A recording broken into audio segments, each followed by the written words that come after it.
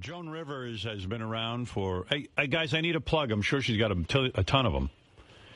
Joan and Melissa are here. They must be plugging the fact that they have a reality show that's returning. Yeah, it's the second season for them. Good for them. There we go. Thanks, Will. Joan's running around with her daughter, Melissa. They have a reality show, and it's on... What network? E? No, W-E. Yeah. We. Not E, we. We? What's with Melissa? Hey, baby. Good morning. Hey, Melissa. Hey there. How are you? Haven't seen you in a long time. Who are you saying that to? Melissa. Oh, Melissa. Yeah, Melissa is a West Coast girl. Yeah, she doesn't come this way often. She doesn't need to do this. Hello. Can I fix my hair? Good morning. What's happening, guys? What's happening? We're pushing our show because it starts tonight at 9 o'clock. What right is it? opposite Obama. I'm going to turn Republican. Great. Hey, Melissa. How are you? Melissa, what's the arrangement? Is Joan buy you a lot of stuff? Seriously? No. No support whatsoever? No, I mean, we're supportive of each other. No, I mean money. I'm talking moolah. How does Joan work it? I mean, does she spoil she's you? being supported by Melissa? I mean, Melissa's being supported Yes. by Joan? At this point in my life? Yes. No.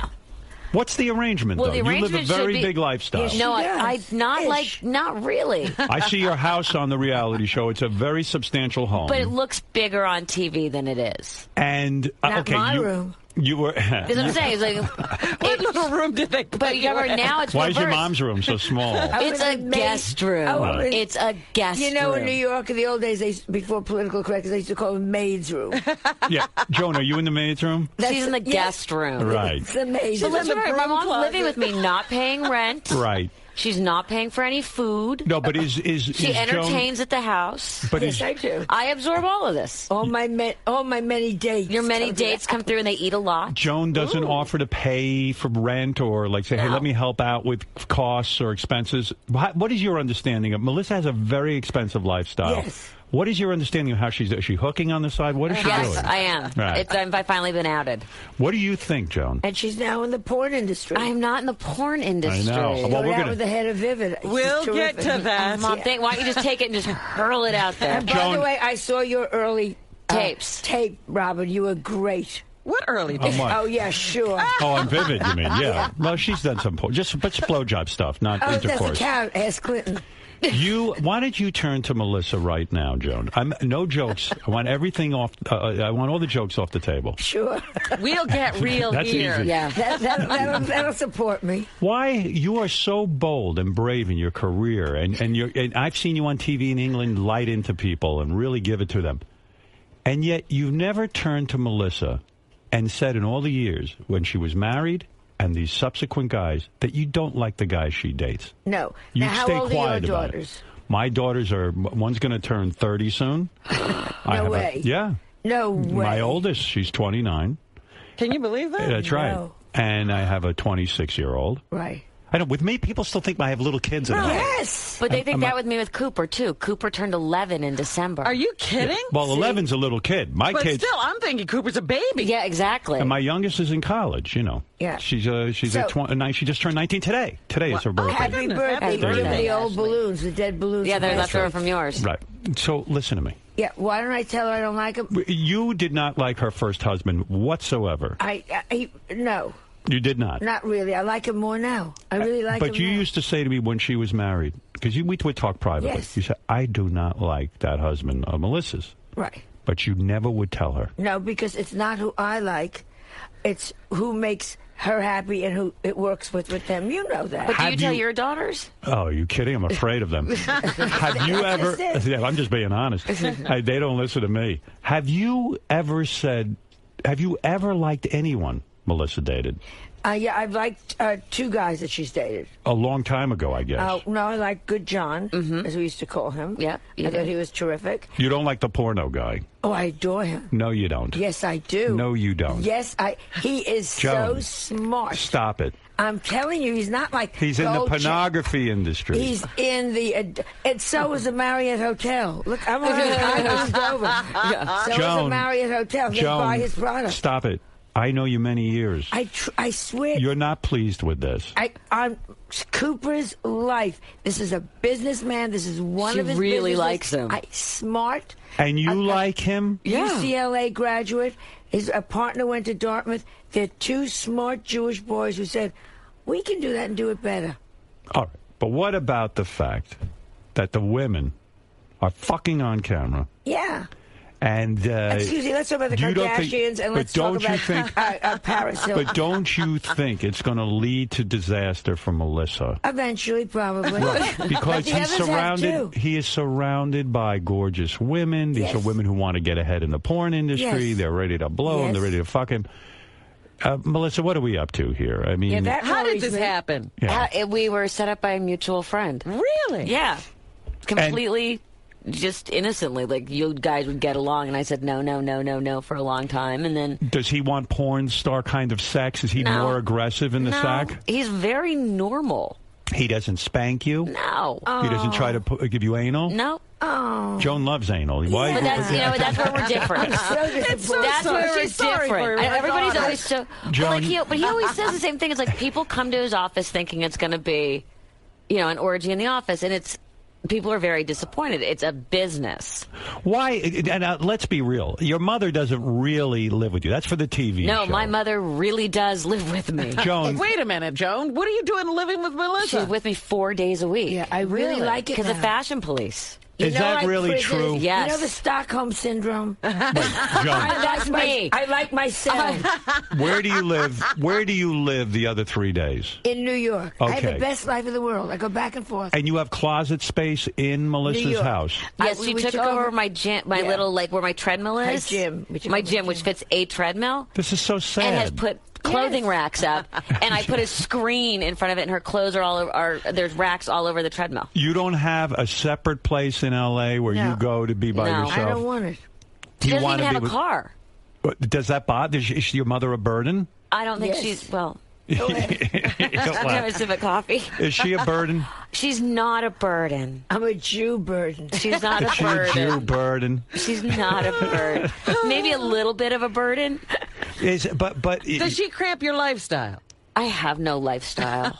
right. I know I have my son and my work. Let me That's tell what you- I do. I can't cram it because I'm so far downstairs that I don't hear anything Would you going prefer on. your mother to have her own space, her own place somewhere? Would you I prefer that? I think at 2 days a week it would be ideal. Thank you. 4, it gets a little close quarters. She is so lucky. I like candles. I change things around. She moves I stuff make a around. tree When for you her. hear that your daughter says she wants you there maybe 2 days a week, that would be a nice thing, and that 4 is too much, does that affect your decision? Well, the other thing, Is that true? You really are not offended by that, and you don't say to yourself, I got to give her space? Oh, she's hurt me in other ways too. well, the best This is not the first hurt. Right. I mean, literally, my mom shows up. My dogs ditch me. Right. My love her. my housekeeper. My mom has completely bought off my housekeeper, who now barely cleans when my mom's not there. and Because my mom just keeps handing her money. Yeah. So my mom's laundry gets done first, like everything. I'm now the renter. but Try tipping them. you seem They to work for me. I don't need to tip people I give a salary to. I find that a little absurd. you see you're telling me you're amused by this though, by your smile and laughing. Yes. You're amused by your mother. Most of the time. Right. You My have a- son really enjoys it. You're a good sport. I'm a very good sport. Right. And patient. Right. And your sexual life with this new guy you're seeing, the guy I from can't hear him down the dungeon. Vivid Entertainment. Well, how do you keep that? Do you do it in your house? Well, we only see each other on non-custodial days with our children. I see. Your husband, your ex-husband has the kid, and then you can have sex. And then he comes back to my house, and my ex-husband can do what he wants to do. And do you ever watch the product with him when he No. produces a porno? No. But Do you s- went to the AVN Awards. Yes. Was that really skeezy? It was actually, I had a really good time. You it had was fun. hilarious. Yeah. So you're getting sucked into the porno life. Me too. Joan, Well, you my went? mom calls me and says, are there any swag bags? Right. All she wanted was a swag bag. What would they have in a swag I bag? have no idea. There weren't any. Joan needs a tremendous amount of lube. Yeah, lubricant and new kind of ticklers. She wanted a swag bag. Do you see any guys now, Joan, or are you completely done? I would like to, but there's nobody at this age. You're never going to see anyone. No, there's nobody around. The field has thinned. And Betty White, that slut, is out there taking off the cream. By the way, is everyone getting a little tired of the whole Betty White worship thing? Honestly, Joan. I think it's wonderful because they now think I'm the young chick over at We. No, but be honest. Seriously, I mean, be honest with you. I mean, I think Betty White is a fine actress and stuff, but I mean, the carrying on and the... But American... First of all, she's a nice lady, truly. Right.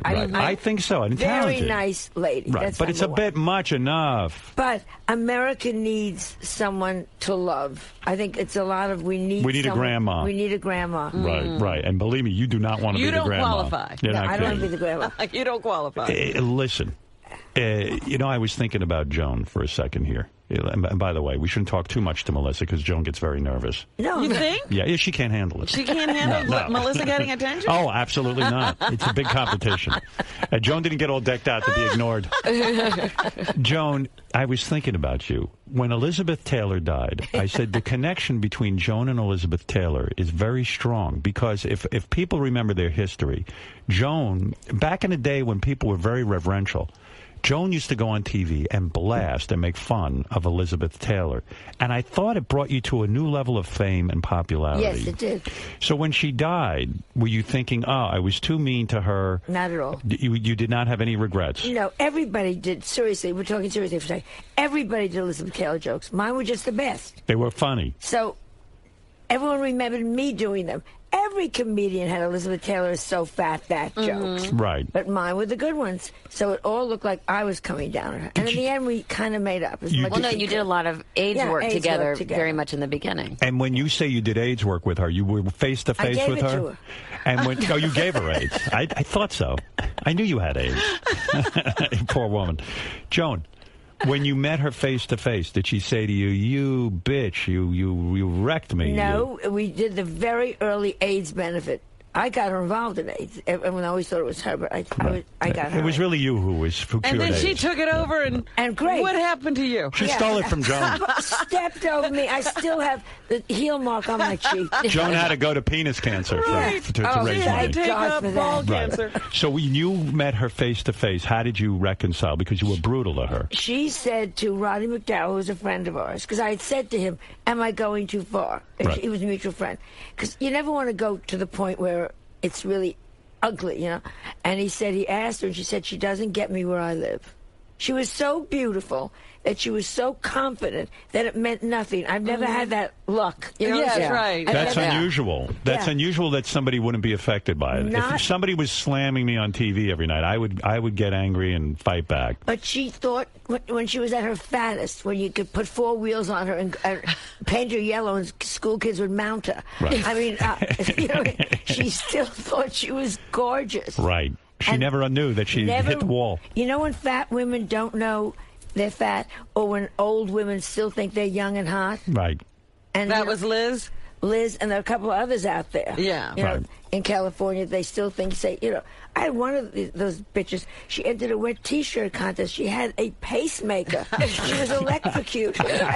You know what's sad to me? When a good-looking girl lets herself go, that's the worst shame. Because, listen, if you're not a good-looking girl, God bless you, you might as well get fat. But you see someone like a Christina Aguilera, who is so She has no beautiful. neck. What happened to her, Joan? Did she lost her stop neck. caring? I think she lost her neck in a poker game. Have you criticized her for this? Is there a choice? Right, and she's been angry with you because you have tried to yell at her to get skinny again, right? Yeah. Yeah, and it's not working. No. The Donna Party could have lived on her for the whole winter and come out picking their teeth. Right. But that's a shame when a good-looking girl lets herself I think so. lets herself go. Don't you think so? Yeah, I do think so. Well, I mean, I don't know what's causing that for her. I don't know what's happening in her life. See, I try who to cares? understand. I don't. Melissa always has to keep herself hot and thin, Yes. right? Your mother would ridicule you if Oh, you for didn't. sure. Well, I get ridiculed anyway, so it's not a big deal. Did she criticize you growing up? Oh, your tuchus is Joan getting is too looking big. at you or- like, ridicule? Oh, What absolutely. ridicule? Yeah, Joan must have been. I'm being serious now. You must have walked around as a kid completely in fear that your mother was going to criticize you. She's very, very, very looks judgmental, conscious, huh? right? It still is. Does she comment still on your appearance? Every phone call I end by saying, put on makeup. Every phone Instead call. of goodbye. No, Makeup is important. Also, don't eat. That's Don't another thing. eat. Don't eat. You're going out to dinner. Don't eat. Right. Don't eat. But your mother's right. She's got a great body. Yes, thanks She's to going you. out with the porn king of America. Right. It isn't the time to get flabby. Is it weird when you get naked in front of a guy who really is in the porn industry? Because he's been completely warped out, as I have. I mean, I see so many beautiful women over there. I'm warped out from it. I think everyone's hotter than the next person. So when you take your clothes off in front of a guy who's staring at porn all day, I imagine it's intimidating. I really try not to think about it. Do you get fully naked in front of him? Well, Or do you try to get under the covers? When I'm an under the covers girl. Are you? Yeah. Right, immediately. She's got a great body. We went to Mexico, and she was running around in her bikini. She looked fabulous. She did. And the boyfriend was there. Yeah. And he's looking you over, right? But, but she looked great. Otherwise, I wouldn't have let her be in a Otherwise, you would have kept covered her me in the up. room? Yeah. I would have bumped into You her. looked her thrown a over, towel on right? her. Joan, you know your mother's looking you Oh, over. always. And- More than anyone. Right. And did you look for stretch marks from ging birth? Did you look at it? Did you really No, I look don't her have over? stretch She marks. doesn't. She has a great body, If and you I saw- get angry because she doesn't show it off. Right, she should dress sexier. Thank Oh, my you. God, here we go. Even this outfit today doesn't reveal much, right? No. She's covered up. And now's the time for her to reveal it, right, Joan? That's what I say. Wait, what? You want Robin, to help me. My Joan arms, knows. I can fly to California and back without a plane. Joan knows that at one point it all caves in. But and I don't no feel offense. I and, don't feel your mother hangs in there, but listen, compelled to walk around with everything hanging out. Yeah, why does Melissa have to do what Joan would do? because Joan Yeah. is in show business. And because she's going to hit an age where she's going to say, why didn't I? Right. Why you didn't think I? that, but you don't know that. Joan, what should Melissa be wearing? Disrobe her Nothing. now. Take it off. Take her clothes Nothing. off She should in be front of her. Wearing nothing, just naked. She has And a great heels. body. Have you seen and very high heels. Right, she wears And a whip in her hand. Let me see your heels. Let me see. I'm your not wearing- Yes, No, flats. she's saying Flats. that she should be in high Joan. heels. She's saying I should be in high heels. Is anything less hot than flats? No. Right. I'm 165 years old, and I'm in heels. Yeah, look at you. Beautiful. 165? I knew it. Come June. You finally admitted your real age. No, but you're right, because what your mom is saying, honey, I know from experience. When I was young, I should have shown my titties. I should have done something with all of this. You know, your mother works hard on her look. So she's saying you're going to have regrets. You've got a gorgeous body. The way you're Who dressing should today. she be showing it to? Why should Right, she be Men. showing it but also to Men and everyone? women. But Why not? My mom's. If my mom, she's the one who wanted me to pose naked. Yes. In Playboy. Yeah. Absolutely. What was the latest offer from Playboy? I heard you got another offer. No, I got an offer from another porn company How much Ooh, was you it? didn't tell to me. do some sort of video. Fabulous. And wasn't it over $600,000? I don't even know. I think it And she was a turned lot it of. down, and Yeah. I'm doing club dates in the Midwest. I'm That's not what I going mean. to do a What'd you sex teach her? tape. I'm saying hello in Indian casino. I was raised with moral fiber.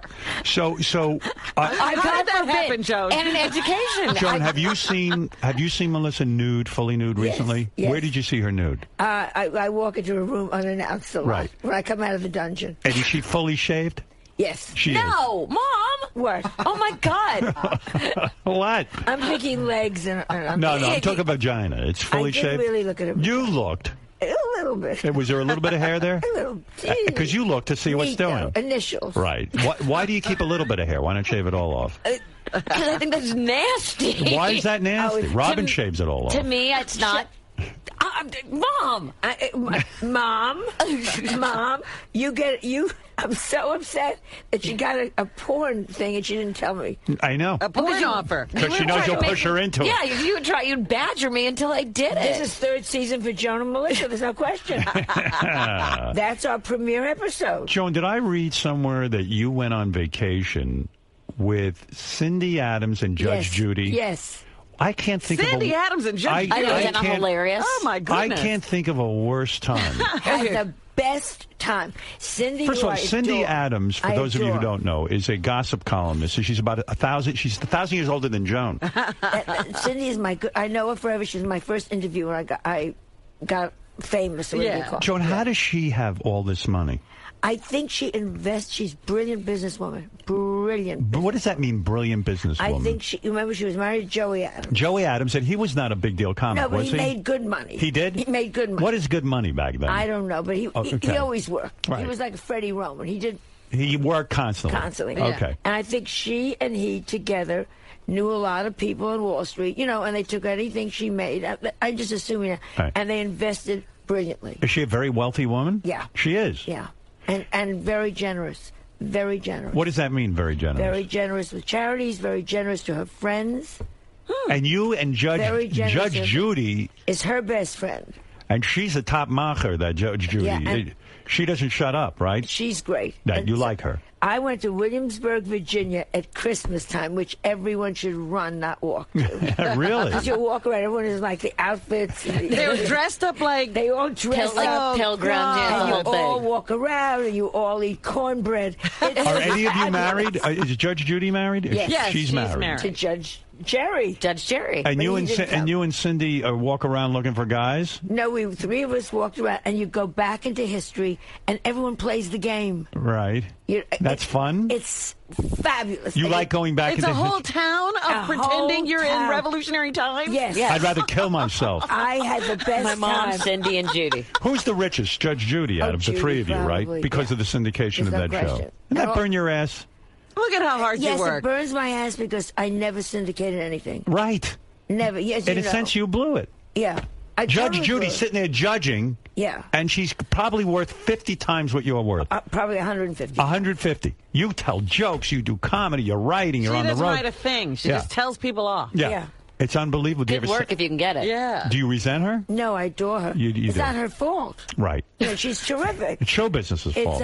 It's somebody should have put me in a sitcom. I should have known Larry David. Yeah. Right.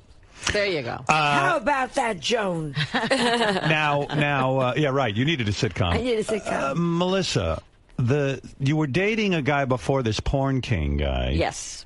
And you went out with him for 3 years. Almost, yeah. Joan didn't like him. Not particularly. Yeah, do you ever Does she think, make it known to you? Do you know? I How was could you so not? nice. She was very, but how could you not know? Yeah. Wait a Even my second. mother being discreet about something isn't. why did your last relationship end? My last, there was, he was. The refrigerator emptied out. Yeah, no, he was living. see. He was living a second life. Double What was life. the second life? No Double kidding. life. Double life. You mean he had another family? No, not that far, but he was living with having a lot of relationships online. Oh, online. Do you consider that cheating? It was to the extent that, in my opinion, it was. In other words, he would have like online sex with these women? Yes. And how did you come to find out that your boyfriend was doing this? Our computer was on a table, and I was cutting through, and I bumped into it, and the screen flashed, and I looked, and I thought, that's weird, and I pushed the mouse, and up came he'd forgotten to close a bunch of pages. And Wow. so when you see this and he's like, "Oh baby, I want to fuck you." Is it sex? He's not meeting with these girls. I don't know, because it had come to light that one of the tabloids had purchased emails of him soliciting people. Oh wow. Now that's the ultimate betrayal. And I don't mean Yeah. to laugh. I was laughing because Joan was ready to chime in. Yeah. Joan, you're very upset about this. No, I was very glad it was over. It was But certainly it was the drain. incredibly painful for Cooper and for me. I bet. I mean, Cooper got to know him for 3 years. Yeah. 3 years. You probably thought maybe there was even a marriage. And who knows? I was going through fertility treatments. Oh, no kidding. You're going to have a Wow. kid. Yeah. Why do you think he hung in? Like, if he was having these feelings, why not go to you and say, look, hey. I think Well, it was an ongoing thing. In forever. hindsight, Right. it turned out it had been going on for quite some time. I learned about all these different websites like Ashley Madison that I didn't know about, Right. or what these things were, and apparently it had been going on for about a year and a half. And when you confronted him, did he say, listen, I'm willing to stop everything? No, I didn't for even you"? give him that opportunity. I was actually getting up to leave for work for Fashion Police, and it was Right. 6 a.m, and I was going to get something in the office. And that's when I found it, and I called him from work, and I said, I'm done. And then the next day, I started getting phone calls from tabloids saying, we've purchased these emails. So you're here to From say... Craigslist, from people solicited on Craigslist. Are you here to say that Ashley Madison works? Because I it think sounds it like does. he was really meeting chicks. And again, What about top sponsors? Exactly. I know. And then the irony of Yes. meeting Stephen. Right. But the interesting thing is this is all on Joan and Melissa. It happened in the middle of. Oh, it my happened goodness. literally on a shoot day. Wow. So you're telling me when I watch the TV show, It's in real time. you on camera discover his videos, his the dialogue on the computer, and then you pick up the phone and call him and break up with him. Yes. And you haven't seen him since. No. That's it. That's Over it. after Done. all that time. Oh, I threw the computer over the balcony. The whole thing. How do you got the explain shot. this? How do you explain this to your son? Are we being serious for a minute? Yeah. Yeah. Because it was incredibly painful for Cooper. I tried to turn it into a little bit of a lesson about internet safety. Right. Because we're at that. Well, because he's at that age. Right. Where they're all on YouTube and this and that. And I just said, people make mistakes and people do things that they regret, and people talk. There's bad people out there online. Right. And you have to be very careful what you do. And it was much easier explaining to Cooper what he did than why. So, in other words, at some point you had to be very clear and say, listen, he was cheating on me with these girls. I didn't go quite that far. I just said he was doing having inappropriate relationships with people online. Do you let him say goodbye to Cooper? Yes, I did. You did? They spoke Joan, on the phone once. Joan, right. And I made sure that Cooper always. I was very clear on. Cooper had his phone number. Cooper had his email. Cooper could. I never wanted Cooper to feel that I was cutting him off from his relationship with Jason. Right. And I made Cooper speak to him twice, even though he did not want to. And since then, I've let it be Cooper's decision, and Cooper has he has no desire to speak to him. Well, because he knows that he hurt his mother. And Cooper and I are incredibly close. I share custody with my ex-husband, and Cooper and I are very, very close. Because it's always been just me and Cooper, where my ex-husband's gotten married and remarried and divorced and had another child. It's really always been me and Coop. Poor Joan is so jealous. She just wishes she could get some action somewhere. Yeah, somebody be cheating on me. I was when he met on Craigslist. Now, It has was Coop, such a But I went crazy. wouldn't that be wild if your mother was seeing your boyfriend on Craigslist? A little creepy. Yeah. Meanwhile, Joan signed up for Craigslist. Exactly. Right. She immediately registered. He's like, what were those websites? Has Cooper met the porn guy, the porn king? Very casually. Right, because we can't go through this again. No, I wouldn't allow it to happen. That's why I'm very careful that we really only see each other on my non-custodial days. But he was with us in Mexico. He came down to Mexico. We had separate rooms. How do you put We your? had separate rooms. How do you put your? A respectful porn king. How do you have the discipline to put your child's needs ahead of your own? Honestly, What do you because mean, how do you have the discipline? because you could easily say, oh, fuck it, I want to be with my boyfriend. I'm falling in love with this guy. I want to hold on to him. I'm going to see him. I'm going to bring him into the house. You could do that. A lot of people do that. A lot of people do But that. you are actually putting all of your fears aside and saying, I got to protect my son, right? Like maybe she's a decent person? Thank you. Are you a decent person? How is it possible that Joan Rivers' daughter would be a And decent person? I haven't met. He's doing the same thing with his children. I see. So we're Well, both very. yeah, like you'd be a bad influence. Yeah. Yeah, like, you're Maybe the he porn should queen. introduce you to his children. She'd be a real slut to bring around. So, Joan, what does this mean? Listen, Joan, despite what you say, I know you're a wealthy woman. What do you mean Melissa is living on her own without any help from you? I don't believe it. She owns a part of Shopperati, which is very successful. What is Shopperati? It's a website that my business partner and I created where we aggregate and curate all the top fashion deals of the day. And that's a money-making operation? Yes. Shopperati? Yeah. What do you mean, Joan? Yeah. What are you're carrying on like you know? Because she tells me. And what is she making on Shopperati? I have no idea. You know. She's got two in help. She's doing fine. She's producing, what do you call it? Fashion Police. Fashion Police. Executive producing, which is going to an hour. Right. You like doing that still? That's where you make I fun adore of it. the people, how they dress. So much fun. Fashion police. So much fun. Right. So much fun. And then we're doing Joan and Melissa. Joan and Melissa, and then I have my website. All right, very good. What can I okay. tell And you? we do personal appearances. I mean, you know how it is. But see, you're We so do, rich. Yeah, we do You mother-daughter lectures. Yeah, you don't have to go out on the road and do personal Road. Talk to appearances. Indians. I am going. I don't talk to Indians at You don't casinos. have- Poor Joan You is don't have talking to Indians, Howard. Yeah, you don't have to go do promotional things in malls that they pay you for because you've got so much money. You own this building. Listen, I don't own the building. You do. You own a good portion of the building. I don't own the building. I'm not as rich as you think I am. Look, I had to take a second job. Yeah, Yeah. that's so sad. That's right. I have to now go out to that California and work. Yeah, well, we'll have dinner. Oh, that's one night. right. The new Right. show. I know a lovely room that I could get for you. Melissa. You can get Melissa's. Yeah, I'm I gonna will stay at I can Melissa's. sublet. And by the way, even when I was desperate, I never had to go into a teepee to make money. Like Joan. Just remember that. Well, I am pleased to see that Joan and Melissa, a lot of people said it would not go into a second season. No.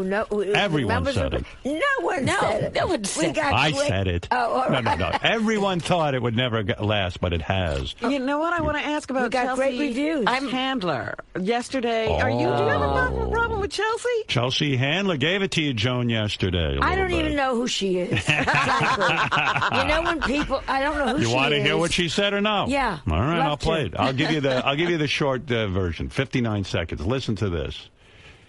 But Joan Rivers was critical of you at one point, wasn't she? Well, Joan Rivers. I mean, what the fuck do I care about Joan Rivers? You don't care. It doesn't bother you. It does bother you. I saw Joan Rivers the other day at E, and she said, "Hi, her and that daughter, Melissa. Yeah. And you don't like Melissa? No, I mean I don't not like her. I mean, Right. but I don't think about either one of them ever. So the fact that Joan Rivers, she got up and made this speech. We were at a Comcast event, and they're giving me Conan's old stage at Universal. Right. They're giving me this huge stage, and so they announced that. They make this announcement at this Critics Association, and Joan Rivers gets up and she's like, "Well, I would like to thank Chelsea Handler for giving me a career in comedy." And then says, and then she goes, and congratulations on your stage, Chelsea. She goes, because I don't even have a dressing room. And I'm like, fuck off. It's not my fault you don't have a stage of your own. That's your problem. Yeah, why is it related to you? Why are you? I mean, she was trying to be funny in the most innocuous way without being, but I could tell, oh, this is a woman. And she has said, I've heard she said things about me. I don't remember what they are, but yeah. First of all, never said anything First of all, you see how I stood up for you? Yeah. Okay, thank you. And I was at that luncheon. It's not quite how it went down. Let me tell you, Right. number Doesn't one. seem like so bad The what you girl said. made it wasn't. on It her was- back, fucking the president. We all know that of the network. Number Oh, two. my God, you she promised is you were not gonna no, say that. Too bad. No, she started out. Wait, maybe Seriously. somebody missed it. What did you just say, John? It doesn't matter. We all know how she got there. Number two, she's fine. She's ordinary. She's not a genius. She's an ordinary girl that she was fucking somebody high up in the industry, and they gave her a break, and she's doing okay. I went over very nicely. Joan, why don't you fuck someone high up in the industry? for Because God's nobody sake? wanted me. Yeah, go ahead. I went over to this thing that we had, and I went into the room and went right over to her and said, exactly, hello. She obviously has no manners. I don't know where she comes from. Jersey. When I walk over and say, hello, nice to see you. You say, ignored me. Oh. Wow. That's number one. Who the fuck do you think you are? That's number one. Number two, she gets up and they say, Chelsea broke into late night for women. Chelsea has started for women. And they said she gives so many young comedians their breaks. Their breaks. Right. And also a lot about women in late night. So I walked up as a joke. I said, and I want to thank Chelsea for giving me my break. That's a funny. joke. But she doesn't have no jokes because she's not that clever. So that was number one. And number two, I thought it was very funny. And I said, E, we're really the same up here. Right. You get the big studio. I don't even have a dressing room. Right. That's funny. We got laughs. Right. So whatever she is, she's a drunk. She has her own show. I don't wish her good luck. I don't wish her bad luck. And she used to do jokes about Melissa and me before we... mean jokes, you know what I'm saying? For no reason, when she was first starting. Go fuck yourself in a pool, as my mother said, in a teacup of water. I didn't say the first part. Why would you fuck yourself in a teacup of water? I don't understand. In other words, what was with your mother? Go drown yourself in a teacup of water. I don't care. I don't think she's particularly funny. We all know how she got what she got. She's doing okay. Good. You're referring to the fact that she was dating Ted Harbor. Dating? Well, but she was living with Ted Harbor. Yeah, You're whatever. Right. Good. I don't care. But don't you come after me, you whore. Don't start. And needless to say, when we discussed this morning what we were going to say if this was going to come up, it's not what we really discussed. What your mom said, you know what? I'm not going to act like it doesn't bother me. Did I walk in and put my hand out and say, hi? Yes. The thing is, I just said I think the main problem is that in all the times we have ever crossed paths with Chelsea, Chelsea has never come over to my mother and introduced herself and said, how do you do? Nice to meet you. I'm Chelsea. Right. Which she should do. Right. Because after all, Joan is a legend. She wouldn't honestly. be there without me. Right. And I never say this. And I think that sort of was what started it. My mom's like, we work at the same network and you're not going to even come over and say hello to me. Passes me in the hall. And this has been for quite a few years now. That's not nice. No, and that's just bad manners in general. Well, so your mother and you had a discussion, Melissa. This morning. Hey, listen, you had a little. You sat down and you said, "Mom, just let it go. Don't even give." You probably said, "I'm guessing, if Chelsea Handler comes up, act like you don't even care." Like, I said, just explain that she's never. That I think the main problem is why you feel slightly negatively towards her is that she's never done the correct thing to come over and say hello. Right. And then when she had the opportunity a few weeks ago at this particular event, she literally made a point of not saying hello. That's a very uncomfortable thing when you walk into a room and people are not saying hello to one another. Yeah, and especially when the president of the network is there. Right. And I walked over, which she should have come to me just age-wise. Yeah. I mean, I walked over to her and said, hi. And I my said hand hi went and out. didn't acknowledge me. I'm like, hey, and didn't acknowledge me. And Wow. Oh, boy. yet I'm talking to So her let's- producer, and her producer's talking to my producer, and all the writers are like, we're all talking, and she's talking to Kelly Osbourne, who's sitting right next to me. Right. And Ignoring Kelly's you. kicking me under the table. Wow. So, you know, I this love is it. Who nonsense. knew this was going on? I at love E! it. Yeah, this is such And then, stupidity. but what Right. shocks me is what you said was very funny in the room. You know why she's angry? I got the laughs. That's right. You know what I'm saying? Well, who always gets the laugh? Joan Rivers. You're damn right. Damn right. Listen, Joan. I don't know what's going on when you live in Melissa's house. I don't know what's I think it's happening. Watch lovely. you find out.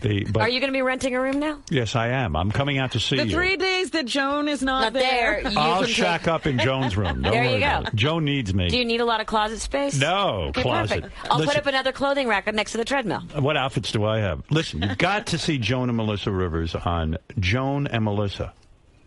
Joan knows best. And truly great reviews. So this is what I'm talking about. Life is good. Life is good, and you're still going strong, and you're going to be up speaking to the Indians soon over at the casino. I love those casinos. You're damn right you do. It's a lot of fun. And if you do well, they give you a blanket. I'm not making a joke. I get these great blankets from these. Do they really send blankets? At the end, if they love you, like the chief comes up to you and they give you a gift backstage. The chief gives it to you. Yeah, And wampum they give you, right? Well, my agent doesn't take wampum. No, he doesn't. Thank God. Listen, you should do what the natives, remember the Pilgrims? When the Indians would give them a blanket, we gave them smallpox. So you should give the chief Give it smallpox. That's to right. Chelsea. That's it. And what happened? You were negative about Tracy Morgan recently. No, it wasn't. No? You're okay with him? You're always in a feud. Like life me. is good. That's right. Conan O'Brien, I know you don't like. I don't Oh, like really? He said he's arrogant. Is he arrogant? He's arrogant. What happened? He had a run-in with him? No, he's just very arrogant. He just thinks he went to Harvard and the whole world is impressed. You know, you want to say we all went to Ivy League college. You went to an Ivy League And that's what I'm college. saying. We all went to Ivy League college. We all went. Calm down. I hate people that think they're superior. I'm not kidding. I'm so sick of you meet these people and you say, you're lucky. Get on your knees and be what's his name? Tebow. Yeah. T-bowing, yeah. You like Tebow. I love What just- about Melissa and Tebow? No. No? The Kardashians are for that covered. They got the Sports World Yeah, covered. they got the sports world covered. But Conan, we gotta go to porno. in other words, there are a lot of young comedy writers and comedians who will come out of Harvard and you feel they act superior. No, I feel like you'll bump in some of the housewives, Right. you know, and they carry on like they're stars, and you want to say, calm down. Yeah. You're a girl with big fat lips, you know, And no one's gonna remember you. extensions, and you're having a moment. Enjoy it. Right. Don't yell at the waiter. Right. Do you understand what I'm saying? Don't yell at the waiter. You got so much class, Joan. Yeah. Well, look. Joan knows everything about show business. Is she seeing Cher still, or is that Yes. really? Yeah. Oh, yeah, in the bathroom. They have I dinner. love Cher. When's the last time you saw Cher? About 7 months ago. Did she ever bring up my name? No? All the time. Always talks about me. Your picture is over the bed. And you go into the bathroom and eat dinner there, right? We go into her bedroom. So weird. No, the bathroom, you told me. That's where they eat. No, they don't eat in her bathroom. Everything goes on in her bathroom. Like she entertains in her bathroom. Maybe Kathy Griffin told you that. No, you've told me that too. I think it's a big bedroom, bathroom, suite. Suite. You know. Isn't that weird? Do you like how I Great. translate for her now? Yeah. She lives like a movie star. Big Right. house overlooking the Pacific. How's she look? Fabulous. The body? Fabulous. Tight? Well, I've never poked it. And Chaz? She bring up Chaz to you in private? No. No one. She's not talking She to doesn't anyone. mention Cher. No, we don't talk about it. I had Chaz on the show. He was lovely. He was lovely. Yes, yes. You know, he's going to get the penis now. Did you read that? No, Yes. really? Yeah, he's going to stretch his clitoris into a... What about Chaz and Melissa? Once he becomes full... What do you mean? Wait a second. What are you talking about? I'm very happy in my relationship as it is. That one's not lasting. Why not? Because he's a porn guy. It's not going to happen. He's a nice Jewish boy that happens to be... How long was his last relationship? Right. 10 years. Oh, okay. That's 12 good. years. Okay. And why not Chaz? Because he's not Jewish? He's not Jewish. Not Jewish. Just not my type. You think he'll get a circumcised penis? Of course. He doesn't want to get disease. But he's even talking about getting balls, testicles, where they're fake. I send my dogs. Right, but they're fake, but they're going to look real. But if you want that, why not? Get it. Sure. Absolutely. Why not? Makes you happy? Right. Get it. And he seems happy. He seems very happy, and that's great. And all you want, you have your children, is you're as happy as your least happy child. But all the reports I read say Cher is upset, Cher can't deal with it. What is it? I think it would be a little difficult if one of your daughters came to you and wanted to have a penis and balls. I always wanted a son. All right, listen, we could enter it up all day, but unfortunately we have to move on. I have to be professional. I love you so much. I love you too. Melissa, love you. It's great. And I am considering becoming a woman. I didn't want to say that. That's really? Right. Yeah, well, that's then right. maybe you should donate to Chaz. I'll give him my penis. I guarantee you his clitoris is longer than my penis. And I'm not kidding. You got it, Howard. Steven Singer. Joan, Chelsea has unleashed the wrath of Joan. Yes, she has. Yes, but I don't understand why she... I tried to be nice. I tried to be professional. And I don't know who this upstart girl is. And whoever she is, go to hell. I couldn't care less. It's not just about showbiz respect. It's about common courtesy. It's about common courtesy to an older woman, someone who has started the industry, someone who broke nighttime barrier, and you walk over and you say hi, and as every other comedian comes up to me and says... It's basically, it crosses into just common courtesy. Common courtesy. Common courtesy. If you see someone in a restaurant, I get up and say hello. I don't expect them to come over to me. Right. If I see one of my mom's friends, I get up and go over. You say, hi, how are you? Nice to see you. It's just common courtesy. And it doesn't matter. We should all live and continue to live. Melissa, this wasn't the plan, though, going into the interview? No, this was not the plan going into the interview. But nothing in our life goes according to plan. Well, plus, once you're hearing the actual words come out of Chelsea's mouth, it's a little more difficult to... Yes, absolutely. To zip your... Yeah. Absolutely. I'm sure I'll be getting a call from the network today. Joan, who are some of the young female comedians who do give proper respect and due to you? I don't even expect proper respect and due. But the ones I think, obviously, Kathy, Sarah Silverman, genius. Whitney is incredible. And there's Lynn Complitz, who is just starting to break through now. Is so good. And there are a lot that are just coming up again. It's always somebody good around. There's always somebody funny and fresh. So they're not all Chelseas out there? No, and again, I don't want to make this into a bigger feud than it is, because I can't waste my time on negative. Well, it was a very positive interview other than that. Yes. Good to see you both again. Great. Hey, Joan Rivers is here. Joan Rivers just came out with yet another new book, I Hate Everyone, Starting With Me. It's in stores today. And Joan will be doing a book signing with, when does that start? Tonight at 7 o'clock at the Barnes & Noble in Union Square, Manhattan. Go meet a living legend. Now, is she calling herself a living legend, though? I'm calling her a living legend. She's an icon, don't you think? I didn't know if that was in the copy or if you said that yourself. No, I'm calling her a living legend. I'm calling Joan a living legend. I certainly think so. What? There's Robin! Thank you. You refuse to do the show without Robin? I don't do the show unless Robin is sitting there. Robin's gotten so lazy with this show that she does it from home now. That bitch has lost so much weight. That's right. You can't find me anymore. I love you on the thing with Howie Mandel and Sharon. America's Got Talent. Ah, well, you know the name. I don't have to learn it. Why do you need to learn that? And why do you need to be bothered? I enjoy doing it, I believe it or You not. look like you enjoy doing I'm it. having a lot of fun with it. Yeah, yeah. And I said, what is left to do in my career except shock everyone with doing a family show? Yeah. Really, when you think about it, who would have expected that one? But you're so cute, and so I go back to NBC when they had you in that closet. Yeah, remember? Right. Yeah, So long way. You should have done this a long time ago. It's funny. Gary was just in here. We were talking about you behind your back, and I said, and he said, we have had so many comics on our show over the years, and we were just naming all the people who kind of have disappeared in terms of their careers. And Carrie goes, don't you think it's amazing that Joan Rivers, I mean, really think about it. Like, she's still relevant and funny and like really has a real career as opposed to like a Mercy booking somewhere. Yeah, thank God. Yeah, and it is amazing. So he said, what do you think the secret is? And I said, I think the secret is she's funny. You know, she's like... she's actually talented. I keep looking over. Yeah, I know, but I can't imagine... Oh, you keep looking over for Robin. Right. His stupid voice. Well, I keep looking for her. I want them to tape a picture of her over there. What are you people talking about? What are you talking about? but no, it's hard work. No, yes, because funny. Aren't there days where you go, I don't want to keep up with pop culture? No. Honestly. I don't want to keep up. I don't want... If one more person says, I love John Carson, who gives a shit? Nobody remembers John. The man is disintegrated even in his coffin. Right. There's nothing left there except 3 bones. Although I did watch a special on Johnny Carson, and you were a part of it. And you were very complimentary to him. And they cut out the one part, the truth. It's where that I called him, and he hung up on me. And they have all these people saying, look who's saying it. The producer who hates me, who I hate. They cut that out. And they had the people saying she never called him. Oh. And I called the producer. Then they wanted me to do PR for it. And I called them up. I said, you have just perpetrated a lie.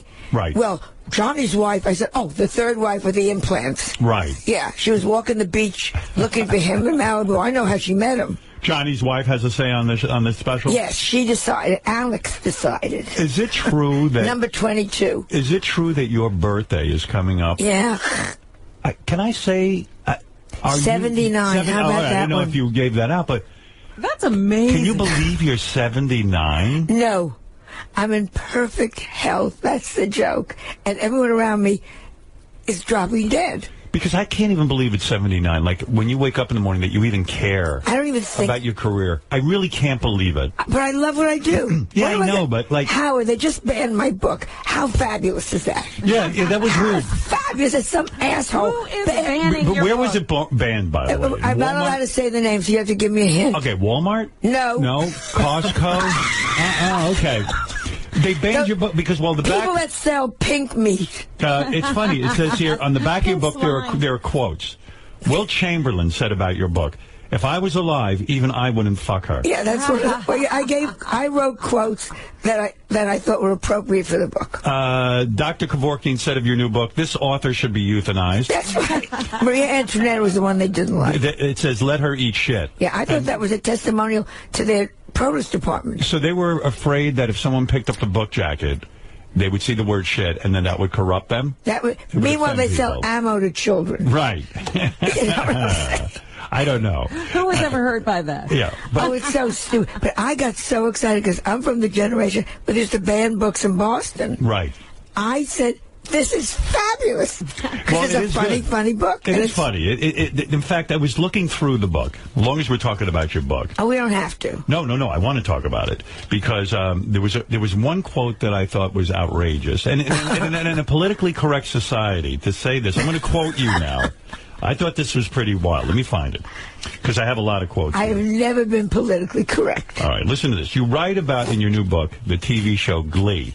Yeah. You say, on Glee, all the homo kids. Now, this is a quote. Okay, because a lot of people aren't saying that kind of stuff anymore. Okay. On Glee, all the homo kids are smiling and giggly, and they spend every day singing in the halls. When I went to high school, the homos spent most of their days hiding in their lockers crying. That's right. You feel a show like Glee should be about kids hiding in their lockers, right? Everybody's happy. The fat girl is singing. You're right. It's true. In high school, where is the reality in that? The fat girl had to hide. Leah Michelle, whose nose continues around the corner. You're like, what planet is this? Yeah, this is not the high school I went to. Well, maybe the feeling is if they present an imaginary high school where everyone has fun, that all the high schools around the country, all the kids will think gay people are fun. Let's include the crippled kid on the team. I was on the baseball team. I played so far out. By the time I came in from the outfield, we had to go back again. Do you think it built your character, Joan, that you were ostracized as a teenager and that you were locked in your locker many times and things like that? Like, in other words, it built character. It can't all be good. I think it's great sometimes. I'm being serious now. Go ahead. That you get a couple of knocks. I think the stupidest thing is all these little crappy kids who can't play, they all get like a certificate. A trophy. You were good. You get a trophy. No. You were bad. You know what I hate the most? What? When people say to the child, the divorce had nothing to do with you. Meanwhile, your big head stretched your mother's vagina. And she's flapping in the wind. It's so big that the husband didn't want to bang her. That's it. The husband and 4 people were in there. You make a good point. Now, on Octomom, you wrote that her uterus is like a sausage maker. Yes. You're right. It's true. I spoke to her the other day. Wait, I'm going to give you a couple of Did you talk to her? You can't talk to her. We did speak to her. Totally crazy. You can't. Yeah, she's totally wild. She just doesn't shut up. And why won't nobody's addressing that these children are trapped in a house with her? I know. Well, thank God she's not Kate Gosselin. Now, what about this? Can you be sued in your book for writing about Oprah in this manner? Do you know? Did you check this with lawyers? I checked this with lawyers, and it's a humor book. I see. Because it says here. That's how you get away with it. It's a humor book. You say Oprah is Stedman's beard. That's what I think. Yeah, you say, yeah, sure, Oprah denies it, but even Abraham Lincoln didn't have this big a beard. I know Oprah's opened schools and raised money and given away big, Buicks and things like that, but so what? She can't keep her weight at a reasonable level. Because that's important to you, right? I mean, someone has to keep their weight at a reasonable level. One day she weighs 140. 2 days later, she's being fitted for a boat cover. How long did it take you to write this vicious book? Yes. I mean, did this just Honestly. pour out of you, or did you have to labor over it? You're such an angry woman. It's funny. Are you angry? Are you an angry woman? Oh, I think I'm furious. Yeah, you are. What do you think you're furious about, honestly? About the stupidity of everything. Do you think that's sort of Seriously, does it go back to your mother and father? No, I'm being serious for a second. Yeah. Do you think, Like your personal anger. Do you think you're so angry that it goes back to like your mom and dad not treating you properly? They were very good parents. Were they? Well, yeah, I had what they call a very good childhood. They understood you? To a Then point. what happened? I get a feeling they didn't. My father was a doctor. He worked hard. My mother was a housewife. She did her best. Right. They cared about the girls, my sister and I.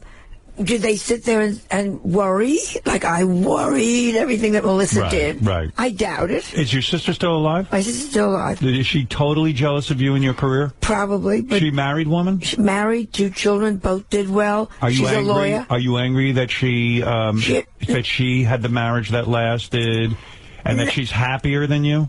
She's not happy at all. She isn't? She's I'm miserable? very happy.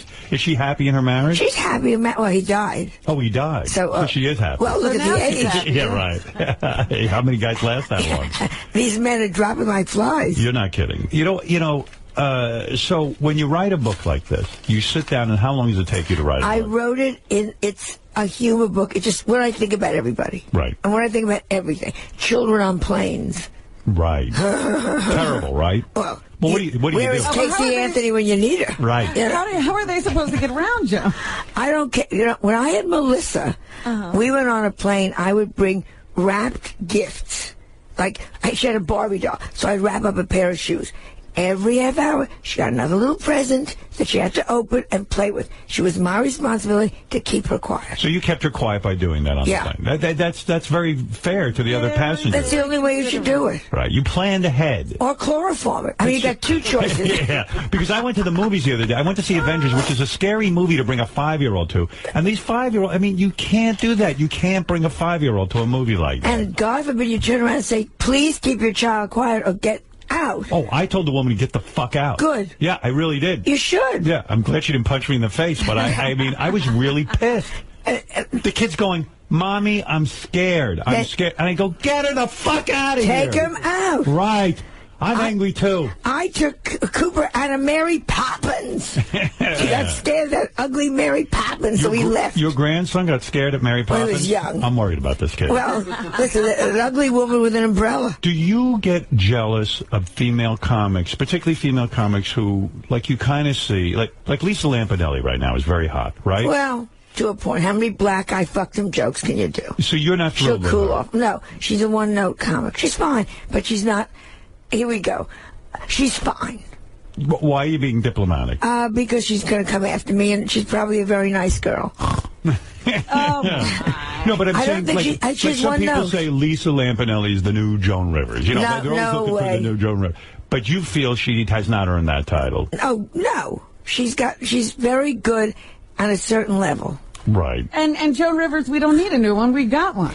And I think this sounds terrible. At 79, I think I'm unique. I think I'm very lucky. Well, you are unique. And I think I'm the best stand-up alive today. How about that? But you're not gracious, let's say. No, I'm to not like gracious. Right. You're like, I don't need to be gracious to Lisa. Like, you don't feel like, hey, look what I've created. I've created a job for a lot of women. Are you gracious?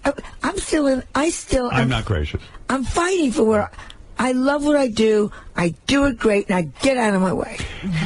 So if you see Lisa Lampanelli, do you go up to her and say, oh, you're doing fine, but Yeah. you don't embrace her?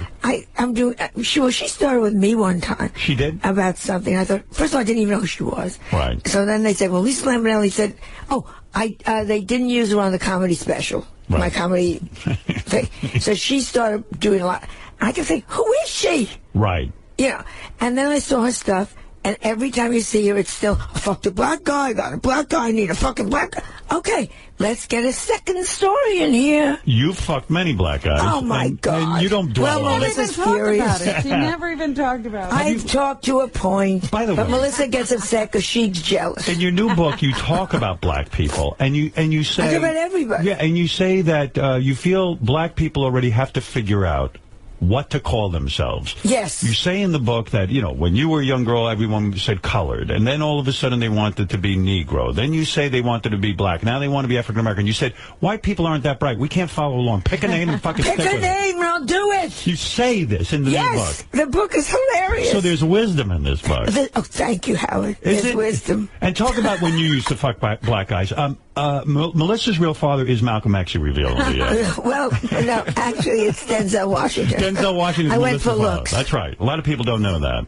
79 years old. Yeah, but I and just you're still got my fighting, checkup. and you're still fighting with these young comics. You're goddamn right. Maybe that's what keeps you alive. And when they come over to me and they say, you opened the door, and you want to say, sweetheart, I am still opening those doors. Doors you won't even see for 10 years. And you say your health is good. Have you been to the doctor? Yeah, all the time. And you probably go like constantly, right? Yeah. Because you want to make sure you're going to stay alive. Yeah. Checking Right, everything. right. Well, Melissa always says things like, if you get pains in your left arm and short of breath, that's good. It means you're losing weight.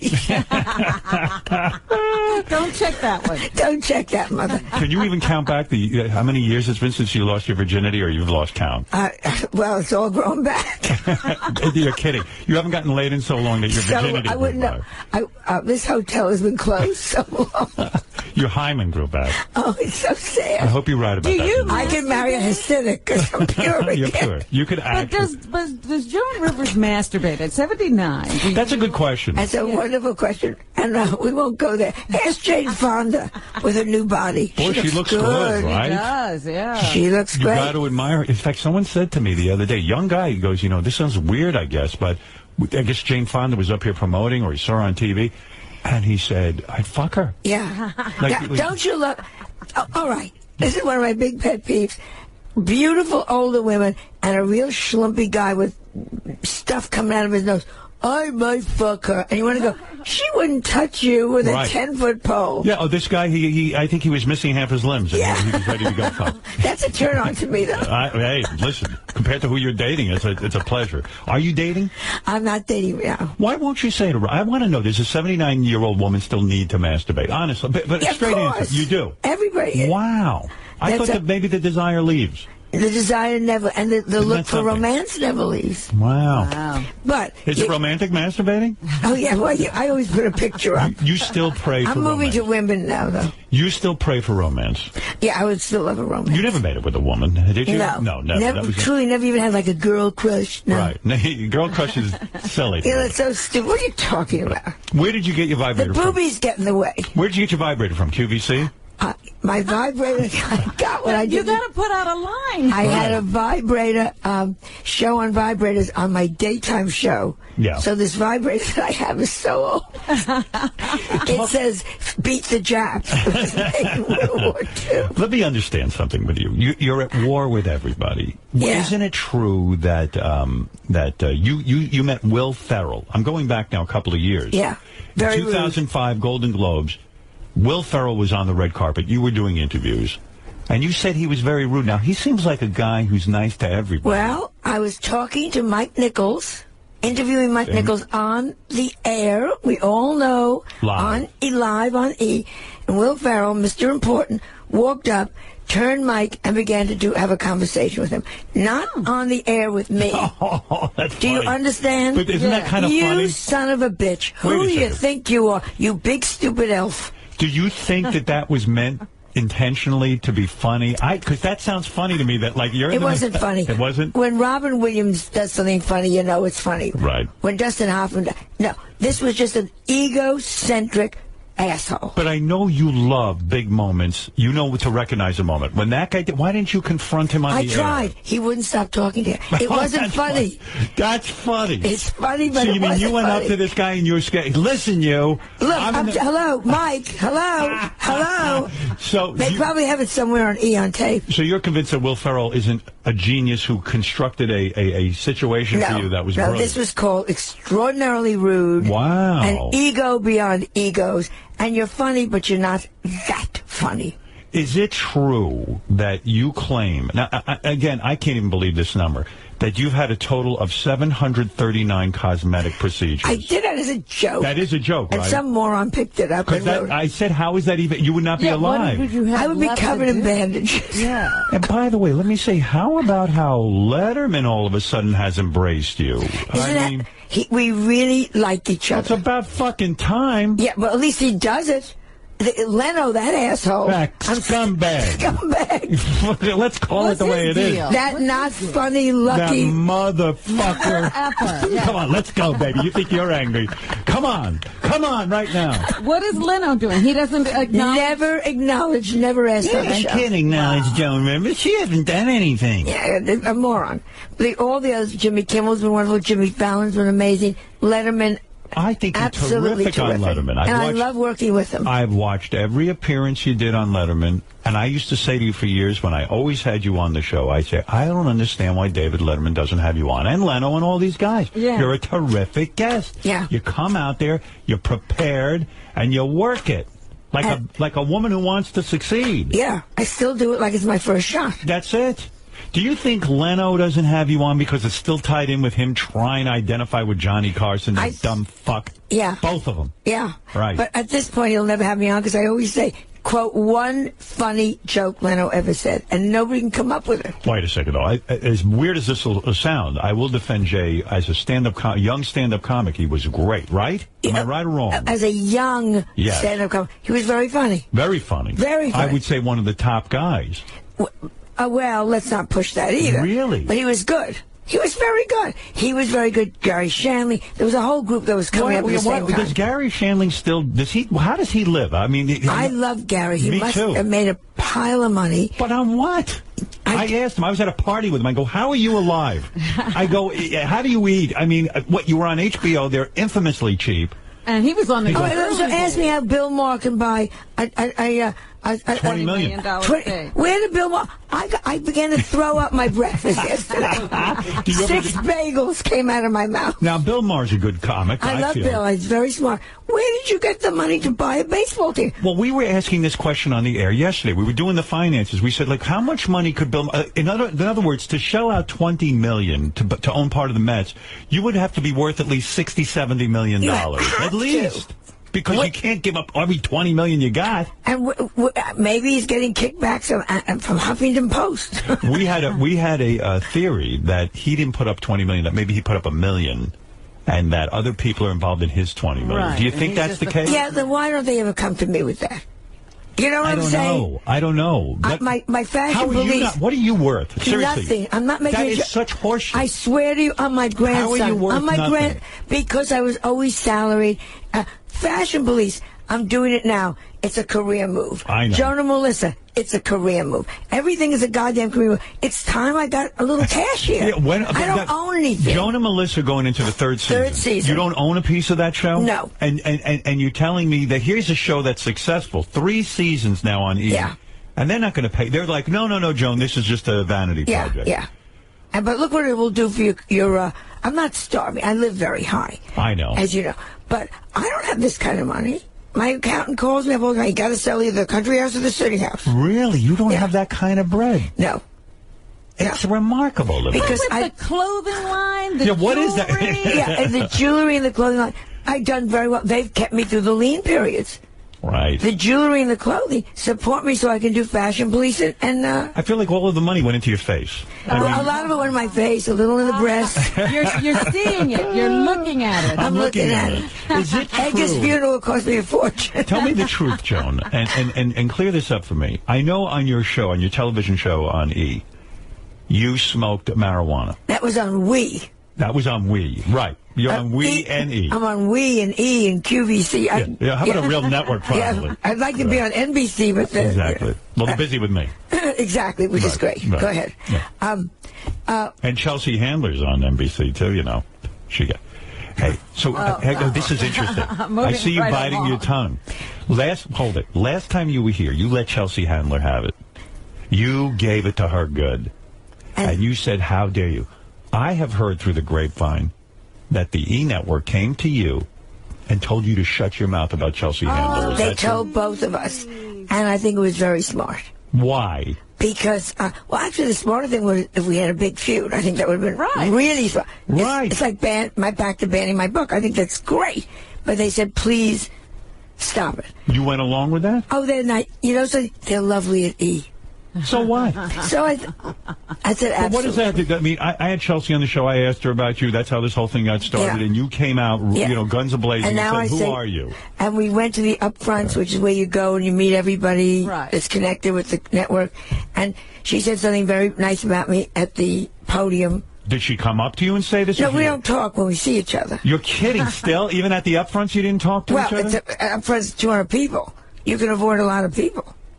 So there you were. You know, I can't talk to her. I can't talk to Lisa Lepid. I mean, you're I might stay home. Go to a party these days. I don't. She stays home. She goes to England to go to parties. I'm surprised she's not there today. There's some people the Queen of England's having a jubilee. Yeah, I know. I should be there. She called me last night. Didn't you? Where were you? Didn't you do a stand-up in front of the Queen and said the word fuck? Fuck, yeah. And you told her you can behead me now? Yeah, right now. Right here, I said, okay, let's just get it over. Was she offended by that? He laughed. He left. He Prince left. Charles. No, Philip. Prince Philip. And when they came down the line, the receiving line afterwards, he said to me, very funny, very funny, very funny. Yeah. Very funny for a Jew. Very funny for a Jewess. So you well, get back to this for a second. I did Chelsea Handler. I got to understand how this works. I'm not going to make a feud here with her. I'm not saying a feud, but I want the real Joan Rivers on this. Oh, yeah, sure. I want to know behind the scenes what goes on in your life. You came on here. You said, who is she? How dare she not look at me in the halls? Right. How dare she act like she doesn't know who I am? Because everyone knows who Joan Rivers is. And that she's superior. That's how it's, yeah. Right. You really let her have it. I know my audience was very excited by this. They were like, wow, Joan, right on, blah, blah, blah, blah, blah. They like the feud. Right. But you come in here today, you bite your tongue. Because I like the people at E! And what did they say? Down. They said, just let her alone. Let her alone. Well, why? E! wants it to look like we're a happy family. But you're not. Well, we are. I don't need another feud. So you go How many times did I cross the street on one block? It's amazing you're still alive. I'm surprised a hit wasn't put on you. You know what I'm saying?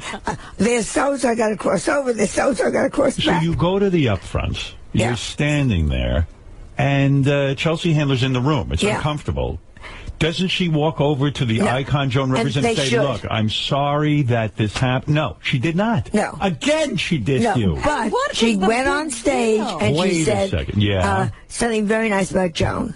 What did she say? I was backstage, but my friend said she said something like, my friend Joan is here or something. My friend Joan, who I don't even look at when... But she said that, and I thought that was very nice and very gracious. So if people say something publicly, but then behind the scenes won't even look at you... Well, that's me all the time. But no, that's not true.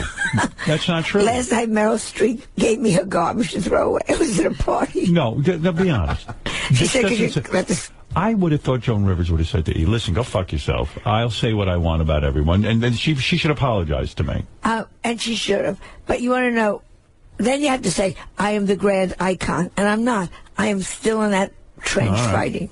Did Betty White and you smoke weed together? Is that a true story? No. You were I did the Betty White show. You did? Yeah. And you even never say in your again. book, you even really? Never really? again. Why? They were lovely. Betty was lovely. All the cast was lovely. First day, I also did Drop Dead Diva, which is first day I get there, and I'm playing her her twin sister that comes back. So I say to them, where do I come from? Should I have luggage? They said, just read the lines. Now we read the lines, and I start to the way I work. Let me ad-lib, let me see. They call my manager the first day. They said, tell her to do the script as is. Whoa. Okay. Whoa, okay. Then why did you hire Joan Rivers? Well, maybe they want you to just stick to the script. Well, mistake. Wait. Brilliant. I want you to explain this. It wasn't that brilliant. But explain it to me. And the cast was lovely. Cast was terrific. All right, but explain it to me. They wrote a script. They send it to you. Right. And you agree to do it. Because you always figure, when I did Suddenly Susan, you go in, I worked with Kathy, you ad-libbed and you came out with something terrific. But you know on a lot of these shows. I did Nip Tuck. What can you do to do it? You've got a writer who's funny. Let her give you an input. And I always say, if you like, let me try it. You don't like it, we'll throw it away. I never say. But some writers and some shows obviously are very scared or afraid to let go of their words. They want them exact. Fine. And, so... Fine. And they had them exact. My big joke was, gee, is the minister here? You were disappointed because you felt you didn't come off funny. I came off like a piece of shit. Yeah. And then they called me and they said they want to put it up for a... Emmy. And I said, no. It's not Emmy. It's not my best work. And you've won Emmys. 2 weeks later, I go down to do Drop Dead Diva. Right. And they said, let's work together. It's going to be so adorable. What is Drop Dead Diva? It's on ABC, USA. It's a scripted show? Scripted show. But again, you come in on Monday, you're shooting on Friday. They said, why don't you add some Joan Rivers to this? And let's see, and if we don't, and I always say, if you don't like it, don't use it. So you got insulted? On the Betty White show? Not inside. I just thought, you morons. You morons. I've been on Broadway. But won't there be they chaos? Didn't go for the best. But won't there be chaos if everybody comes in with their own lines and their own ideas? Don't hire a comedian who is a writer and give them on Monday a script that isn't particularly funny, and the jokes did not get laughs that they gave me. They probably thought it was funny, though. You understand? Yeah, of course. I'm a writer. I've written script. But if you walked in now and said, let me try this, I'd say, try it. Let's see. Right. Be a little experimental. Let's see. It's Monday. By Wednesday, we'll say yes or no. So it was a bad experience. It was a terrible experience. And not the cast. The cast was adorable. Because I really loved the cast. Yeah, well, what do they care? Yeah, I didn't say goodbye to anybody when I walked out. You didn't. You were that pissed. That pissed. But you were professional. Right. You did the show. And I was so upset I couldn't memorize the lines. And haven't you even said you don't particularly... You're angry with Betty White because you were in line to get all these old age parts. Yeah, and then that bitch came back. And she's getting every single part. Well, she's beating you out on every single audition. She got the I'm full and I can't get up commercial. That's right. You know how many times I've laid on my bathroom floor? And meanwhile, by the way, do you own that device? The I can't get up? Melissa gave it to me, but she won't give me the batteries. Because I would think that would be good, just in case you fall Just down. in case I fall. But there's nobody around if you fall, right? Well, I have a Swiffer. Is that what they call those terrible machines? Or a Rolly? What do they call it? It's I don't know what they call it. But that little mop thing? The thing you'd sit on. They always have the old lady smiling. Oh, right. The scooter. The scooter-wooter. And there's Grandma smiling because she's right. And the face of the family is always like, oh, fuck, the old bitch is moving again. People say to me, did Joan really smoke pot on her show? You really, because sometimes on these reality shows can be staged a little bit. Yeah, ours is... You went and took the joint. It was so much fun. Did you smoke with Melissa? Oh, she gets very angry. She smokes a little. She smokes, but she won't smoke with you. No, she's wrong. What do you mean she's wrong? I think we have a great time. If you smoke together? Yeah. She doesn't want to smoke with you because you're her mother. I know. She doesn't want every barrier broken. Yeah. So who did you smoke marijuana with? I smoke with my friend Lynn Coplitz on the show. Is she your age? Nobody's my age. But is she? No, she's Lynn is probably in her late 40s. And so we laugh. You laugh. You just. And how many times did you inhale the marijuana? It didn't take that often, that much, because I hadn't done it for 40 years. You would smoke probably back in the Lenny Bruce days or something. I smoked. Last I smoked was in Lake Tahoe, probably 1980. 1980, you smoked, and so you took it. And you took what? How many drags on it? Oh, a lot. I was having a very good time. And you don't get paranoid. You don't. I just laugh and laugh and laugh. You do. Everything strikes me as funny. And did you go to Melissa, your daughter, and say, "Look, now I want to smoke marijuana with you. This will be a good time." No, I think we're going to go call her when I get off of here. Yeah, but you didn't discuss it with her. She has a new clothing line for Zappos, which is great. Right. And so I'm going to say, when you sell your first, 25,000 dresses, we'll smoke pot together. Does she smoke weed? She really does? Yeah. Yeah. She tells you, Mom, I smoke weed, but I don't want to smoke with you specifically. Yeah. She feels it would bum her out. Yeah. I think, I'm the mother. I was reading, and this might be irrelevant to a lot of younger people who listen to the show, but did you make love, back in the day, did you bang Robert Vaughn, the famous movie actor? No, I would have. No, not Robert Vaughn. Wait, I got the name. Robert Mitchum. Robert Mitchum? You banged Robert. Yeah, Robert Vaughn was Man from U.N.C.L.E. Right. Robert Mitchum was a very famous, good-looking movie star. Fabulous looking. Rugged, yeah. You Soul fucked of him. a poet. How did you bang the soul of a I poet? met him on the Tonight Show. Look at the smile on your face. Yeah, she's still Calm He was down. great. When you say great, you mean He was sexy, great looking man. Go look at some of those old big movies. penis? Everything was perfect. No shit. What happened? And he was a poet. He was amazing. You Okay, still- he just Amazing. wasn't good looking. He was amazing. He was amazing. Did you smoke pot with him? He was a big pot smoker. Yeah, we you smoked did. a little pot. How? Look at the Now, smile what on your was face. saying- Look at you. And you don't even light. You don't light up like this when I bring up Edgar. Well, Edgar was married to. Right. Robert Mitchum was a one-night stand. Was it one night? Yeah, it was great. Were you disappointed it was one night? Oh, I would have, if he had said toot toot, let's go. Right. I would have said, Melissa who? Right. I would have sold it to Octomom. So wait a minute. I'm trying to. You were married and you had a one. Oh, let's not go there. Oh, wow. You had a child. Yeah, I was married. You were married. Robert Mitchum wants Comes to on the bang. Tonight Show. Go ahead. And he's a guest, and he's Right. very charming, and we had a drink after, and it was fabulous. You cheated on your husband. Yeah. Did you go home and tell him? Yeah, oh yeah, hello, Edgar. Let me tell you. Did Edgar ever find out? And the next time Edgar and I made love, I said, Robert Mitchum. Hey, Edgar, you're not that. You know Robert Mitchum. Robert Mitchum. Did He you, can't even write a couplet. before Edgar died, you never confessed. No, So you now talk about this because Edgar is he's gone. dead. I wouldn't do that. I wouldn't Was hurt there him. a lot of cheating on No, Edgar? no, Be no. honest. No, I mean, A couple no. of times? 3 times. Because you were in show business and And it's 20 years. right. And especially when you're on the road with a play, you get very lonely. You get lonely, and it's very intense work. And it's intense also that Robert Mitchum, a very famous A-list movie star, wants to have sex with you. I mean, it's almost intoxicating. And he was, as I said, he knew poetry. He knew books. He wasn't what you saw on the screen. Was he much older than you at that point? Oh, no, probably. Yeah, and Yeah, he was an older man, but still older. I was probably in my 30s, and he was older. He was probably 52. You know what I mean? Was he a married man at that point, too? Were both of you married? I think he was always married. He was always married. Yeah. And so he sees you on The Tonight Show, and let's face it, you're very seductive on The Tonight Show. Yeah, you're very sure. good you're very good at your craft. Don't be honest. And I was funny, and I was Right, young, and right. what the hell? And so he I don't says think to you, I don't think he'd be sitting and smiling now about me. right. He said, who knows? He'd probably say, Joan who? But he Never happened. Who? Oh, yeah. But so when he says to you on The Tonight Show, you're sitting there with Have Johnny. a drink afterwards. Let's have a drink. Oh, my God. Your heart must have been a flutter. Oh, my God. Oh, my God. Look at your face. Yeah, I mean, it's you know. great. It's great. I mean, you're like, I could see Yeah. you're imagining him fucking you. Yeah, it was I great. could see it. Did you feel guilty at all? Oh, you feel terribly sad, terribly guilty. About when you go back to bed with Edgar. Yeah, with Edgar. Terrible. Yeah, and you're like, terrible. How do you get past?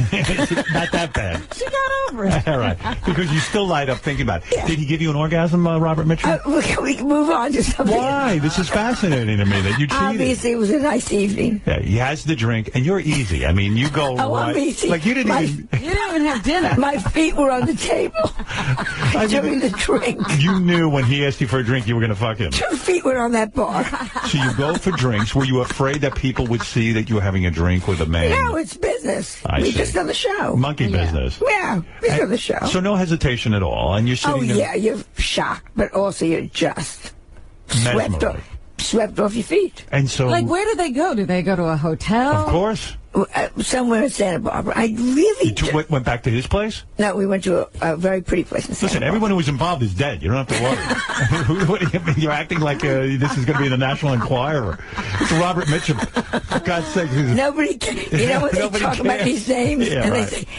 they say, who cares? But remember in that day, Robert It Mitchum, was great. he was a big star. Yeah, and he was great. Would you have left Edgar for Robert Mitchum? Seriously? I certainly would have thought about it. Right. And so he takes you But back I would have left. I would have given Edgar the house. Right. I would have given Melissa. Hey, that's enough. Who would have wanted a little beautiful baby like Melissa? So here, Edgar, you raised this thing. I'm off with Robert Mitchum. Yeah, give us a call. Was there any part of you hoping that he would knock you off that night? And No, I never thought about that. Wouldn't that be great? Well, he fucked you without a rubber, right? I mean, back in those days, they didn't even have rubbers. Yeah, this was free Those days, you use cloth. Right. He fucked you through a sheet. No, seriously. He entered you without Can we please? Why? That's enough. No, it isn't. It's not enough. Did Melissa know? Have you talked No, to her? she doesn't ask you. And did you call Edgar that night and go, hi, honey? Could be a little What was the late. excuse? Hi, Edgar. I'm going to be a little bit late. You weren't out the whole night, were Now, you? you walk the dog. Did you do that? You're going to need to walk the dog tonight. It's like reality. Did you spend the whole night with Robert Mitchum? No. You left. He fucked you and he threw you out. Well, you remember you really taped from 5 to 7. Right. So you had from 7 like to 11:30. Not Yeah. tragic. Yeah, right. And so he didn't. I meant nothing. I can assure you. Yeah, right. But Then you did the walk of shame, right? oh, the walk of shame. You're all dressed up for the Tonight Show. Your hair's all messed up. Lipstick's a little. The lipstick all messy from semen stains on your chin. Did you blow him? I'm not going there. Tell me the truth. I can't remember. You remember every detail about. Tell me when you masturbate, you don't think about Robert Mitchum entering you. You're like, oh, Bob. Well, now you think how old they are. But seriously, when you mentioned that you masturbate, do you ever say, oh wow? Do you think about Robert Mitchum nude? No. But I do see the movies. It's so funny. Do you go back and watch the movies? Yes. And do you get wet? No, but I just think, oh my God. Wow. There he is. Yeah. Yeah. Good for you. Yeah, so Look at great. you. Well, at this age, you got his memory. Did you ever try to make it happen again with him? Did you ever? No, you never no. Where are you? Mr. Mitchum. I would say every now, we should have him back on the show. Too bad we can't. Hey, come on, guys. How about instead of Cher, let's get Robert Mitchum. Was he your only famous guy that you had? The only famous. No, there's another one. There was an actor. But Who was the other one? New York actor. What was his name? Gabe Dell. But Gabe Dell. Yeah. You're going to put him in the same league? No, you asked. Did you call him Bob or Robert Mitchum? Or you didn't just Mr. Mitchum? Mr. Mitchum, Oh, Mr. sir. Mitchum. It Oh, sounds Mr. like Mitchum. you only knew him for a few short minutes, so it's like you probably didn't call him anything, right? But have you ever touched yourself thinking about Robert Mitchum? I'm not going to go Why? there. Why not? Why not go there? No. But because What do you he's mean, no? old now, and you just, Old? it's so, Isn't he he's dead? dead. He's dead. old now. That's old. He's dead. Who cares if you jerk off to Robert Mitchum? You don't want to jerk over to dead people. My God. Oh, you wouldn't jerk off because he's dead. Well, But did you sometimes, when you were in bed with Edgar, go, oh, if this was Robert Mitchum? well, one does have fantasy. Yeah. But none of your cheating was an ongoing affair. It was always a one-night stand? Or Gabe Dell was a big affair. Gabe Dell. And I left Edgar over that. You did? Really? Oh, my God. Yeah. So how did you end up back with 3 Edgar? weeks, and then I just thought, this is crazy. Right. Wow. Yeah, Gabe Look was... at you, you wild woman. Yeah. Man, you out there fucking like a rabbit. Oh, And Gabe I barely Dell? had a chance to write jokes. Gabe Dell said to you, listen, I want to be with you. No, I think it scared Gabe. It did. Yeah, we started together on a Broadway show, and you have this big, intense, you're on the road, and you're bringing it in, you're working late at night and all that stuff, and you're kissing on stage, bing, bing, bing, bing, bing. And then the show closed, and they continued a little bit. Yeah. And then it got too... It was too... And he liked me. He used to sit in front of my house. I was with Edgar, and smoke cigarettes. Oh, wow. Like a stalker. Yeah. Wow. That was scary. He wanted you. And Edgar never caught on to any of this? I think Edgar knew. I think Edgar knew somewhere was Gabe. Let's dig up Gabe, and let's dig up Robert Mitchum, and we'll have a whole show. Let's see what they were buried with and get the jewelry. So you think Edgar knew that you were cheating I with think Gabe, he knew that. I think he knew. Wow. Oh, well, that's the way it goes. Did he ever confront you? No. No, Edgar's English. You whore! Hey, you whore! Melissa, tell the whore to come downstairs. Your mother, the whore. Go get the whore. Wasn't it true you had a night of passion with Larry Fine of the Three Stooges? No, yes. And that, you see how I glow? Talk about Larry Fine and him entering. How with a banana. He didn't use a rubber. He had a big red nose on. No, but how could you? Don't you laugh when you realize these guys had sex lives? No, I understand. Like the Three Stooges. Yeah, it's crazy. They actually had sex with people. If you know anything about the Three Stooges, the amazing thing is that Curly, the shaved head one, right? He was the ladies' man. That Mo was married, Larry was married. Curly would fuck like a rabbit, and he was so tortured because in the Three Stooges they wanted him to have a shaved head and they wanted to keep him fat, and he was a phenomenal ballroom dancer who loved women and fucked like crazy. And he was the ladies' man. And who would believe that? If you read the history of the Three Stooges, which I have because I love them, and I would have thought you would have been one of the conquests of Well, what about the Marx Brothers? Do you still remember, was Robert Mitchum the best-looking guy you ever banged in your entire life? Just the most masculine. It was the whole masculine, package. Right. He was the package. Yeah. Right. Everything. And when he was a cigarette smoker, and so were you back in the day, right? No, but I let him smoke. You did? He smoked after he banged you? Yeah, he used to put the ashes in my belly button. Oh, Bob, you silly boy. Go ahead, use me as your ashtray, Bob. Use me as your ashtray. I don't care. He could have wrecked your life. Yeah, Do you remember? What a scandal. But you know how great to have a couple of good memories like that. Oh, absolutely. Do you remember, like, the size and shape of his penis? No. You don't? Like, is it not that detailed? Those were different kind of days. You didn't kind of, like, look that much. But when a guy is that hot, and when he enters you, do you come immediately? Do you just... Can we just change you have an orgasm immediately? Can we go back to my book, please? Was that the first time you had an orgasm? No. Oh, Edgar never gave you an orgasm in a minute. Well, you're out of your mind. Yeah, I'm out of my mind. Don't you know? What am I doing on a family television show? Was he much bigger? Let me ask you. Was Robert Mitchum bigger than Edgar? Yes, he was. Yeah, his penis, I mean. Was it thicker and bigger? Why don't we call... I wonder what do we tell the wife's alive? I'm going to dig them all up and compare penis size. Is it true that you let Ed Sullivan finger you? He wouldn't have remembered. Let's get back to your book. Oh, he would have remembered. Ed Sullivan at 50 was early Alzheimer's. He was, right? Was that true, or was it just that No. He would... I remember one time they treated him like gold. He was saying had to do a commercial, and he did it 5 times, and 5 times he did it wrong. They were going to put it into the show. Was it that he couldn't really... He wasn't showbiz and he couldn't read? He just couldn't do it. And he had a wonderful son-in-law named Bob Precht, who treated him... let's try it again, Ed. Let's try it again. Wow. And the 5th time, finally, Bob said, that's fine, Ed. And you saw this personally because you used to appear on the Ed Sullivan Show. Yeah, a lot. Was that like the most pressure in your career, the Ed Sullivan Show? It was insane. More than even Johnny Carson, because that was a primetime Sunday night show. The world was watching. Talk about make or break an appearance. Talk about, it was live, so everybody was...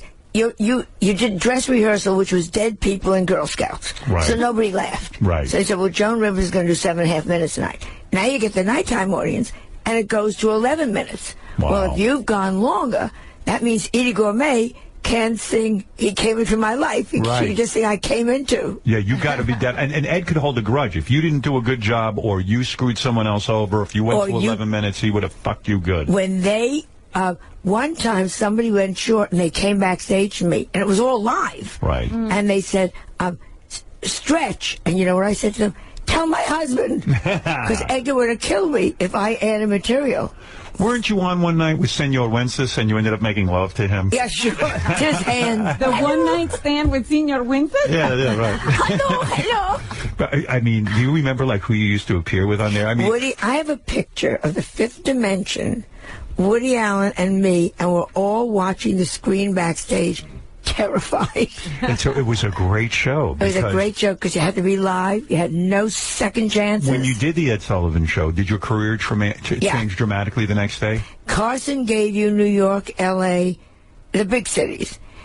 Ed Sullivan gave you America. He put his arm around you. He has a little Joan Rivers. Right. The Midwest said welcome. And he really, you think now that you think back on it, he was suffering from Alzheimer's disease back then. He was at the end. Yeah, it was very, and she was wonderful. His wife, she protected him. She watched him. It's an amazing story. Ed Sullivan was like a gossip columnist who got his own TV show. He was horrible on TV. No personality. But it made it good. He was so stiff. Yeah. He was so out of it. Right. You loved it. You love it. And the show was a great show. It was before everyone had their own special. You saw everybody. You saw opera, and then Dolly Parton came out, and then Joan Rivers came out.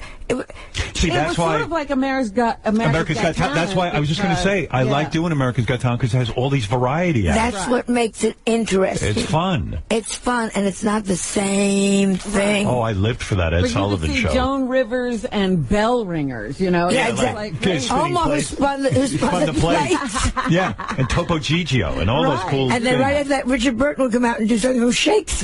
Would you send like Ed Sullivan a gift after you appeared? Like, I mean, you probably felt so grateful to him. I loved him, and he loved me. And they would buy you your clothes for the show. Wow. And if they liked you, You got to keep them. they would walk upstairs, and they would say, Mr. Sullivan, it was the whole thing, would like you to have your gown. Oh, wow. But you never knew. You took it off, you hung it up, you put it in the closet.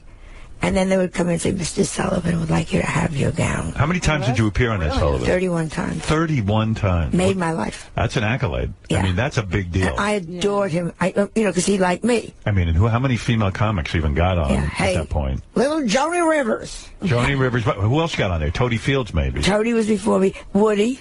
Woody, right? And Woody was... And Ed was... But Woody Allen thinks he's a shitty... He thinks of himself as a shitty comic, a stand-up comic. He was very... he was wonderful. And he was terrific on those appearances. Wonderful. Because he was prepared. He was prepared, and he was funny. Out of 31 appearances, did you get to keep the gown every time, or there were times where he didn't feel you did always well? got the gown. Always got the gown. He really liked me. Always got the gown. Well, that's an amazing story. Johnny never gave you a fucking gown. Johnny never even gave me a toilet seat. Yeah, but he gave you Robert Mitchum. For the That's okay. I heard Johnny paid Robert Mitchum to be with you that night. That's the story. And filmed it. And filmed it, that's right. He was with Mitchum's wife. Yeah, Joan started the whole X-rated things on the internet. Whole, that's right. Yeah. YouTube and the That's X-rated right. porn. All right, let's get through Joan's long appearance schedule because thank you. this new book, It sounds funny. it's very funny and Got that's great reviews, by the way. and it's my kind of book. There's no big words. You know what I mean? And the chapters are short. I like that kind of book. And it's funny. Yeah, It's I opened it up funny. last night. I had a good time with it. Joan Rivers' new book, I Hate Everyone, starting with me, which is good. You're self-effacing. That's always a good trick. She doesn't hate herself, by the way. That's how she gets away with all the other Hey, who stuff. are you voting for, Obama or Romney? I hate them both. You hate them both. What are you going to do? You have to vote. Well, first of all, Obama, just a man of the people. Meanwhile, Anna Wintour gave a dinner party, $40,000 a plate. yes. Hardly man of the people. All right, but he's raising money And for Romney his campaign. is Romney, an ass. They're both stupid. And with carrying on with the religious right, that Romney, that was it a turns me religious... off. I went to a Jesus Freak convention. You did? Jesus loves you. I said, if he loved you, he'd give you a chin. I don't think he loves you at all. Joan Rivers' new book, I Hate Everyone, starting with me, is in stores today. Everyone is very excited about it. Now, here's what we have to remember. What?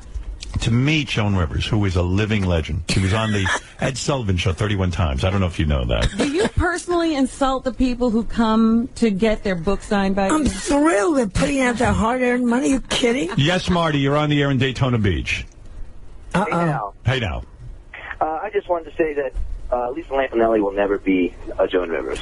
Oh, that's so. I got so nervous. Thank you, Marty. Usually they put in the guy that says, "Screw you, Joan Rivers." I think you're wonderful, and so bright, and I love all you guys. Thank you. All right. Thank you, Marty. That's so nice, and thank you for calling, Marty. It's the first nice phone call I've ever gotten on this show. You're not kidding. And because you made a nice phone call, Joan is going to tell the story when she slept with all of the Bowery boys, which is including the dog. Right. Joan will be signing copies of the new book, I Hate Everyone, Starting With Me. That starts at 7 o'clock at the Barnes & Noble in Union Square, Manhattan. Yeah. Tomorrow night. Oh, no, that's tonight. Tonight. And you'll sign every book? Every book. Tomorrow night at 7 o'clock at Bookends in Ridgewood, New Jersey. This Sunday at noon at Bank Street Book Nook in New Milford, Connecticut. And June 11th at 7:30 p.m. at the 6th and I Historic Synagogue in Washington, D.C. Oh. 6th and 1 Historic. Are you serious? I don't even... Yeah. Is it a synagogue? In a synagogue. You'll be signing books. Oh, are they? Joan doesn't even know this book. Well, you really do treat show business like you're a beginning. We're going to be in a synagogue signing books. And bring Joan a joint. You'll probably get lucky, like Robert Mitchum. She's going to need it. Will you have sex with any of the people if they... Anybody. Anyone who wants sex. At this age. Right. Anybody. You'll be happy if anyone wants you. I've got Alzheimer's, so I forget. Hey, Joan, I meant to ask you, what is going on with all these cannibals? There's a guy they just arrested for cannibalism. He ate his boyfriend. And the parts he didn't eat, he mailed to diplomats. And then there was another guy, a homeless guy, who was eating the face of another homeless guy over the weekend, and he ate the entire face off while the guy was alive. Right, let me ask you, if you were stuck and there's no food around in a plane crash, Go ahead. how long? Oh, the Donna pass. I would have been the first to say, pass me a knee. Really? You would eat a person. If it's survival. But these people are eating people for fun. There's food around. There's no plane crash. Well, I understand it tastes just like chicken. Right, you do. You've eaten people. And that's what they always say. No matter what you eat, you say, tastes like chicken. That's right. All right, listen, so go see Joan. You know what to do now. Is there a place you can go, like a website, to learn where you're going to be? Because these plugs are so long. I have my Facebook and I have all that stuff, and my blog, Joan Rivers. Obviously, not hard to remember. JoanRivers.com? I don't know. .com? You don't even know your own website. But my Twitter, I Twitter all the time. Right. I have 2 million followers. All right, so because I don't want to miss any of these appearances. Yeah, sure. All right, it's Joan Rivers, the new book, I Hate Everyone, starting with me in stores today. We will be back right after these words. Lovely to see you. I love you so much. I love you too much. So much. And David Letterman, it's about time you had her on the show. Good for you. All right, we'll be back. Hey, Joan. You look beautiful. What are you eating over there? A little nosh? I got a little nosh, and they're going to bring me coffee. Well, I'm glad you're having breakfast. I'm having breakfast on you. This show must be doing very well. I know. You know, we never have breakfast, but today happens to be Cupcake Wednesday. Is it? Oh, don't tell me you do stupid things like that here. No, we have no respect for we you. don't do anything stupid. What happens is Crumbs delivers cupcakes on Wednesday for free. And never to my house? Never to your house. Fuck them. You can see once you're successful, when you don't need it, they give you things. You want to finish that? You want us to wait? I know. I'd like to wrap it up. Well, you know what? I'm going to make you a little gift bag for when you... All right, I'm finished. I'm done. We can talk. Have a little... And you should watch your weight. You shouldn't be eating a full dessert like that. At this age, nobody's going to look anyhow. You watch your weight like a hawk. Not anymore. Really? The hotel's closed, and I'm spreading out. Is that right? The hotel is closed? The hotel is closed. You know, I was a little insulted because you were on Jimmy Fallon recently. Yes. You know, now all these guys have rediscovered you. Yeah, it's amazing, huh? Amazing, isn't it? But, Letterman, all of them. But you were on Jimmy Fallon. Not that asshole Leno. No. Oh, well, he can't. He's never going to discover you. How could he have you on? Yeah. I mean, how brilliant to have me on and to say, so what have you been up to lately? Right. Well, you won't do it. Yeah. Would you go on the Tonight Show? Now I wouldn't. Right, because it's been so long, it's embarrassing. Yeah. Now it's like, I don't need it. Right. You're doing better than ever. I got them all. You know what I mean? I have everyone, Jimmy Fallon, Jimmy Kimmel. What, when I need that stupid, unfunny fatso? Good for you. You were on Jimmy Fallon. Yeah. And it came out that you were in a relationship for the past 9 years with a one-legged guy. Yes, Orrin Lehman. I was coming out all the time. Oh, that guy. Yes. Oh, you think I only date one-legged men? Yeah, it was like, what is your thing? I would have flown to Australia to be with, what's his name? What do you make of this guy, Oscar Pistorius? I know. Yeah. Hot. Is he going to get off? I mean, I can't imagine. Do you believe the story? They should use me as a witness because I live with a one-legged man. Right. There's no way he could have thumped around without the leg. They say he went on his stumps and took a walk out on the balcony. And held the gun at the same time. No. Then he got on his legs, and then he shot her through the door. And meanwhile, he didn't say, sweetheart, are you in there? No, forgot. He was sure she was in the bed. And she was very thin, so he didn't notice. When you were dating your one-legged man, did he have one of these bouncy metal things that you can run on? No, it was very interesting. He had gotten used to the regular leg, like those big wooden legs, and he wouldn't change. He just wouldn't go with the times. He was comfortable with what he had. Did you ever see his stump? Oh, all the time. You made love to him with the stump? Oh, it didn't matter. Did the stump? It was fabulous. Did the stump ever get into the lovemaking? Like, did you work it in? We worked it a little bit. You did? Yeah. You're not kidding? No, I'm kidding. We used to put a face on it. He would rub you with the stump? No, but it's convenient because you have more room in the bed. But isn't it like you have to, as a woman dating a guy with, a missing leg, don't you have to act like it's no big deal? But meanwhile, you are looking things over. No, but, I met him at a party. I'm not making a joke now. Right. He was sitting next to me, so I didn't know even that he had crutches. That's nothing. right. And by the time we got up, I wrote in my diary that night I would have gone away with him. It was over. Did you ever? Really? I was crazy for him. Adored him. Is he the great love of your life? Yeah.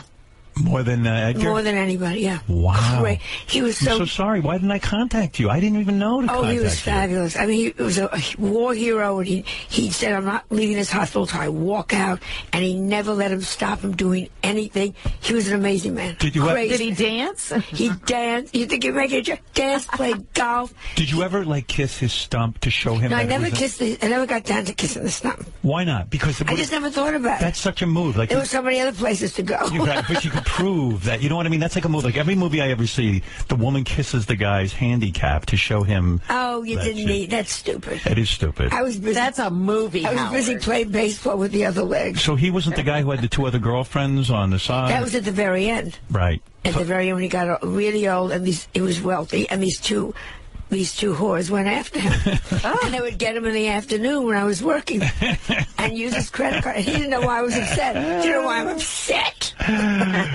You needed company when you were away. You needed company. You're working all the time, you fat Jew.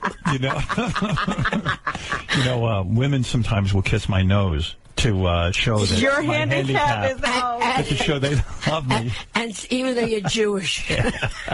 See, that's what we should make Mel Gibson do. Right. Come into your studio, kiss your nose, and I could get on my old skin. You can kiss it. So did you have a whole big funeral for Oren? No, by the time he died, I had walked out on him. I heard he had two women. Right. You couldn't put up with that. You remember all that, Howard. Yeah, I forgot about that.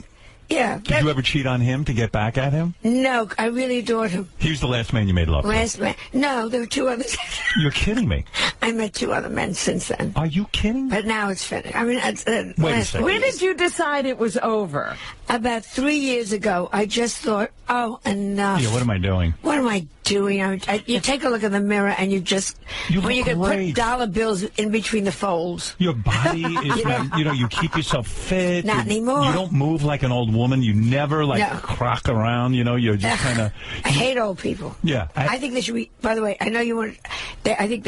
I want to run for mayor. I'm not making a joke now. Yes, you are. But go ahead. No, I'm not. Yeah. I want to get rid of every old person over 70. Time to go. You would even kill yourself. But then you have to go. Time to go, especially in New York, because they have good apartments. They say 70 now is the new 30? I don't think so. That's 70, what they're saying. That's what they're saying. Well, guess who's saying it? 70-year-old people. Hey, you're right. I don't see any young people saying that. So you're telling me, after this guy dies, you banged two other guys. Yeah.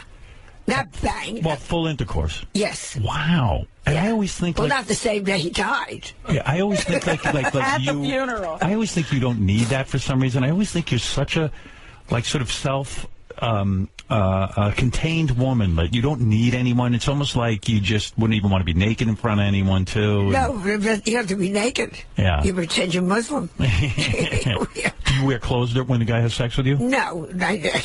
As far as I remember, but at this age, you don't remember that much. Did you keep your shirt on?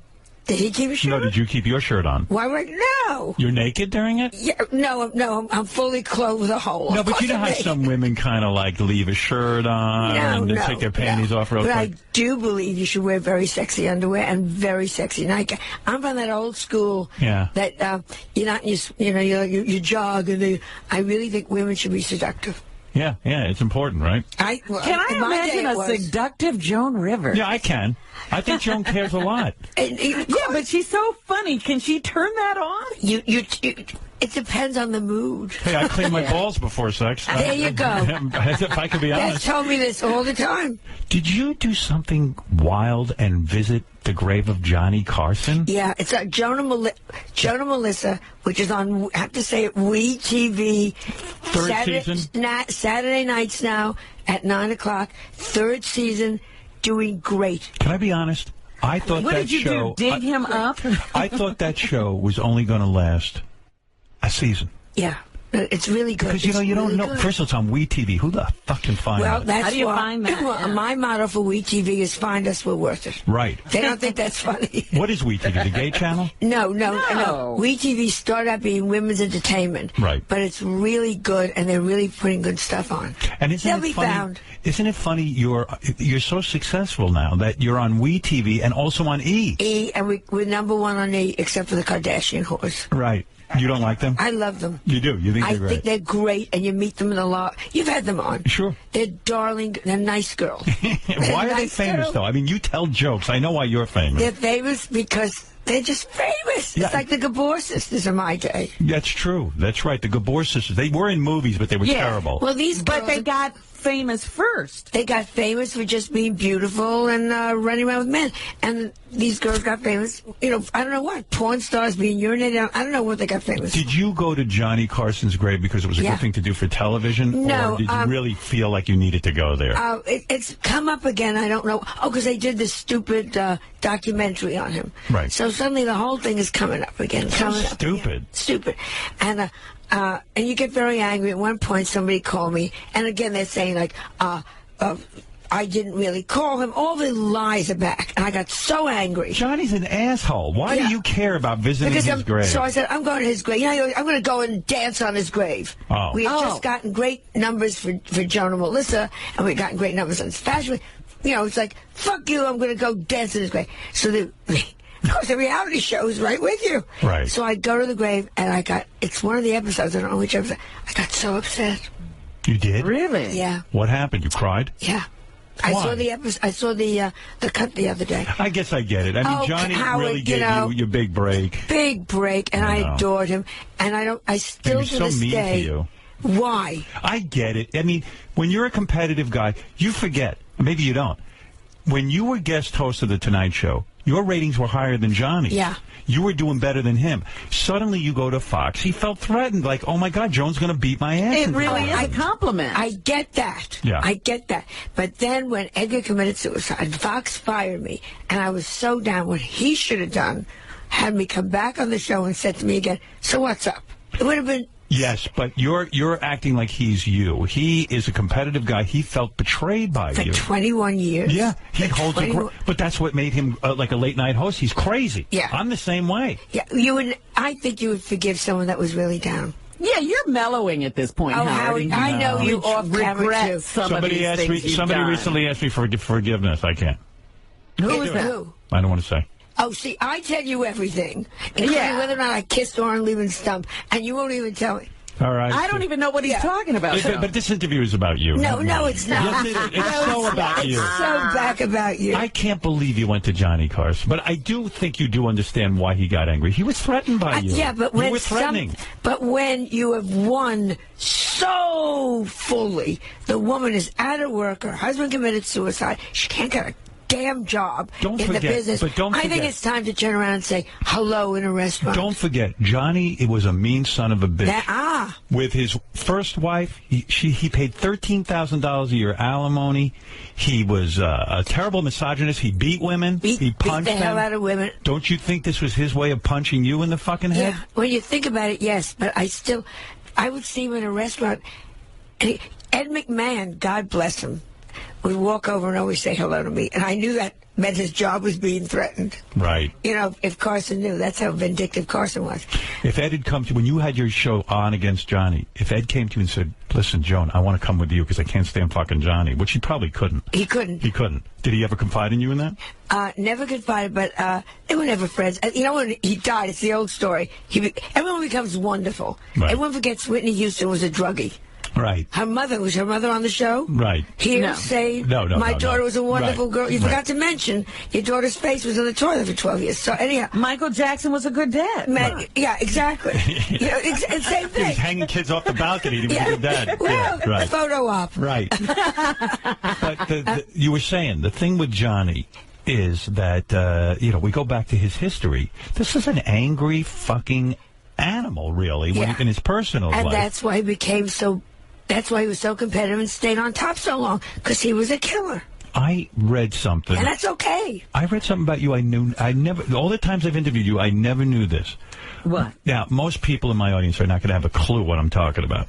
Oh, that's good for ratings. It doesn't matter. I don't care. I really want to bring this up to you.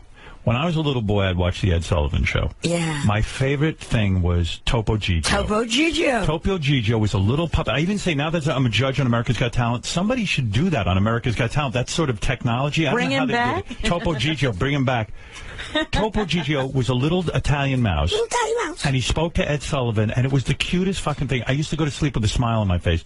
You wrote the material for Topo Gigio? I wrote Topo Gigio. That was my first job. But isn't that weird? Because you are such a, you have acid-like humor. You're very... Topo Gigio is sweet. Yes, hello, Eddie. And you would sit there and write the jokes for that little Italian mouse. Yes, Eddie. Because the guy who was the puppeteer, he probably didn't even know how to... He didn't speak English. He was Italian. Right.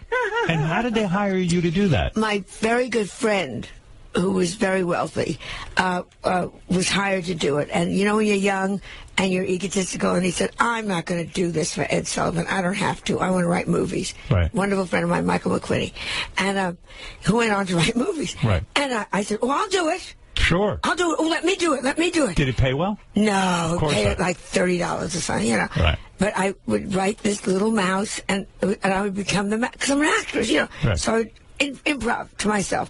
Hello, Eddie. Nice to see you, Eddie. Yeah. And it was very easy, because all you had to do was, think you'd put your head in the shoulder, and you'd, one time it was football season, we put him in a little letter, and the number was a half. Yeah. It was all very, it was cute. It was nice, charming, sweet humor. Sweet humor. Oh, Eddie. I mean, the fact that never came out, that, you wrote his... Well, obviously it wasn't a hit of the show, except for you. Yeah, are you kidding? That mouse was more Topo popular. Gigio was big, Wasn't he the most popular thing of the day? Yeah, but I didn't write all that stuff. I see. You did some of it. I did some of it. Yeah. I'm always amazed by some of the friends you had. Like you had such an unbelievable early career when you were working in the clubs before you were the famous Joan Rivers.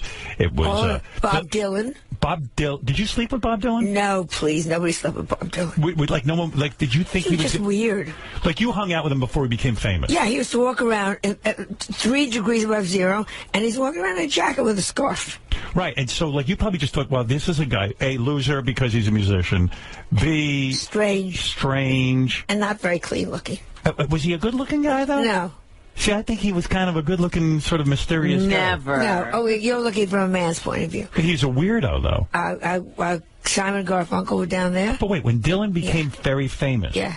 And I read his book about his early life. He used to just stay in different people's apartments and stuff. Yes, it was almost impossible to see him as somebody who might be valuable as a mate. Yeah. You know what I mean? But look at what I looked like as a mate. So when you saw his music take off and he became the voice of a generation, were you shocked out of your brain? No, because everyone was taking off at that point. You know, when you're very young and you're on the Village, you think you're all wonderful. Right. We used to sit around a place called the Dugout, and one table would be Bob Dylan, another table would be Woody, I'd be at another table, Cosby would walk through. Woody Allen before he was famous. Before he was famous. Were you attracted to him? I would imagine not. No, but again, funny. I love funny men. Did you know deep in your heart he would become a huge success? I thought we were all going to be fine. You did. You knew it. You could tell. Everybody. And there were people down there who weren't so good, and you knew they would drop off like flies. Yeah, Barbara Streisand was down there. Did you see her on the Oscars? Yeah. I was sad because I felt her voice wasn't as strong. I felt it was. Oh, I felt a lot. She just, come on, Barbara, and make them amplify you.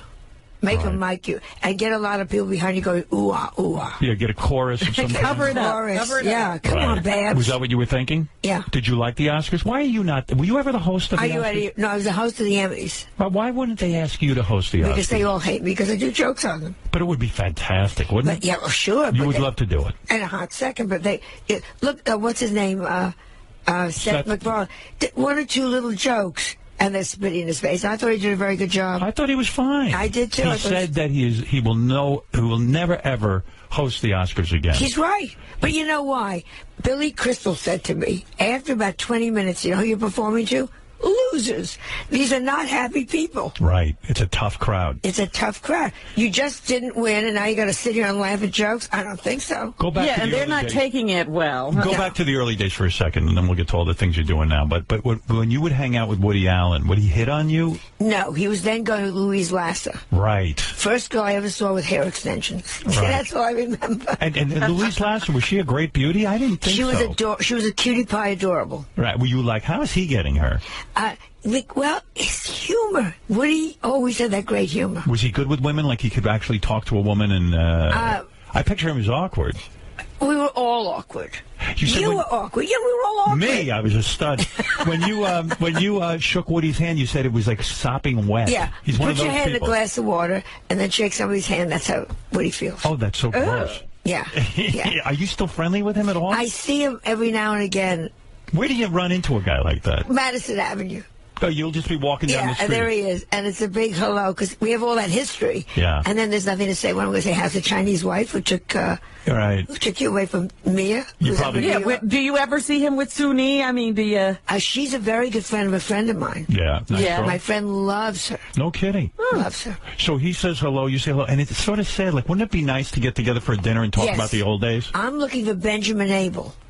Benjamin Abel? Benjamin Abel, I don't know why, represents my kindergarten class to me. He's probably dead. He's probably pushing daisies. Do you ever do anything like that? Do you ever go and look for these people? You should do a Joan and Melissa where you go back and look for your... We should. That'd be great. Season 4, which we probably will have, because Season 3 on 9 o'clock Saturday nights on TV. Where is We? We find it. We're worth it. So it was you, Barbara Streisand. Now, the woman that you say was really your mentor, no kidding around, Phyllis Diller. Phyllis Diller. Who was a great comic. And generous, which I'm not. I don't know about you. What do you mean generous? Generous that she wanted to help new people. How did she help you? She would come to a club where I was working and laugh the loudest. Right, which gave you the sign of approval, and since she was the big female comic of the day... She hired me to write on her show. Oh, wow. The Beautiful Phyllis Diller Show was another one of my early writing jobs. Right. Yeah. She was lovely. She a happy woman? I don't know. That's a wonderful question. She had a lot of children. Some turned out well, some didn't. Yeah. She had a big romance. The guy died. She's very waspy. You know, really? In real life, she wore Christian Dior and was very waspy. Go figure. She wasn't really ugly, was she? No. She wasn't that bad looking. No, but please tell your listeners how amazing looking I am. You are, actually. Off camera, it's amazing. You do look good. Yeah, they said. Well, let me tell you. Is that Michelle Pfeiffer? No, it's Joan. I would love to see you naked. When Joan was on the Tonight Show and she looked beautiful, yet she was putting her looks down, I was like...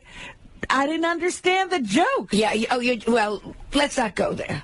Let me just easy, Robin. Let's just go there, Robin. It's very sweet, but all I know is I stand in an airplane and I stand with a heavy suitcase, and no one puts my thing up for me. The last time you had sex with a guy was a couple of years ago, 3 years ago. About 5 years ago. And you got aroused and you were fully wet? Well, enough. Enough wet to have sex? Well, enough that he's of course, he was old, too. And I remember last time... He maybe forgot he's supposed to be wet. but you're still masturbating.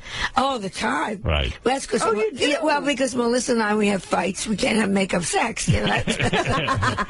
Does Melissa know you? Like, does she hear your vibrator going? Like, does she ever say anything to you? No, but sometimes the lights blow. You blow out the power in the house? And she says to me, no, it's the dryer. You're still using something that plugs in, Joan? Come on. My vibrator has a crank. What do you think of a windmill? What did you... a windmill. What did you think of John Travolta? That hairpiece...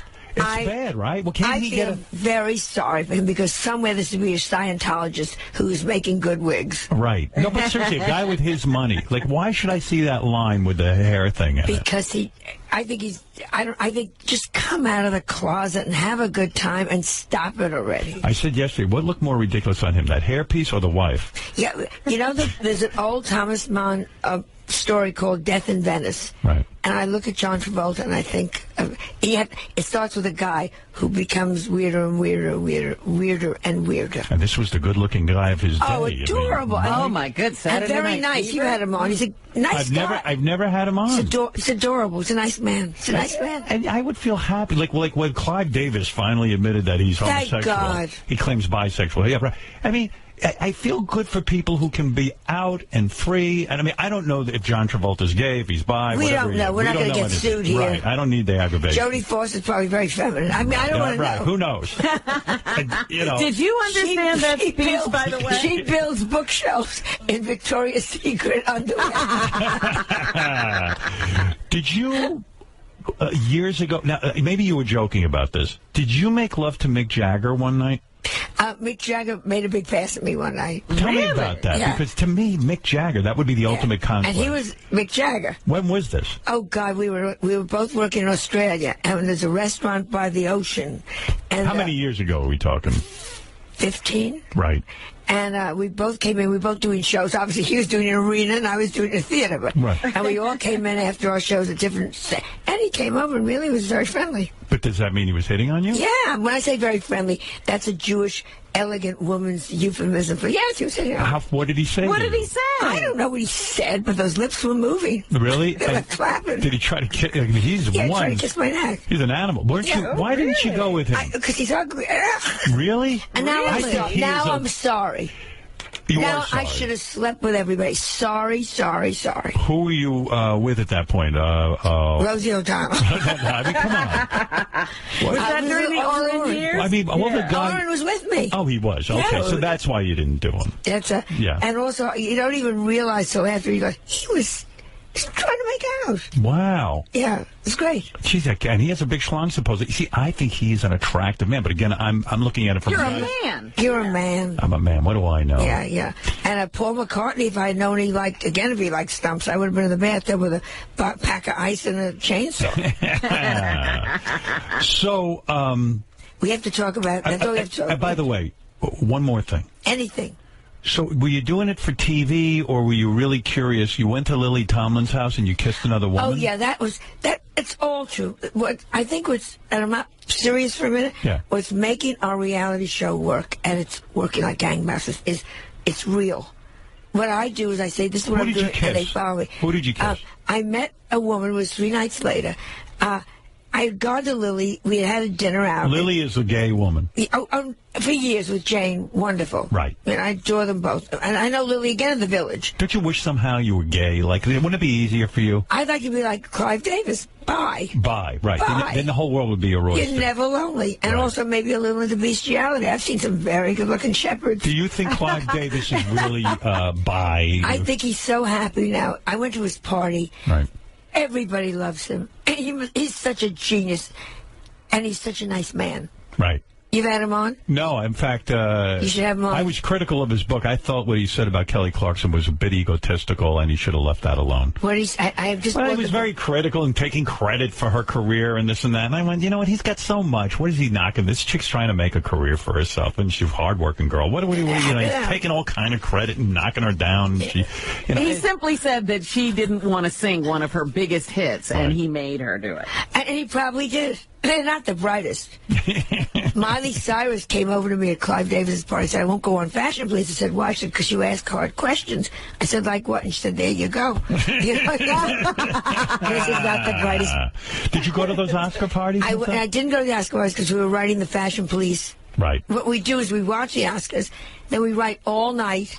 Do we have women 1 still hour get mad at sleep, you? and- Do they get mad Oh, at they you? get very angry at me. Who but, did you criticize? Who was the worst dressed? I thought that Anne Hathaway's dress was hideous. Why does she annoy me so much? I think she's super talented, but she's super annoying. talented. Because she's too actressy, right? Oh, she's very good. She calls herself an actor. Right. The minute you call yourself an actor, Right. you are so dead in my book if you've got a vagina. But her dress was no good. Her dress was lousy. And she also gives these two. She said, "Ooh, what did she say? There's another quote. We didn't do a joke on it, though. I just can't wait to have some delicious vanilla vegan ice cream." What? Where did she say that? We had the quote, and they wanted me to do a joke about it. But instead, she went for my big pig out. You didn't see any of these? No, some pig out. Yeah. I big saw that pig somewhere. out was. Why do all these skinny girls always try to act like they eat so much? Meanwhile, you're in the bathroom and you hear them. You threw up for years. You were a big I thrower threw up. up for after Edgar died. I threw up for 2 years. But when you say throw up, you wanted to control your weight. Yeah. And it's also my psychiatrist told me it's a way of control.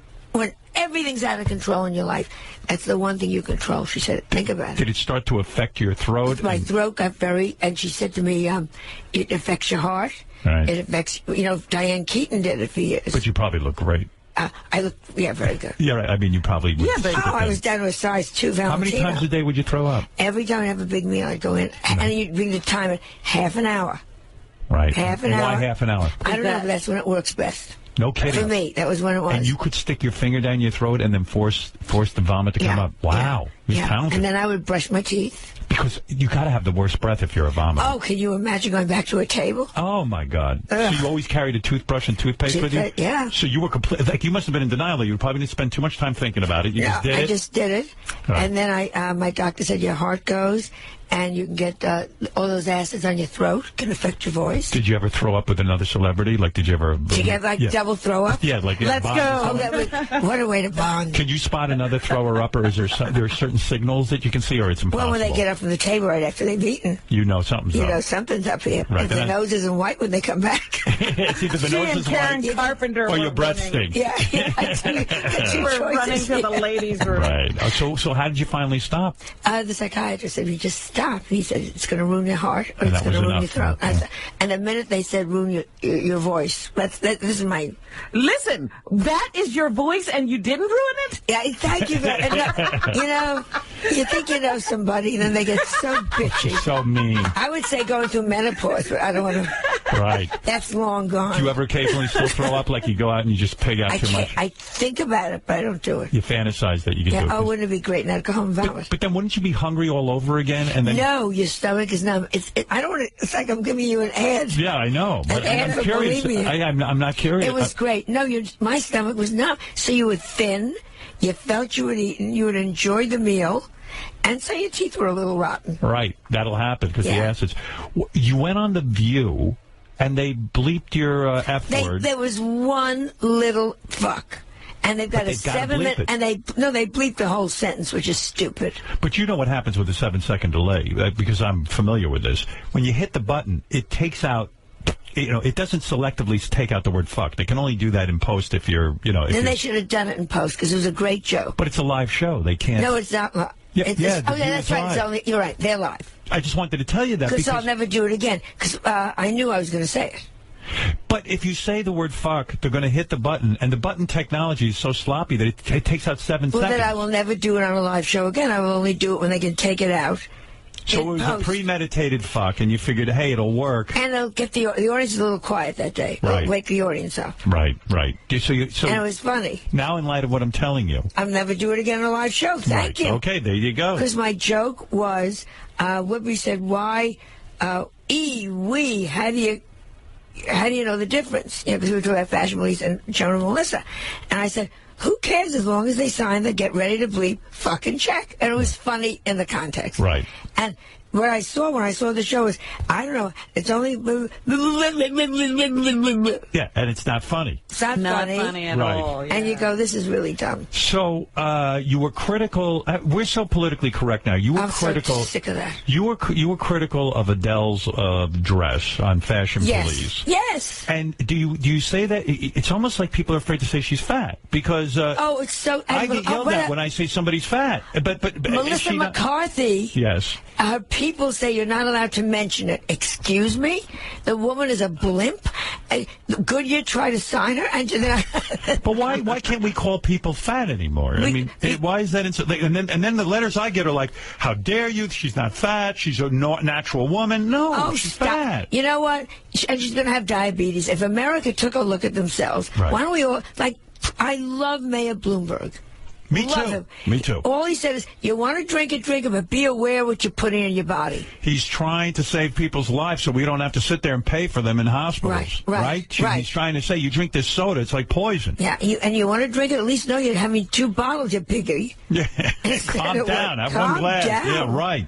Yeah, and you had 1 soda and it's 64 ounces. Yeah, I know that. Joan, you are working more than ever. Thank God. Are you? But I mean, I feel like it's too much. No, you know what's happened, Howard? There were some lean years there. Right. Everything good is happening. As I said, Joan and Melissa, Fashion Police. Now I'm doing my own internet show, which started on Joan and Melissa, because you can't say a lot of things. Do people find that on the internet? It starts March 5th. I'm going to come back and beg you. Okay. I can ask people anything I want to. Right. It's wonderful. Right. You're going to have guests? I have every guest. I'm starting with Sarah Silverman. We had such a good time. No kidding. And so it'll be once a week? Well, it's going to be one. I don't know. I don't understand internet. Yeah, right. We put it up, I think, every Friday. Like a podcast? Yeah, that kind of. Yeah. And I don't care if people watch or not. Will there be a video associated? Yeah. Oh, okay. And I do it from my bedroom at Melissa's house. Oh, okay. I mean, it's really stupid. It's called In Bed with Joan, because there's no couch in there. Melissa broke up with that guy you said you really liked him. I don't know if you were for Which real. one? The pornographer. I liked porn him, guy. Steve, yeah. Steve, he owned Vivid Video. Yeah. It's Yeah. And I thought that would repulse you that he owned a porno company. It's till I met him. He's a businessman. And what happened there? Why did she break up? They met at the wrong time in their lives. You know what I mean? He's got kids. He's going through a divorce. And Cooper's a preteen now. They're wrong time. I keep thinking he should walk in with a 15-carat ring and that's it. Right. And solve your problems, because what you want to say to everybody is things change and the kids grow, so shut up, the two of you. Right. But they're going through that, so she knows that's it. You're never going to get remarried, and now Melissa's saying she's never going to get remarried. Well, she will. She'll meet somebody. She goes out a lot. She does? Oh, yeah, she goes out constantly. A little too slutty, maybe. No. She's good with that. She is? She holds out? I think she's a 7-dater. Oh, I see. Yeah. She just goes out. She goes on a couple of dates. And how can you bring somebody home? Your mother's in the basement. Are you really in the basement? In the basement. No, you're not. You live in New York. I'll send you pictures. You fly to L.A. once a week to go do that show. To do Fashion Police and Joan and Melissa reality show. I'm out there 4 days a week. So why not just move out there? Because I like being in the house with Cooper. Oh, I see. But so she won't let you live in the house, or she will? Well, she has no choice. I'm in it. Oh, I see. But it's very hard to bring a guy and strip in the living room when your mother walks through looking for a cup of coffee. Don't mind me. Look at you. Look at you. Look what's going on with you. And the world is your oyster. What I have to say one thing, guys. I know you want to wrap this up. I'm not looking to wrap it up. If you got something to say, go ahead. I'm starting a new website. All right, go ahead. And no money's involved. I just think it's hilarious. MyFatPet.com. Well, what is that? It's nothing. My dog Max got fat. Right. So I put his picture up. So people began to send me pictures. And it's only fat animals? I don't want to see a thin animal. And people, myfatpet.com, send me your pictures and we can all laugh. It's so true. I have a cat that is 22 pounds. Now, he's not fat. The doctor told me it's normal weight for him. He's a Maine Coon. He's a big cat. But people it's hilarious. It's funny to see these animals. And it just makes me laugh. And that's what you're doing. And no money, nothing, just doing it. And you're still doing that QVC and all that? God bless it. Making a fortune. People, every time I meet someone who's doing something on QVC, they go, Joan Rivers makes like $50 million. Oh, yeah, right. I mean, that's what you're the benchmark. They perceive that, but not so. But it's supported me all these years. I see. Look at you. I love you so much. I love you. Joan Rivers, let me just say this. You can see her on Joan and Melissa. Yes. On Joan Knows Best, ? Saturday nights at 9 o'clock on WeTV. I defy you to find it. She's now dating Oscar Pistorius, the guy with no legs. She loves anybody who doesn't have any legs. Yeah, please call me. And also, she is available to you via the Internet now with a podcast. Starting March 5th. She's looking for a guy named Benjamin Abel. If he's around, if he could contact her. He's married, but I just want to see if he's alive. That's right. And what about that Lance Armstrong? What a dope. What a more... You should have just kept his mouth shut. Stupid ass. Stupid ass. Again, with fame comes responsibility. I'm sorry. Yeah, but even if you juice, keep your mouth shut. Shut up. Why go with Oprah? What was he thinking? Well, because Oprah's a seductress. She seduces people. Yeah, oh, just tell me. Has she ever interviewed you?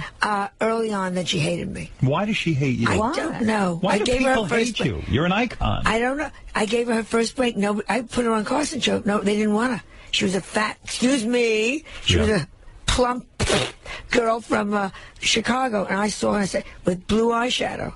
Yeah. And I brought her on, and I thought she was brilliant. When you were guest host, did you have control over who became a guest? You had to beg. Who booked the guest? Freddie DeCordova? Freddie DeCordova and Peter Sally, and I would go and say, my birthday's coming, let me put on Cher. And look how brilliant you were that you knew to get Oprah, but you have to beg. Isn't it draining when you think back on your career, how many people you have to beg when you have a vision? Yes. It's sickening, isn't it? Yeah. All the years I'd have this vision, and I'd have to convince these management guys, let me do this, let me do that. They don't get it, and you have to say, please, trust me, I'm begging you. What do you mean? You wanted to have Cher and they didn't want her on? That was when Cher before... You got to remember the era. That was like the late 70s. No, they didn't want her on. This was before the Sonny and Cher show? I think it was after Sonny and Cher, and they didn't think she was a good talker. You know, I said, I'm begging you. Lily I brought on for the first time. Howie Mandel I brought on. Yeah, Lily Tomlin. Howie Mandel I brought on. Gary Shandling I brought on. Begging them. Begging each time. Because you were more in touch. You were out there. I was in touch with who was funny. Right, because you worked Vegas, and you saw what was going on, and you knew. And you would plead with them. And then when someone like Howie Mandel would come on and then kill, would they come to you and say you were right, or they would act like it was They would then take him and give him to Johnny. Right, I never saw him again. Yeah, right. Yeah, it was like you were like the... I was like the farm team. Yeah, the farm team, yeah. The farm team. Unbelievable. That must have made you nuts. But it also made you... Again, like everything, I'm going to get good people. They're not going to, they always want to give me like someone that was dead. So you have someone like Oprah on, who then wasn't Oprah, wasn't really well known. She was just a fat, local girl from Chicago, but so, she was Oprah, they didn't know she was How did you even know about her? I was in Chicago, and she had a local show, and I thought she was terrific. And she put you on? And I said, yeah, I did a local show. You know when you go like Mr. Kelly's, whatever the name of the club was. Right. And I thought, this girl is terrific. She's terrific. And I said, why don't you come on the Tonight? And then you have to go back and fight. Come on, I want you on the Tonight. And LaSalle didn't want Oprah. You always had to... But I get it. I mean, they probably didn't even know who she was. They didn't know who Oprah was. You can't yell at them for that. So why do you think Oprah hates you now? Like, she should write you a note every year and say, I remember when. She's very competitive. So, I don't know, we met in a lobby in Chicago, and she was, like, 5 years that she really hit. And she was so ice cold. And I thought, wow. I don't know what I did to this one, but too bad. Do you think it was because Oprah likes to act now like she's like this pope? But I remember her show in the beginning. It was filled with transvestites. She's the first one that did that. Well, her and Phil Donahue. She really dumbed down the Phil Donahue concept. She was the one that really brought it down to my father raped me, and here I am. Right. Of course. Right. That was the first. She brought that in. And then when everyone began to do that, she then went the other way. She elevated herself. And became spiritual. But Except when it was ratings time, because she'd still go there every year. So every once in a while. Right. But I love my brother in a great way. But isn't it like, isn't that one of the great mysteries? Like here, I mean, what you did for her, like, I would never forget that. If I was struggling and you put me on the Tonight Show, and then 5 years later, I run into you. I could, people have this perception of her. I even have this now. I've bought into it, that she's gracious, and you say she's competitive. And beyond competitive. So do you think she was competing with you? I think at one point she was competing with me. Red carpet, she would walk right past me. And what would you think to yourself? What the hell? I mean, wow. Did you ever write her a note and say, Why? Oh, go to hell. Because when you were working the red carpet, it would have been a great get to have Oprah. Yeah. And you would think she'd return the favor. You know who does? Howie Mandel. Every time he sees me, still, he says, you found me. He's a gentleman. He's a gentleman. But to this, 25 years later, it's okay. Howie was the greatest talk show guest, wasn't he? Yeah, he was great. fantastic. And you discovered that. Yeah. He was in the Comedy Store, and I was begging the Tonight Show people, come and see him. It's all there. I wasn't a genius. It's all there. Right. Just take it off that stage and put it on your set. He's all there. And finally, I put him on. Isn't it amazing how guys in authority, this is why I got mad with Clive Davis, guys in authority who think they know so much, and Peter LaSalle should have said to himself, Joan does, she's tapped in right now. She's got the lightning rod that attracts talent. Let's listen to her. To struggle and fight, you want to just give up. As I said, begging, say, for my birthday, give me this gift. I said, do that. It's my anniversary. Let me have on Elton John or whatever, you know. And would they threaten you and say, well, if the ratings go down, it's your fault, Joan? No, they would go, well, and then my manager would go in and beg. Yeah. Wow. But hey, look where my life is good. Have you ever had a sitcom? Did they ever try you for a sitcom? Never, ever called for a sitcom. Even at the when you were doing the Tonight Show? Nothing. How about they put me on the Betty White show? The Betty White show? Just now. I did 6 months ago. And they said, you're going to be here whatever it's called. Baltimore. Yeah. And all the women were wonderful. Right. I get there, the script sucks. I have no jokes. So I go in and I think, well, they'll change it when I get there. Right. I got there, and I would say, like, I'm her long-lost sister, so I'd say, do I live in the same city, or should I have luggage when I come in? They said, don't worry about it. They wouldn't. I wrote some jokes, and they said to my my manager, tell her just to read it as is. It was the worst experience of my life. And I love the women on it, but the people on it, go fuck yourselves. I haven't seen the episode. The writers, right? I haven't seen the episode. A friend told me about, I think Gary told me about it. The Louis C.K. show. Oh, I love him. Now, this sounds brilliant to me. So the episode was you and Louis C.K. meet somewhere. He's thrilled because you're Joan Rivers, and you're going to mentor him, and he's asking you for advice. You go up to help him in his hotel room, and he fucks you. Yeah. Yeah, it's great. How graphic was the scene? He's such a good actor, and he's so darling. Yeah. And really nice guy. And as we walk into bed, I said to him, don't tell Melissa. And do you have a love scene with it, or you just that's the way it ended. I said, what the heck? Louis C.K. fucking you. That's just the funniest thing ever. It's so funny. That is great. And I love, he's the one. He's the one that's the big one now. Yeah, I recently had a conversation with him. Did you like him? Very much. I think we must have sat and talked for an hour or so. And, he was just a real nice guy. We were talking more about, he's single and he's got to raise his kids, and he actually devotes a couple of days a week to not working on his career. I thought he was pretty good guy. I want to ask you, Sacha Baron Cohen, is he nice? I love this guy. Oh, thank God. I'm so scared to meet them. You don't know him? Never met him, and I'm tired. I'm terrified, because when I love him that much, like... Right, better you don't meet him, right? Usually. I don't want to meet Hitler and find out he was, like, funny. I haven't hung out with him a lot personally, but a couple of... I ran into him at a restaurant. We had to, he was with his wife, and we said hello, and I've had him on the show. I love this guy so much. Great, good. Yeah, so, I have nothing but good things to say about him, and I met him years ago when he was just sort of beginning. Do you still... And what do you think of Russell Brand, Joan? Russell Brand. I met him on a airplane, and he was a gentleman. He put my case up. Do you still hate... I don't like the humor, but... You don't like his comedy? Yeah, not really. It's not your thing. Not my thing. Maybe it's a British thing. Yeah, but I know I love Little Britain. You do? I'll walk across the street for Little Britain. What is Little Britain? You're making a joke. No, what is that? What is that, Broadway? No. I hate Broadway. Go and get the DVDs of Little Britain, especially the English ones. Howard... What is it, a TV show? No, they were a TV show in England, and they came over here, and they didn't work over here for some reason on HBO. Fabulous. Comedy troupe? 2 boys, they play every part, and it's insane. Funny. Beyond funny. I was Laugh one of those few people. Out loud. I'm one of those few people who didn't like Monty Python. I was like, I don't get it. I beg you, Little Britain, I should see that. I'm pleading with you. I sent it to Prince Charles. You did? And what did he say? Fuck he off. Loved it. He loved it. Do you still hate Chelsea Handler? I'm not allowed to talk about it. What do you mean? Because we both work for E. Yeah. And I made some comment that, You did it here. And that's where I did the comment. And then E asked me not to talk about it, and we both are respecting that. Wow. Yeah. Jeez, that's great. Can you believe at this point in your career you have to be told not to talk about certain people? But, they're so nice. Seriously, they're so nice at E. They give me carte blanche to do what I want on the Fashion Police, so fine. Glad to do it for them. Right. All right, I hear you. All right, listen. You had enough of us. I love you. I love Robin. I love being here. We didn't even get to talk about QVC and Joan's It's okay. jewelry. I'm coming back. Listen, she'll be back in March. She's promoting. I'm coming back in March. I got things to do. Because I still see her there selling things. Yes, I'm going down, I think, this Friday or something. By the way, what do you think? You're allowed to be a gay Boy Scout now. They lifted the ban. Did you know that? Why would so they're going to put special decorating badges? Why would they want to do it? Boy Scout seems very gay to me. It seems that some gay guys want that uniform. I get the uniform and get all the pretty little badges, but it's got to be like Barbie collection badge. Well, times are changing. See Joan Rivers on Joan and Melissa. Joan Knows Best.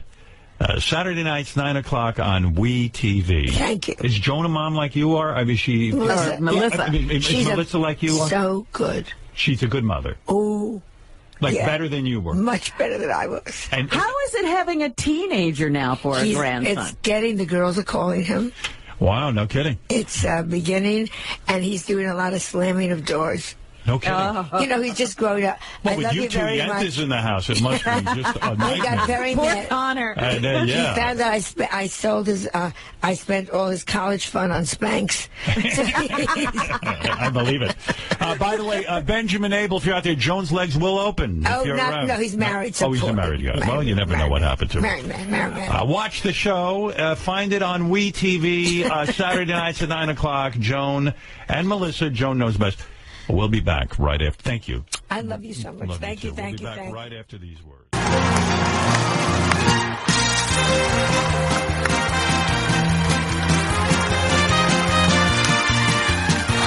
Baba Booey!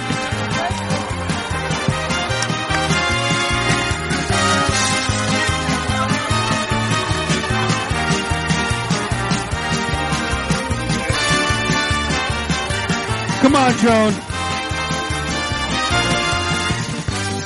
How you doing, everybody?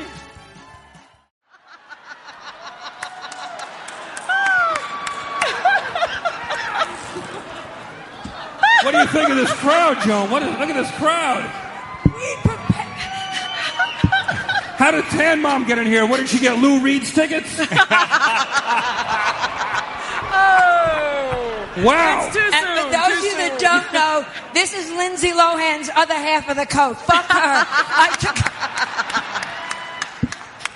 I stole it from her. Tit for tat, tit for tat. Anyhow, you want to go? Howard Stern has been in radio so long, he bought Robin at an auction. Oh!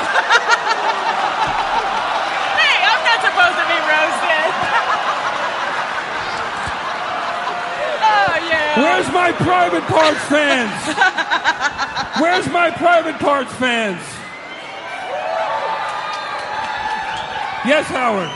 Oh, they're doing a sequel to Private Parts, only this time it's about Robin's career. It's called 32 Years a Slave. Oh!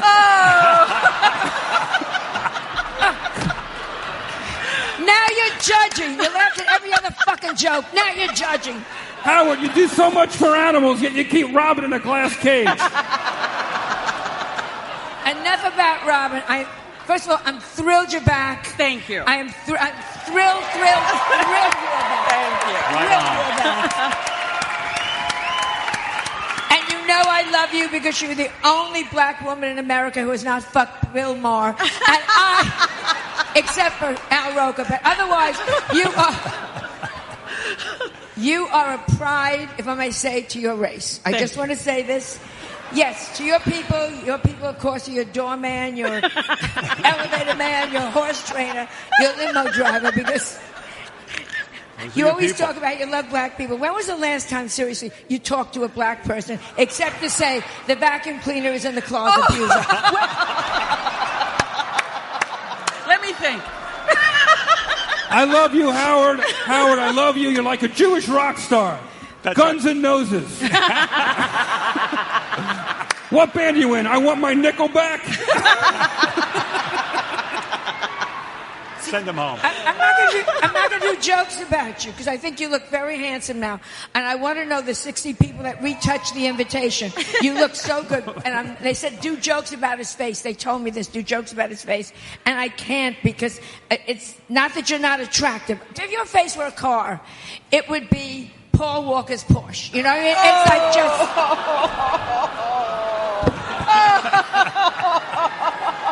Howard Stern. I don't give a fuck. I'm 80 years old. What? That's You're right, not Howard. Book me? No, I think he's true. Let's just throw these around. Where's the beautiful Beth Stern tonight? Right Hi, there Beth. in the audience. You look Where's so Beth? beautiful. Where's Beth? I'm going to send them a wedding gift because it's working. Wait. Go ahead. Everywhere Howard goes, he keeps a picture of Beth in his wallet.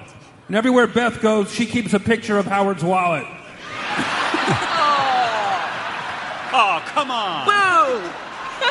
Jesus. That's not so. It's terrible. The two of you are terrific together. Don't you ever let anybody say that. Thank and you. I don't want to hear about the age difference. Too fucking bad. Right. Because she knows no matter how old you live to before you die, she'll still have 30 more years to enjoy the money. So it's all right.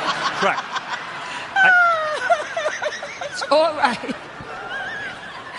Howard.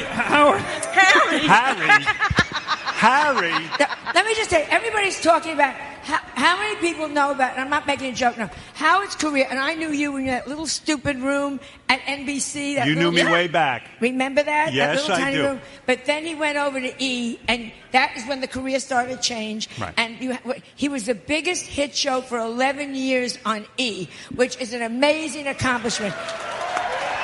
Except... Uh-oh. Having the biggest show on E is in a way like having the best sex of your life with a retarded man. I mean, it's like, and I should know because I slept with Dane Cook, but it's just...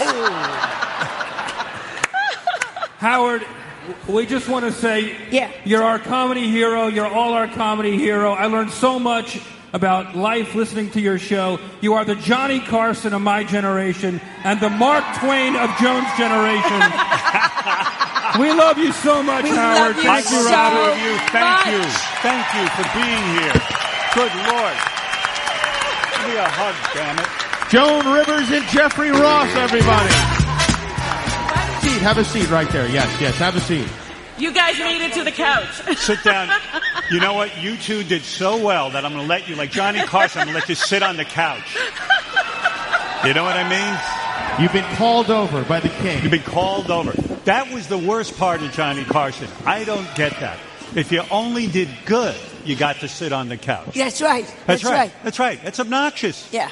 By the way, your biggest competition on J-Date is here, Barbara Walters. She's looking at you right now. Who is a very good friend. Yes.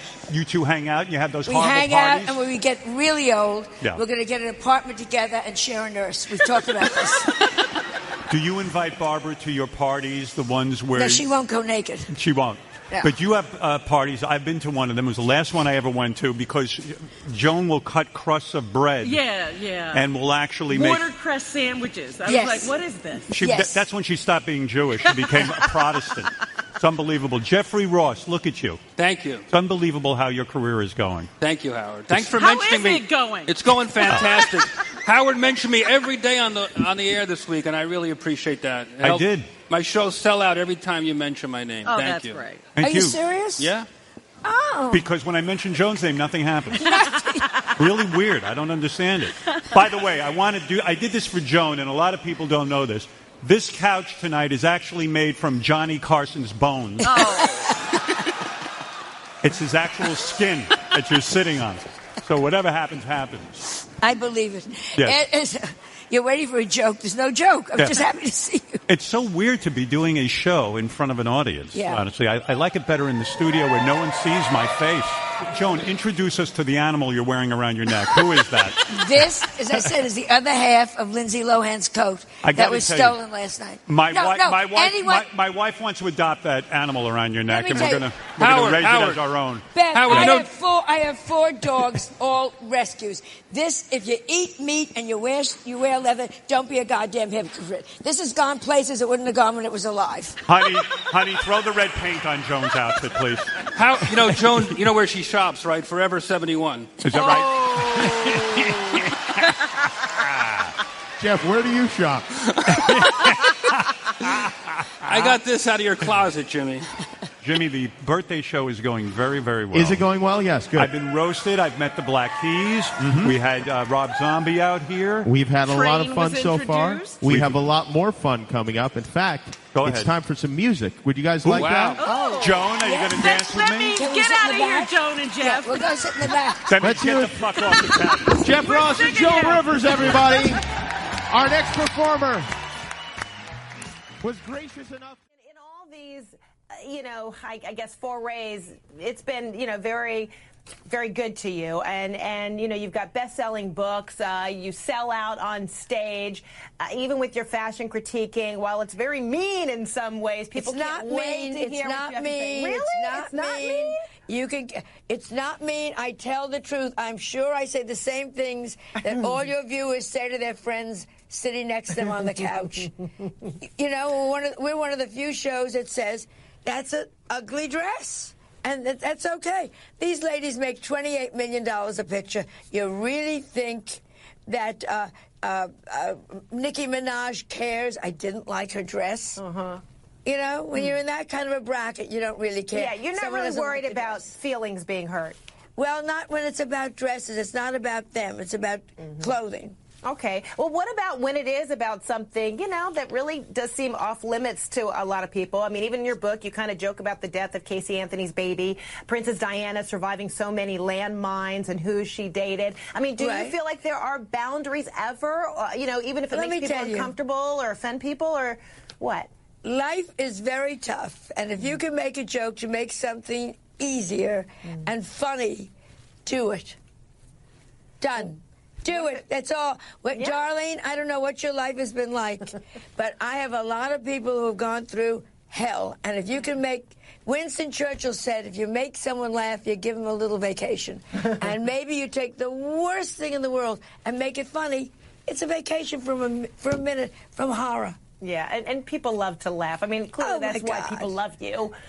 But they also know that you have some shock value to you. I mean, you're on the cover of your book. You're wearing a fur, and you knew that there would probably be animal rights activists. This whole interview is becoming a defensive interview. No! Are you wearing leather shoes? Yes! Shut up. I'm talking... You know what I mean? I don't want to hear. You're wearing fur. You're wearing leather shoes. I'm not an activist, but I'm saying you're eating chicken. Yeah. You're eating meat. I don't want to hear this nonsense. Come to me with a paper belt, and I'll talk to you. But you did hear it in some of those press conferences. There were people who were upset, and you're just saying, no, I'm going. I really am going, because all you have done is negative. No. All you have done is negative. I haven't heard negative. I make people laugh for 50 years. I am put on earth to make people laugh. My book is funny. I wear fur that was killed 15 years ago. I work for animal rights. Stop it with, and you do this, and you're mean, and you're that. You are not the one to interview a person who does humor. Sorry. Are we serious? Oh, boy. Yeah, she was serious. And I thought she was joking the whole time. But in the end, we wondered, was this a stunt? Well, Rivers didn't return to the interview, but off camera, she kept her microphone on as she continued to talk and drop some rather unflattering four-letter words. So, yeah, she was serious. It's always good when Joan Rivers is here. I love seeing her. She has a new book out, Diary of a Mad Diva, which is in stores now and selling very, very well because the book has made a lot of news and a lot of controversy. What did I read she was talking about? What is that? Someone. What's that, baby? It's on the bestseller list. That's not selling well. That means on the bestseller list. Only you could take a compliment and think it's bad. Only you. You're not complimenting her enough. By the way, you look extra beautiful today. I love this beaded necklace type situation. QVC. Quality. She will be selling that later this afternoon. Yes, I will. Do you no, you look good. Do you sell this thing? What does that go for? This will probably, I don't know, probably about $125. It's very ornate. I mean, it's got flowers, it's got beads. Yeah, it's busy. It's busy, but it looks good on you. You really like it, huh? I like it. I like your smell. Thank you. I sell on QVC. That's called now. Everything on her is for sale. Is that the Joan Rivers perfume? Yes. You smell terrific. Yeah, it's a great perfume. We won the Fifi. And who cuts your hair? And who cuts your hair? Puerto Rican, but legal. A legal Puerto Rican? Yes. I never heard of that. Did you check papers? Name what? Raymond, his bride door. Raymond Rosario. Look good. And you've stopped doing the plastic surgery, right? I mean, that's it. I can't find a plastic surgeon still alive. No, but I mean, I haven't done anything in 5 years. Right, it's time. Good. No, now it looks talking good. To each other. It's settled in. It's settled well. It's dropped. No, it looks good. You have dysmorphia. You look in the mirror and you think you see one line and you get fucking crazy. Yes. You're crazy. I know, but then you look and you think that Khloe Kardashian, who I don't know what she's done, but she looks gorgeous now. Well, let me ask you something. She's a much younger kid than you. I still am competitive. I understand that. You That's want to good. look better than Khloe. I'd like to look like Khloe the way she looks now. It's good that you care about your appearance. I get you. Some people your age, they give up. They're nightmares. They look like a train hit them. Yes, but they come and tell me that. Right, but to you listen, you could have a little character on your face. Don't get crazy. Has anyone ever said you need to see a psychiatrist in order to get over this whole plastic surgery Seriously? thing? Yeah, seriously. Besides my husband? Yeah. And Melissa. Right. Has anyone ever sat you down and said, No, look? no. No one's ever done an intervention? No. You look terrific. At this age, you have to look neat and clean. Yeah, I know. You have to clean up. You have to clean up. You know what I love about you, Joan, before I get to the book? I love that we don't have to get to the book. Yeah, I will get to it. No, because it's a good book. The fact that you're at war with everyone still at your age is so great. This fucking Jerry Lewis, I can't stand that. That moron. What a moron. And you are at war with, it's so great that you're at war with him. I mean, I don't even know why. I got to play that. You know what? Like the two of you can make war is amazing. Let me get you riled up. I'll play the clip of Jerry talking about you. Right. And this will get you fucking crazy, and then you can emote. Let's listen to Jerry Lewis talking about it, because you better explain who Jerry Lewis is to anyone. Right. Jerry Lewis used to be a comedian, and years ago he worked with Dean Martin, and he did some movies, right? Right, and it was very funny in his youth. He was very funny. But he got older, and he became very crabby. Mean. Listen to this. I can't even believe how you're at war with everyone. It's so great. And isn't this over the telethon? And the telethon, he's not even associated with anymore. Right, they threw him off the telethon. Here we go. Wait, let's get Joan worked up. I always feel bad when somebody passes away, except it was Joan Rivers. Then I wouldn't, No, you don't mean that. Who's that? That's Maria Menounos. That's Maria Menounos. I like her. Yeah, she likes you. You do?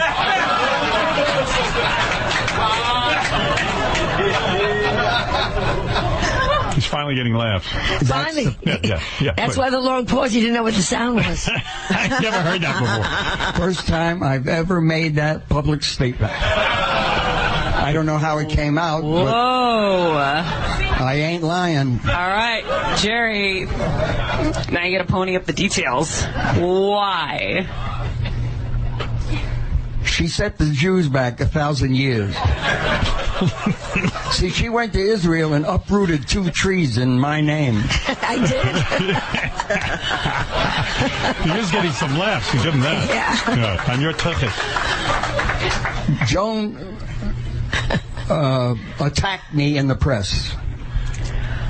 And all she said was, Jerry Lewis has to be thankful that he has the telethon because it helps his career. Yes, it did. It does. What else is he doing? Nothing. Right. For years, nothing. And then she went on and was even a little more salty. So I wrote her a note that night. I said, "Dear Miss Rivers, we've never met, and I'm looking forward to keeping it that way." You guys have never met? No, we had never met. Wow. Have you still never met? Lie. You had met. I'll tell you what this is all about. I said, if you find it necessary to discuss me, my career, or my kids ever again, I promise you, I will get somebody from Chicago to beat your goddamn head off. Why can't he beat your head off? Like he needs a guy to do it for him? He's going to get somebody. He's going to get someone to do it. Oh. But he had connections. He was going to put a hit out on you. Yeah, allegedly. Yeah. Now, P.S., you do know that you're not allowed to threaten people. So if you go to... But isn't it weird he wants to take a hit out on you because you said the telethon? Allegedly. I don't want to get into pissy fight. I'll give me the time. Right. Bad man, bad with the sons, bad. And I'll tell you about the telethon, why we got into an argument. All right. Group downtown, if you go to Metro, show them this letter, they'll arrest me. But I want you to never forget what it said. And that was it. But that's such a humorless thing. But he meant it. He is a product of the mafia days in Vegas. In Vegas, in order to get into nightclubs and stuff, it was all run by the mob, and you had to sort of pal up to those guys. I love Mo Dalix, God bless him, when he died. You love those guys. I love them. She loved the mob. They took care of you. They took care of you. All right. All right. Let me tell you, I went to do the telethon. Right. We're all in Vegas. I never met Jerry Lewis. Right. It's a telethon. And he stood in front front of a kid that was maybe 9 years old and said, "This kid's gonna die." Oh, that really got you. I went off, and I said, "I will not do the telethon anymore. You do not say in front of a child, 'This kid's going to die.'" Right. He was raising money. Is that a way of raising funds? Raising funds. Yeah. And and I never went on the telethon again. And that's when he said... That triggered his thing. That triggered his thing. And I never did the telethon again. You do not say in front of a child that's got it was MD. Right. "This kid's going to die." Nice. Kid's 8 years old. So it offended you. You said it's not cool what they're doing. It's one thing to use kids to raise money, but then to tell him he's going to die. In front of the child? So in all seriousness, I mean, Jerry Lewis is a great icon in this country. Well, not so much. But he was in his day, he made great movies that were funny as hell and all of that, and he deserves all those accolades. But why go on? It's beneath him to say he's going to hire someone to beat you up. But he meant it. My husband had to have security guards. Wow. Oh yeah, this was a threat, and I never mentioned him again. That was 35 years ago, and this moron is still remembering. I mean, he must have a lot of time. It's a lot to hold on to, isn't it? Well, when you got a damp diaper. Were you shocked that out of the blue, like nobody asked him about Joan Rivers? He just said, "I'm really sad when anyone dies except Joan Rivers." But you know, when people I don't hold grudges, Howard. I'm so lucky. Right. You say what you think, you move on. Right. And that's why, seriously, I've had 3 relationships in my life. They all worked. But there are people that have said things about you that you do not forgive, too. Let's be honest. No, truly, I can't. I wake up in the morning. I'm so lucky. I maybe still go to hell, but really? I don't carry a grudge. I think you do. I swear to God. What about, I'm trying to think of somebody you would hate. Barry Diller. Barry Diller fired you from Fox. If he ran it, and my husband killed himself 3 weeks later. Yeah. And you don't hold a grudge against him? If you saw him, you wouldn't say... I've seen him. And what do you say? "Hey, Barry. How are you? How are you doing?" We're both here at this age. Right. We're both still standing. What about that guy Ben Stein, the guy who wrote that horrible article? Ben Stein, he's getting his plenty now. I saw it. Yeah. I thought of you when I read that in the paper. Right. He's getting his, that Lions scumbag.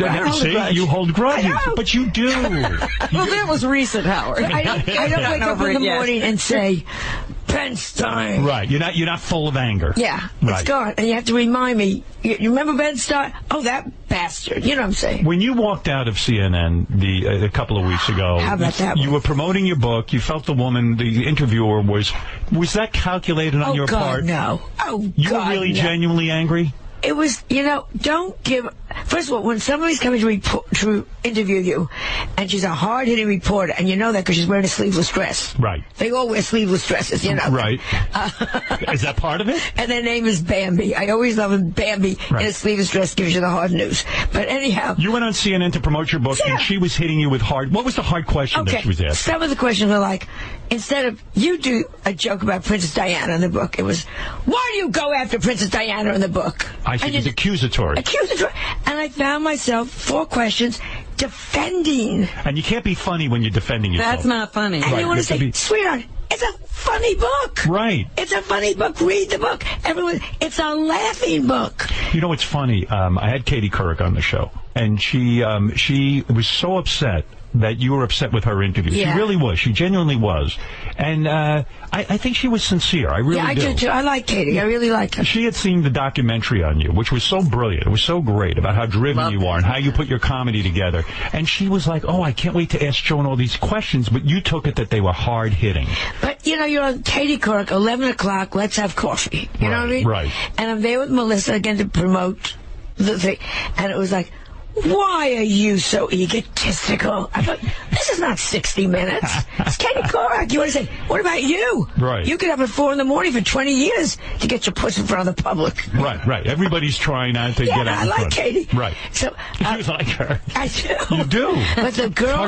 It's hard to know with you. But you don't say to the Olsen twins, what's your favorite place to vomit? There's certain questions you don't ask me. Right. Sometimes it's not the appropriate place. Right. So when you walked out of CNN, you were 100% for real, right? So here it goes. I'm really angry, and I won't take this. I was very tired. I had done a big book tour. You're cranky. I'm cranky. Right. So I walk out, and there's my entourage, my PR lady, my hairdresser, the guy, makeup woman, and my assistant. And I say, let's let's go. And they all say, about what?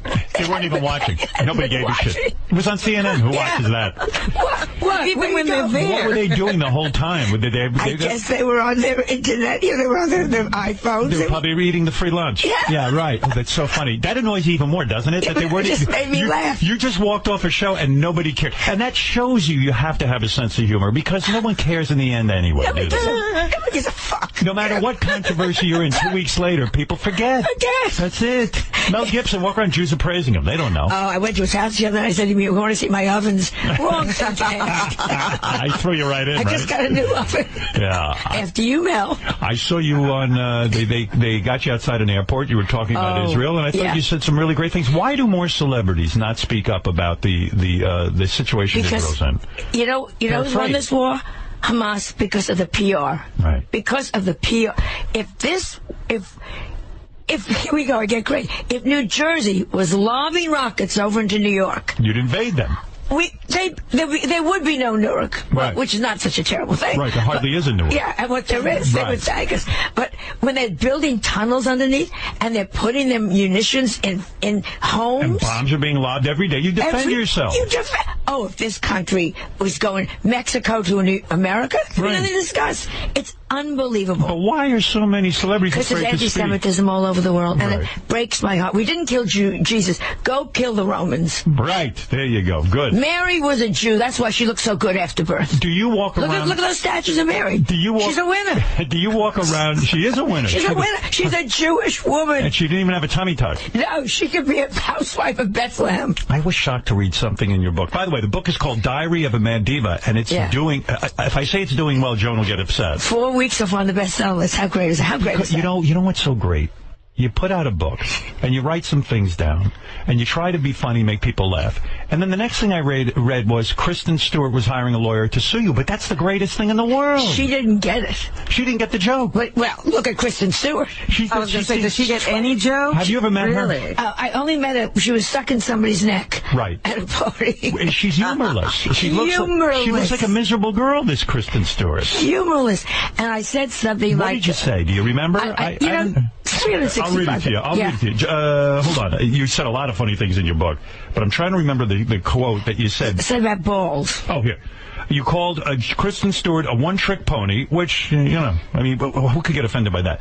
You said the only reason why she has a career is because she's able to juggle the director's balls. It's a pretty innocuous joke. And it was about other people, how they got famous. How could she sue you about that? So her lawyer calls my lawyer. Right. And they went to law school together. Oh, good. So my lawyer, God bless him, said, "Are you fucking crazy?" Right. It's a humor book. That's not something that's actionable. No, and she wanted the book removed from all the bookstores. Look who's talking. Who does she think she is? I don't even know who she is. She's a vampire. She's a girl with long teeth. Right.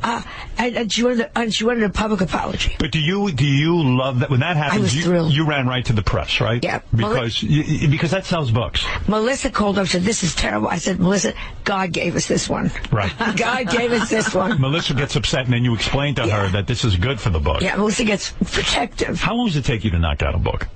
Oh, a long time. I'm a rewriter. And what it is when you write this stuff, you have your whole. I've seen the documentary. You have piles and piles of jokes on cards. Yeah. And then what do? You go through all the cards and say, "This is some of my best material," and I'll put it in the book. No, it gives me ideas. Right. Because on paper it never looks good. On a card, she's so fat that Right. Make it look lame. Yeah, but you start to go. I write it and I rewrite it and I rewrite it. And if I was Shakespeare, and I've said this before, I would have never gotten past the comedies.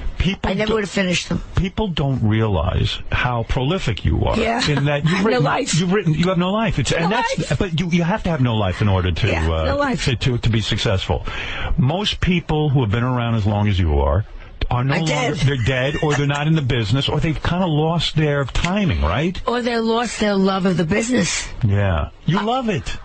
Can't wait. I'm doing November. I'm doing a reading at the National Theater in Washington. I'm so excited already about that. Why do you think have you been given that award that the president gives out? Never. Don't you think you should get that at this point? I haven't even been invited to the White House. Is that right? Yeah. Why? Because they don't trust you. But Nancy Reagan's decorator knew me. But you were friends with the Reagans. Yeah, that's why I got to the Reagans. You point out that when Edgar died, your husband committed suicide. Yeah. It was a tough time in your life. For some reason, you got to explain this to me. The body couldn't get out of California. You wanted Pennsylvania. That's where he died. And you wanted to move to California or New York? We were living in California. Right. He was, God bless him, was nice enough to go to Pennsylvania, where his best friend lived, and committed suicide in the Four Seasons in Philadelphia. Right. And the press wanted to make a whole thing, and they wanted to do an autopsy.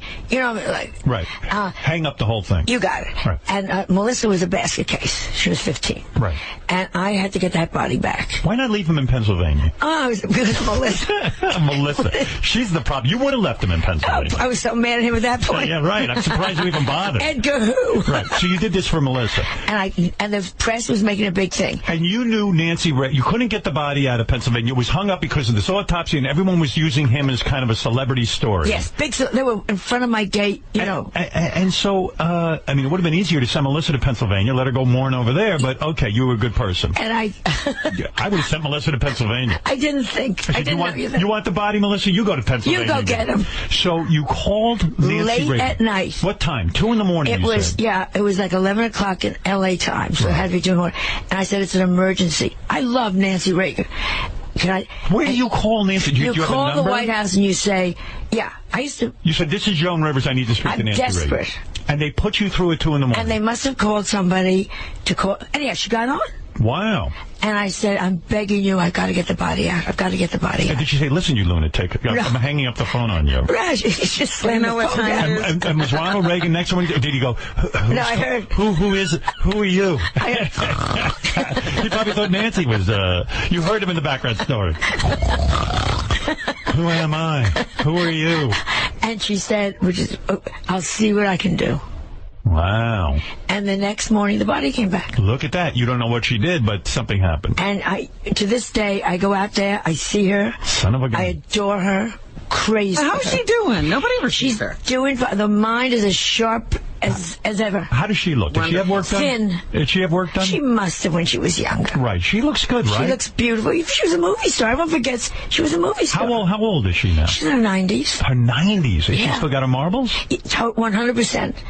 Isn't it amazing how with it you still are? Like, you know how some comedians, and let's not name any names unless you want to, but some comedians who have reached your age, they kind of, A, they forget. B, they kind of, there's something about the timing that's off. It just doesn't seem current or something. But you really haven't lost it. Well, you know the average age of the people that watch Fashion Police? You're going to die when you hear this. 13. 22.7. Wow. So you're attracting a young demo. And they want to know about Rihanna. You know what I mean? Or they want to know about Nicki Minaj. And these are the ones I know about. How do you stay up on all that stuff? Luckily, I hang out with whores. Right. A lot of hookers. No, really, how do you stay up on Nicki Minaj and Rihanna? Because everyone around me is talking about that at E. Do you think Jay-Z and Beyonce are going to break up? Don't break my heart. Right. You're very vested in that relationship? I was in an elevator with Solange. Now, here's some jokes you make in your new book, okay? You ready? I mean, these are wild. You praise Lena Dunham, but then you knock her. By the way, I think she's great. Right. And we're doing something together.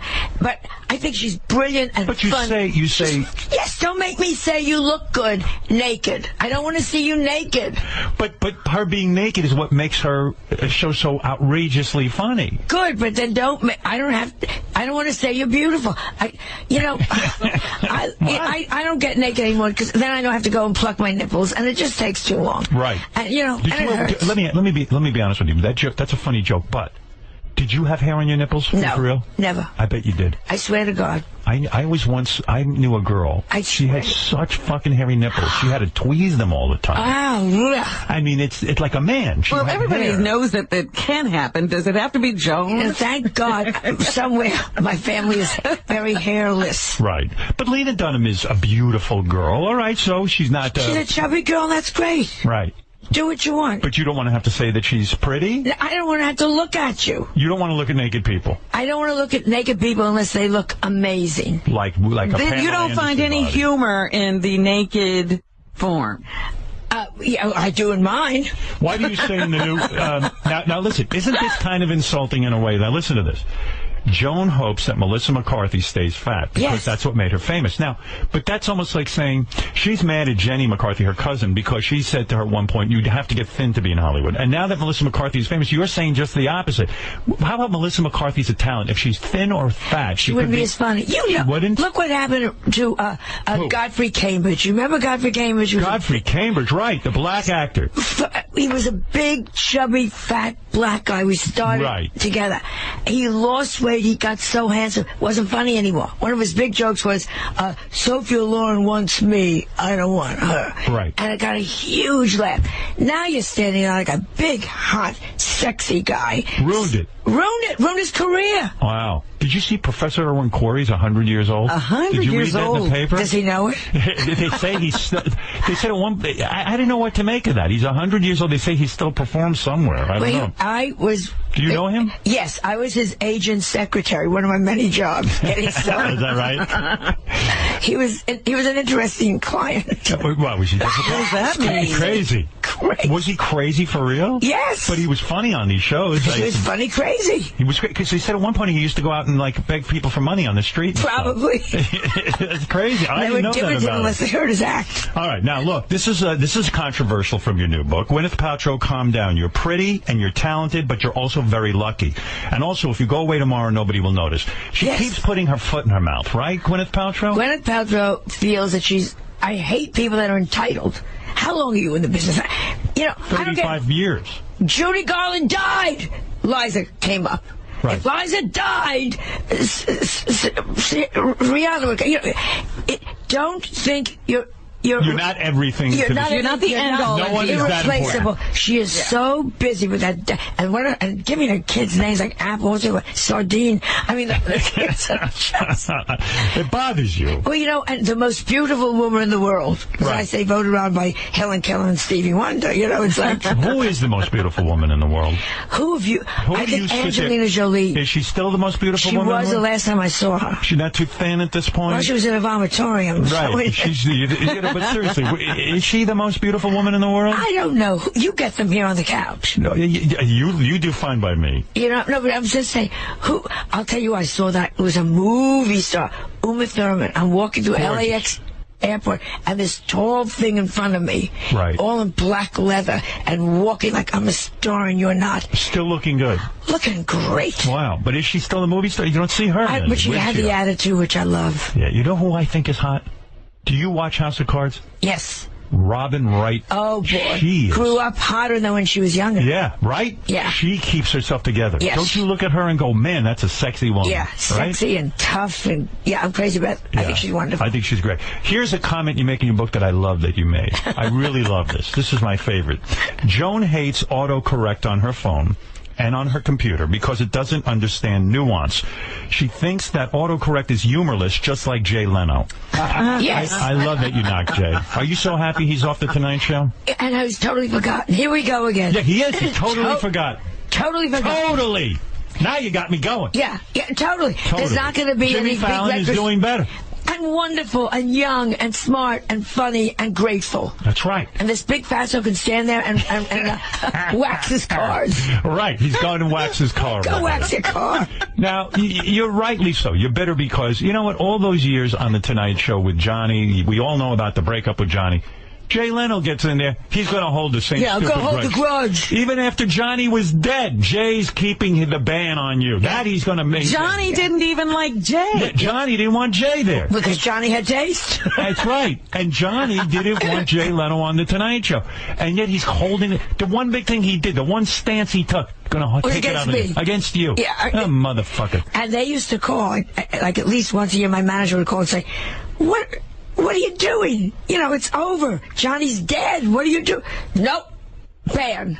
And the producer, Debbie Vickers, who I gave the first job to on The Tonight Show, then became, Debbie, if you're listening, fuck you, die. Ooh, nice. Yeah, she doesn't hold grudges, Howard. Yeah, I gave you your first job, bitch. Let's not forget that. And she would say, no, she's not right for our show. Right. Yeah, because I'm funny. Yeah, you are funny. You are funny. I see you on Letterman. I see you on all the shows. God bless them all.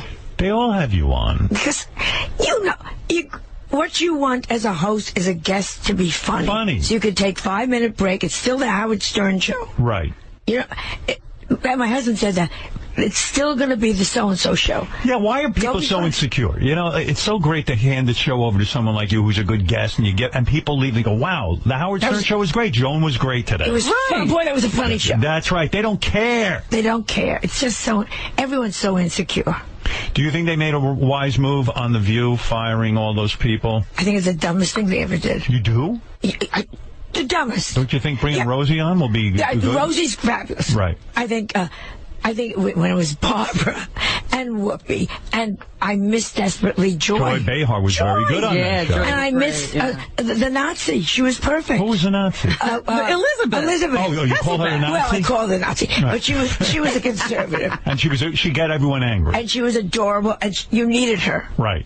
And it's you call her a Nazi because she is strong? She's conservative. Very conservative. And she was because she's blonde and Aryan. Yeah. And has very good-looking children. You're hung up on you say that about Heidi Klum even in your new book. Heidi Klum, who I sit next to on America's Got Talent. You say she may be a Nazi. What does that mean? What I mean? I mean, as far as I know, she seems pretty liberal, actually. All I know is the Nazis don't go around shouting. Joan, why not put a real Nazi on The View? Like, your ideas actually sound like take someone who's a Nazi and put them on The View. I like it.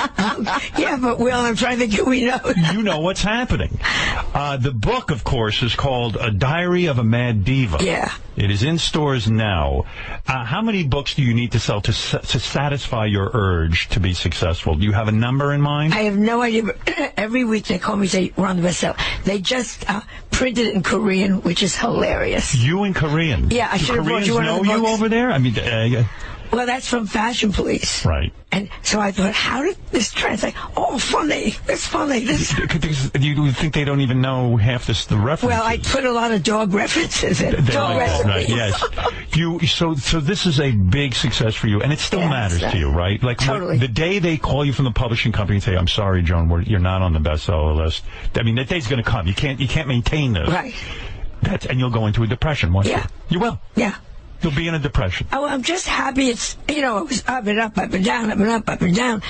It's nice to be in an up and to enjoy it. Tell me your schedule today, because like they said, Joan has to be up by 7:30. I said, this is fascinating. This woman, you think she'd do one thing a day and then get back into bed? Yeah, I'm going... That's your mother's philosophy. My mother will only do one thing a day. She's ready to, Your mother's ready. She's tired already. She's tired. She's got it. She's worn out. What are you doing today? I'm going down to QVC. Right. Then I have 2 interviews. One with the Israeli paper, and then one with London, because I have a tour coming up in London. Do you take a nap at all? I nap in the car. You do? Yeah. You just literally pass right out. I bring old movies, random harvest. I know how it's going to end. Right. That way you don't have to worry. So you literally will fall asleep. Now, when you were younger, you couldn't fall asleep in a car, right? Yeah, well, at this age. At this age, you fall asleep wherever you are. At this age, Melissa has to wake me up. Is it really hard? Like I mean, we're all getting older, but is it a bitch being this old? I mean, just in terms of Howard, waking up. I'm talking to you. I don't know it. I don't feel it. Everything is working. I don't know. People come up to me, I'm 81 years old. Yeah, right. And you go, who the fuck are you? Right, you're my mother. Get away from me. I'm learning my tap step here. The only thing really not Jewy about you is you're not neurotic about your health and about your age. You're not neurotic. You're going out there and you're living your life. But nothing, thank God I'm very lucky. Nothing is not... Everything is still working. You haven't had any major health problems, like in other words... Don't even say poo-poo. No, poo-poo, but I'm saying, but like you haven't had cataracts? Nothing. Cataract, yeah. They took it out. They took it out. Then I saw myself in the mirror and I called and you want it back. You sued them. How fast does it grow back? Did it really? It was. They sharpened your vision up. Oh, it killed me. And what about vaginally? Have you had has your vagina dropped at all? Not only dry, it's so dry. I took a bath and all the water went whoosh. Like a big giant sponge. It soaked it all in. If Whitney Houston had my vagina, she'd be alive today. She never would have drowned. That's right. It's a fantastic. Let me write that down. Oh my goodness! Wow. You mean all the water would have been out of the tub? Wow. Is your vagina really drier when you get around? Nobody's around to check it. Yeah, who cares? Nobody cares. The hotel's closed. But sometimes with age, your vagina can even drop or your anus can fall out. Yeah, I mean? my anus hasn't fallen out yet. Right, you know what I mean? It's weird stuff. It's nice in a way. Yeah. Because you can still keep talking and go to the bathroom. But you know what I mean? You read about these things that happen. Things drop and breaking everything. Legs and hips and all kinds of stuff. I just don't look. I'm being very honest. I do not look. I get very depressed. I don't look. And when I look in the mirror, I see my mother's friends. And your energy level is high, right? Yeah. Craze. Wow. Isn't it something? It's lucky. I have in bed with Joan on the internet. I'm now doing drunken celebrity phone calls. What is that? I do on the internet. I get drunk. I take a couple of glasses of wine, and then I call like Jennifer Aniston, pretend. And I talk to her. Oh, so you mean it's kind of like it's your end of the conversation we hear. Yeah. Who was the comedian that used to do that all the time? She'd go on talk shows and she was always, hello, mother? Yes. Jean Carroll, right? No, Selma Diamond? No. I don't know who it was. It was some comedian who used to do that. Well, if they did, I'll steal the material. You know, you say in your book, you talk about female comics. And they're always, you say, they're always bitching about, I'm not famous because it's the guys who get famous and I don't. And you said, if you're funny, you could be Hitler. And you could still get booked because funny will always win out. Don't you agree? I do agree. If you're funny, why would a show business ignore you? If Hitler had 6 good jokes, is what I say. They would say, he's changed, he's mellow, he's a great dancer. So you see women breaking through. You should see him with kids. You should see him with a puppy. We see Sarah Silverman successful now. Lena Dunham, you mentioned. Whitney Cummings is successful. Tina Fey. My God, they're hosting the Oscars and the Emmys. It's a time for women comedians. Do you wish you could host the Oscars and the Emmys? I think it's a thankless job. I did the Emmys one year, and they're all so tight. Right.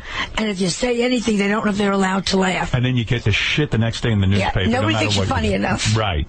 Or if Joan Rivers goes out there, she didn't attack enough people or something. Or when Whoopi came out and was very funny and changed, and they didn't like it. It's a no-win job. It's a no-win job. You don't want any part of it. Well, I've never been asked again. What is the one thing in your career? You've done it all. You've done films. You've done TV. What's the one thing that rubs you the wrong way that you haven't gotten a shot at doing? I would have loved. I still want. Excuse me. Are you dying over there? No, I'm fine. All right, go ahead. Take a sec. Well, make it here if you do. Wouldn't that be great? Joan, I beg of you. Die here. Die on my show. If you would drop dead right on this show. I'll do it if you put the book over my face. Right. I'll do it, and I'll take a picture and tweet it. Yes. We'll leave you there for a week. What are you just saying that?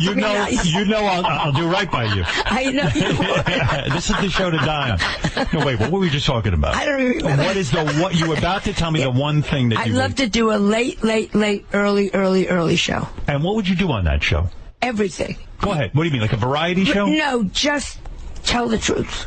So, in other words, that's what In Bed with Joan is a little bit. Yeah, but you've got the fashion police, which really is just an excuse to get you on TV and doing your thing. I mean, they've been great. And they've been great. So you've got a show. I mean, the show late at night would be what, like the Tonight Show? We like the Tonight Show, I guess. Like the show you did for Fox. You would put that on at night. Yeah. And you know what? It would do well. I would do well because everyone TiVos anyhow.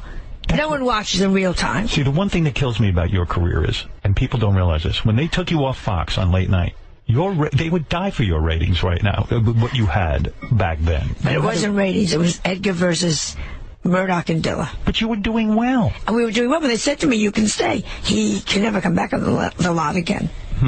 It was a Sophie's choice. You know, in retrospect...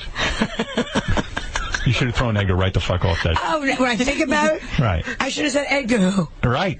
That's right. For Edgar, you gave up your late night big dream. Oh my God. He should have come in the office the next day. I would have been behind his desk with a cigar. When you lost the Fox show, did you want to kill yourself? Did you want to commit suicide? Because I know how important. Lost everything. Because it was everything. It was your big break. You finally had your own show. You had been sitting in Johnny Carson's chair for years and years and years, which is not a bad thing to be doing. But you finally got your own thing. And it was such a public humiliation. And they threw me off Thursday to Friday. Right. And they said, you say one word on that show, we have another show running. We'll cut you off and put the other show. They had another show running simultaneously. Isn't there a lesson to be learned about show business? The very people who hire you and build you up will take you and shit on your face. If for some reason they smell something going wrong, they will not be loyal. They did it to Chevy Chase. Yeah. They really did. Chevy, I kept reading, the God's gift going to be to late night television. All right, so the guy didn't do well. They fucking not only fired him, they bashed the shit out of him. That probably hurt. That's well, I go back to the Smothers Brothers. They were everybody's darling. The ratings dropped. Say what? God, they're disgusting. They're awful. They're too political. Get rid of them. Oh, they badmouthed them and made them untouchable. Yeah. And really, that could have been the end of your career right then and there. It was. When you say you get suicidal, I mean, a lot of people throw that word around. No, I was. How bad were you?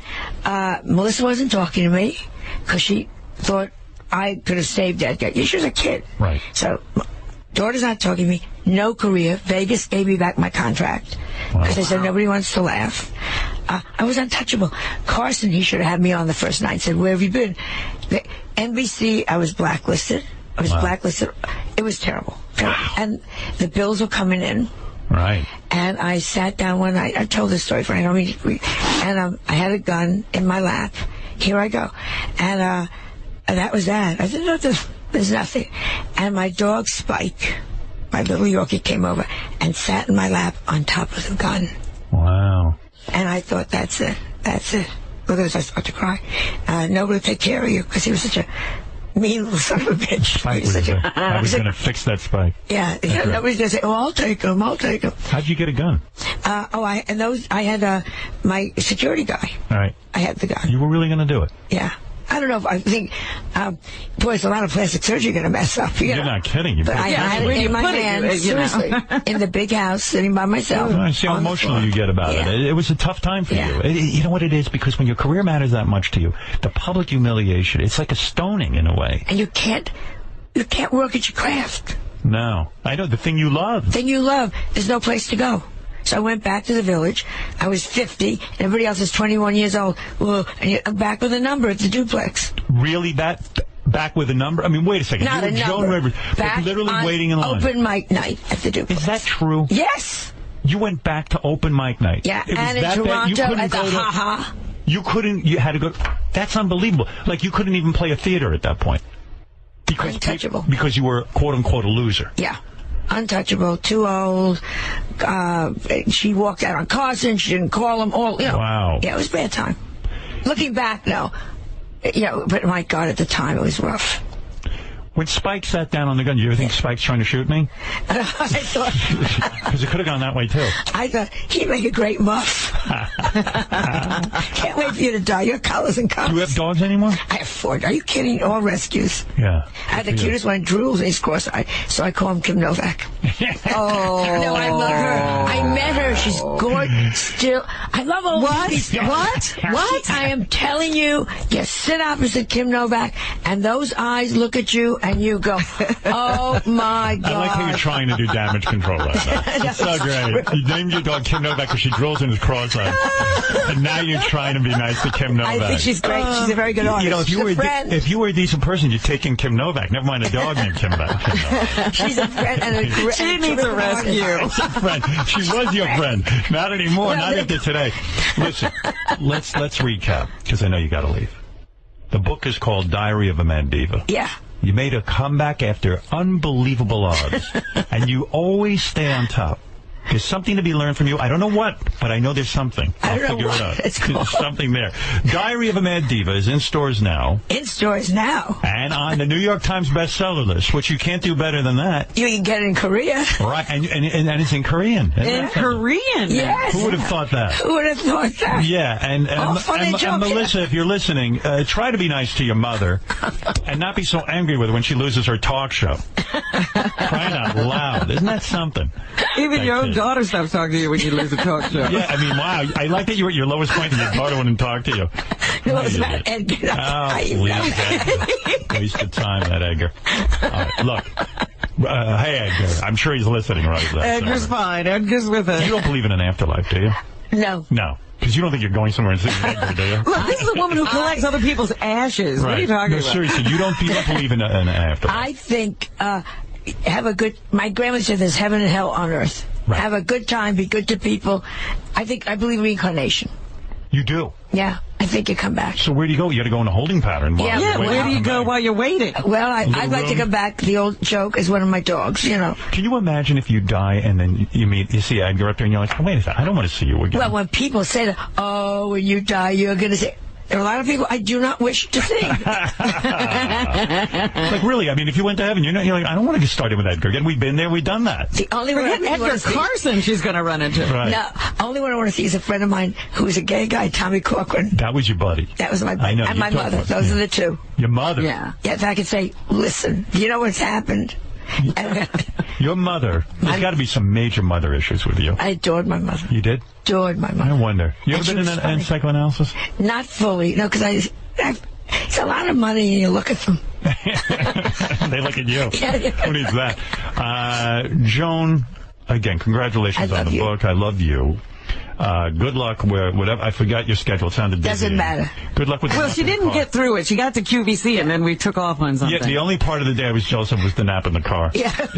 QVC sitting there selling that stuff. But all right, you like that. And then after QVC, what? You go home and you have a nice dinner? And then I think I'm working at the West Bank either tonight or tomorrow night. What? I love the West Bank. The West Bank, that's near Israel, isn't it? Yeah, right. Right, wow, that's a flight.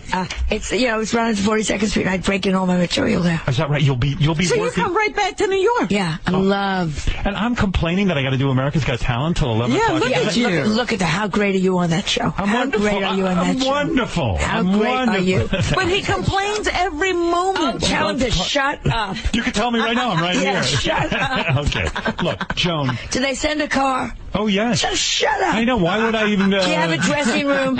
Yes. Do they give you clean clothes? Yes. Shut up. I shouldn't complain. You're right. You know, you're right. When I talk to you, I'm like, what am I complaining about? What are you complaining about? I swear to God, you have such energy, and I'm so tired. Yeah, well, then sleep in the car. And you go the weekend to the Hamptons. Yeah, right. But that's social. Yeah. Well, I stay in my room and I paint. That's what I do. I'm a painter now. Me too. You too? I'll come paint with you. Well, remember she used to paint with Prince Charles. Yeah, I do those. I like oils because it's like mayonnaise. Is that what it is? Yeah, I like oil.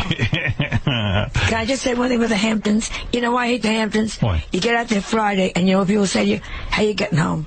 Right. Right. Worried When you about go getting Friday, home. I haven't unpacked. How you getting home? You got a lift? Can I get a lift with you?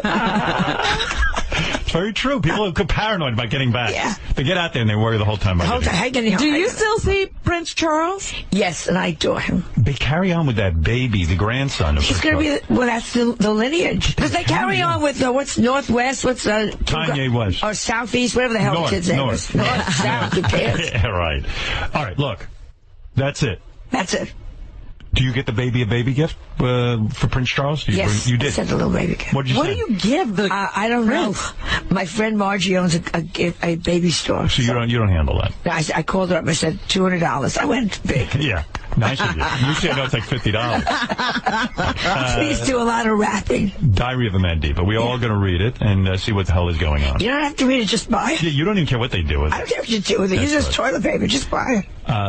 Congratulations. I love you so much. I love you too. We're going to take a break and then we'll come back and then Robin and I will enter it up for the rest of the morning. I love Robin. You know that. I love you. I adore you. Everyone And your loves marriage Robin. is working. Isn't that great? How many years am I married? I know. Isn't that great? No, I'm asking you. Do you remember how many years? I don't. I love that wedding. Yeah.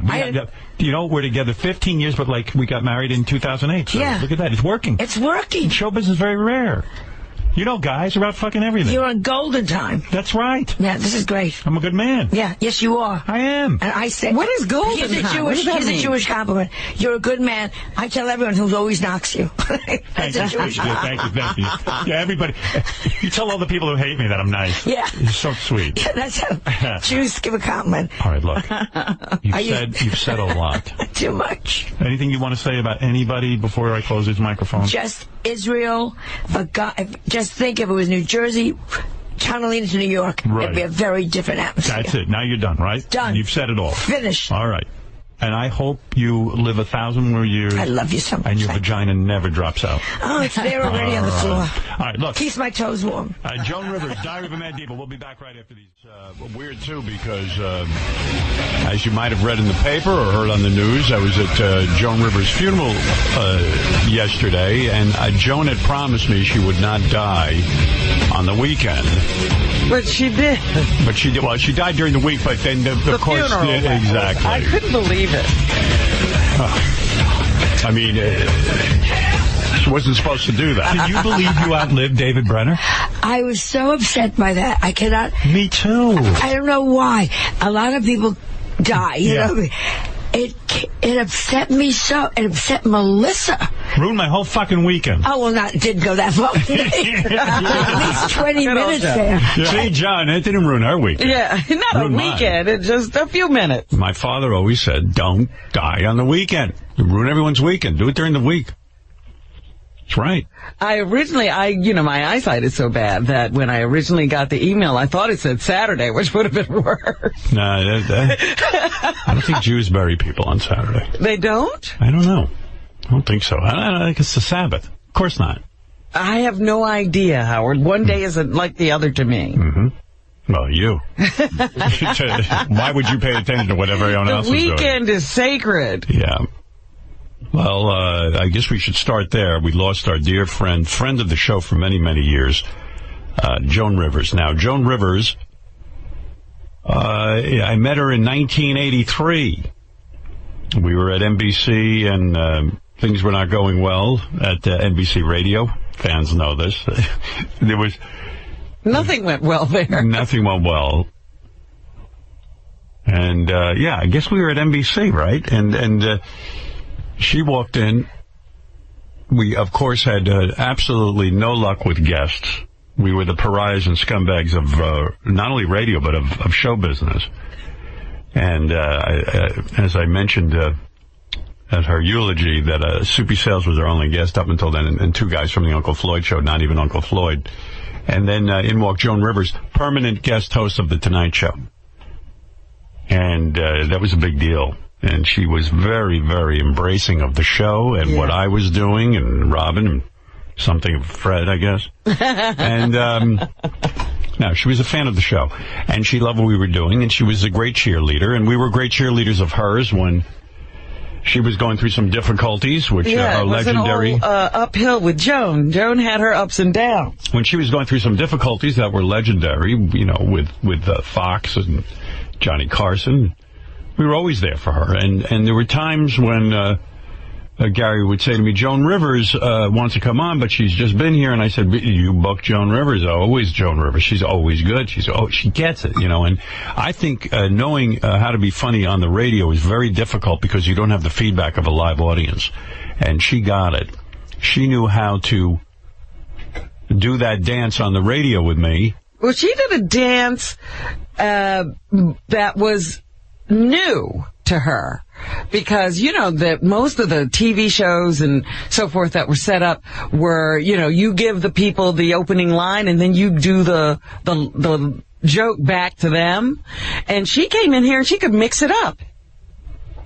She had a dance that she would do with me that really was unbelievable, that if you had this conversation with her, she kind of got it. She knew when she was boring the audience. She knew when she was boring the person in the car.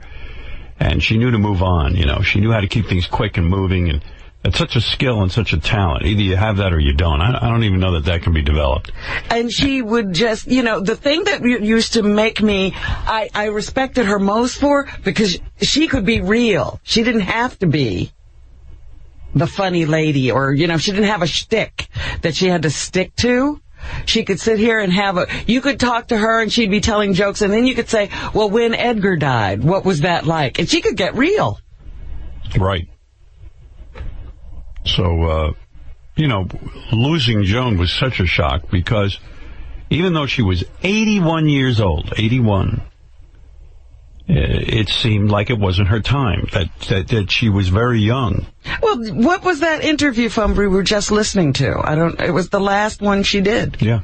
We saw her 2 months ago, roughly, the end of July. She came in, and she was on top of her game. She was really remarkable, and just a remarkable friend to this show and to me. And, I remember there was a time she invited me over her home, and it probably meant nothing to her, but it meant something to me, because I don't think a famous person had ever invited me to their home before. And she was, one of the most famous people in the world, and she was so gracious and nice, and made me feel like I was part of show business, which, quite frankly, I never feel like I am. And she was just so embracing and so lovely to be around that, I'm really, really rocked by her death. And it was a very upsetting time when I heard that she died. And, to be at her funeral yesterday was really probably the most remarkable service I had ever been witness to. Now, first of all, that was a huge place. And beautiful temple. I'd never been there before. It's magnificent. I'd never seen anything like it. Yeah. And, just sitting in there made you reflective.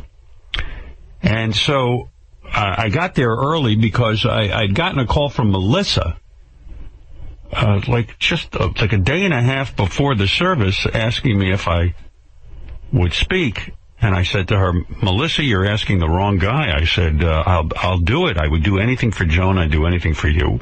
It was a terrible thing that just happened because it was so unexpected. Really was.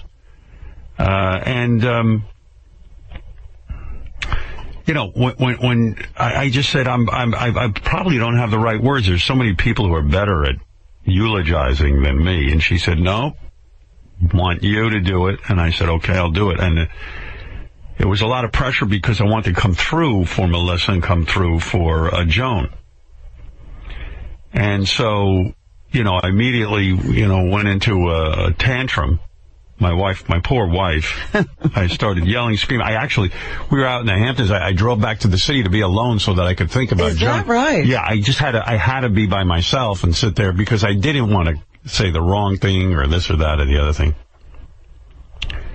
But what Melissa managed to do was to put together a send-off or farewell for her mother that was second to none. Now, I was in touch with Louis C.K., and he had written me, and he said, you know, Joan really deserves a great send-off because of her impact. And he said something very profound. He said, Joan was like an aunt or a best friend who could make everything better. And even in times, you know, after, let's say, 9/11, or the country just seems to be going downhill, or things just seem to be bad, when she would crack a joke, and you know this is true, when she would crack a joke, you didn't feel so alone. You felt like we were all together, and you felt like, oh, maybe things aren't so bad. Whether that was an illusion or what, it made you feel better, knowing Joan Rivers was making a joke about it.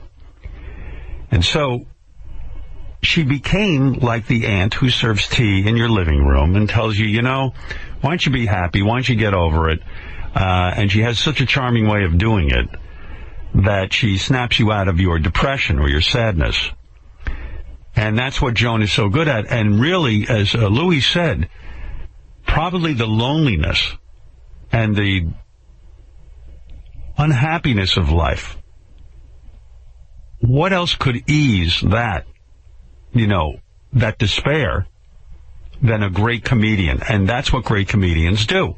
Great comedians have the ability to snap you out of this sadness, this loneliness. To set it right again. To set it all right again. And she was really, really a top. Hey, Joey Boots. Joey Boots, you know, I always like when he yells Baba Booey out and stuff during the news, but they were actually saying positive things about me on the news. You know, I never get many positive. Right. I mean, even if I do, it's always like a backward compliment, but it seemed like a lot of people in the press really liked my Joan Rivers eulogy, and I was getting some positivity. Yeah, some accolades.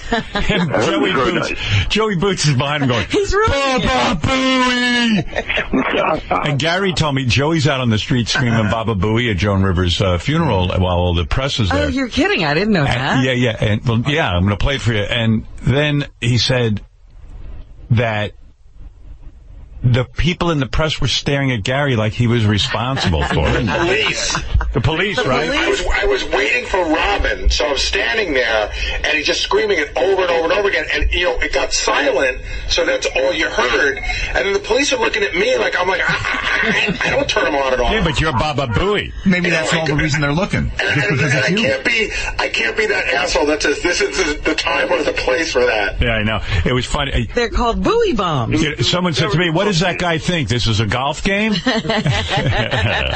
the way, I got to play you all the Bowie stuff, you know, the Baba Booeys from the golf, too. But so here's Joey Boots.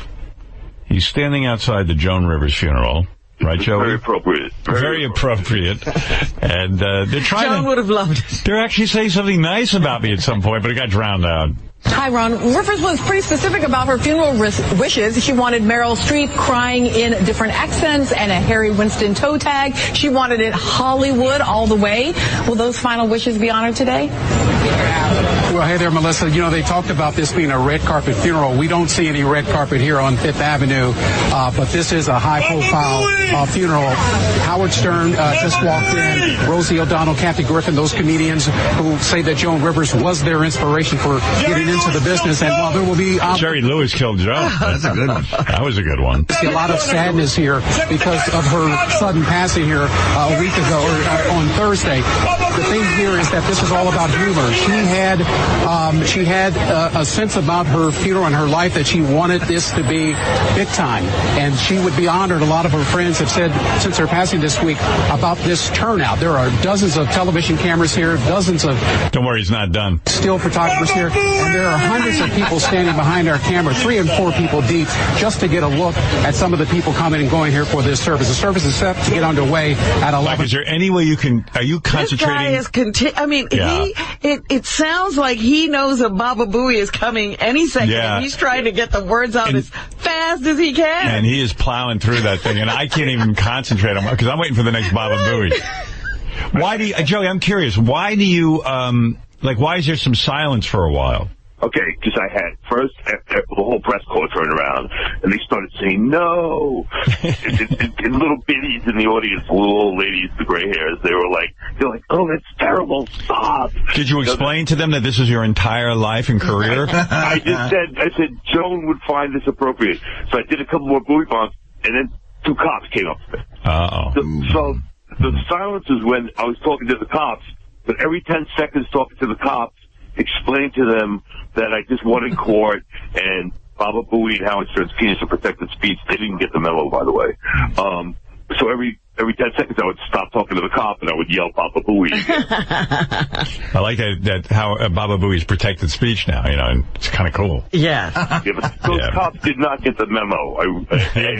They weren't taught that at the police academy? No. Did they, that news is slow to get out. Did they ask you, in the old days, before all this political correctness, some cops could have taken Joey, somewhere in the back room and beaten the shit out of him, but now you can't even do that. Yeah, there was too much press. Well, the press probably would have liked that, though. They probably would have turned a blind eye. Right. But anyway, does anyone ask for your autograph? I mean, at this point, you're like... Not at all. Not at all. I was pretty much like persona non grata. Everybody hated me. Yeah. All right, there it is. Joey Boots outside the Joan Rivers. It almost, his timing is so perfect. They're saying Howard Stern, and all of a sudden you hear this Baba Booey. I'm like, do people listening to this think Howard's screaming Baba Booey? Yeah. All right, Joey, thank you. Yeah, man, it was a good homage, There you go. Rest in laughter, Joan. Right. All right, and peace. That's R-I-L, rest in laughter. Joey Boots was made for yelling during the news. Baba Booey, Howard Stern, Venus on Channel 9, 7, and 2. Channel 9, 7, and 2. Are you ready, Boots? Yeah. Start yelling. Baba Booey, Howard Stern, Venus, Robin Quivers, green juice. Yeah! Robin Quivers, green juice. All right. Joey Boots is available for hire at private events. He'll yell out Baba Booey if you want. Yeah, your event could be bombed. Yeah. If you have enough dough. You just can't get that guy for nothing. Yeah, it was weird. I actually, in my career, I haven't gotten any nice comments, but for my eulogy, evidently this is the business I should have gone into, eulogizing. I told you that people would now be calling you for funerals. The great Donald Trump was gushing on Fox News. That's what I heard. I read that he was just lavishing praise on you. He called me, and he said, man, he goes, that was some eulogy you gave. I go, oh, thank you. You want to hear him on Fox? Yeah. Yeah, it was so nice. The funeral itself was beautiful. I have to say Howard Stern, whether you like him or not, and I happen to like him, I know him very well. Much different guy when you're with him than he is on air. But Howard Stern was incredible yesterday. He did an amazing job. And Joan would have been very proud. A lot of people packed. The police were represented beautifully. Joan would have been very, very proud. It was funny. It was fun. It was everything very different everything she would have liked. And she was a terrific woman, and it was a terrific day in honor of her. Donald, did you want to speak at the funeral? I would not have necessarily. I mean, if I would have asked, I would have. But no, I'll tell you who did it. But Howard got up and spoke, and numerous other people spoke, and they were all terrific. But Howard Stern, I mean, he really caught the essence of Joan. He really did. And I just heard an interview he just did with her about it on our book tour, and you could see the friendship was incredible. Really knows her well. But I could say that he knows her very well, maybe better than most, and he really represented her well. Even Kathy Lee had nice stuff to say about me, and. Well, there's a turn of events. Well, yeah, we're friendly now, Kathy Lee and I, oddly enough. But she said some really nice... I didn't know Kathy Lee was in the audience. That was some crowd. Every day I find out more and more people were there that I didn't know. And I forgot I ran into Sue Simmons. Oh, no kidding. Yeah. Boy, that was the place to be, huh? It was. No one had time to think about Joan. They were too busy networking. I was just hoping that, she wasn't dead and she would have walked down and said, hi. It's a big joke, yeah. It had a lot of really... This is Hoda and Kathy Lee. 8 New Yorkers there. What'd you think of the service? You know, when I was leaving and I was tweeting about it, I said, I think it was the perfect combination between the profane and the sacred. Yeah. Because Joan was like that. We all knew the profane part of Joan, but there was there were things that were sacred to her. And the person who surprised me the most was Howard Stern. Yeah. We didn't know that he had not been announced that he was going to be a speaker. He was one of the first ones, and he was hysterically funny. So funny. But at the same time, very, very touching, too, because he was, deeply loved Joan. Apparently, she had been very, very instrumental in his early success here in New York. I was really moved by that, actually. Thank you, Kathy. I was really, I'm not used to getting any nice comments. Miracle. Yeah, it's a miracle when anyone has anything nice to say about me. Charlie Rose and... was Charlie Rose there? Yeah. Jeez. You were there. Was it a nice service? It was. I've never seen anything like it. Full of love, full of laughter, full of a sense of what she, I think, would have liked. Someone said to me as I left, what'd you think? I said, I think she would have loved it. And was Howard Stern? Howard Stern was funny, but loving. I mean, he communicated a great sense of what she meant to him. I mean, he talked about how they liked to dance together, meaning the conversation would be so good. And that, in the end, is what she did. I mean, I was thinking about it as I was sitting there, how she made us laugh so often. Made me laugh so often. Yeah, I got 3 movie deals from that eulogy.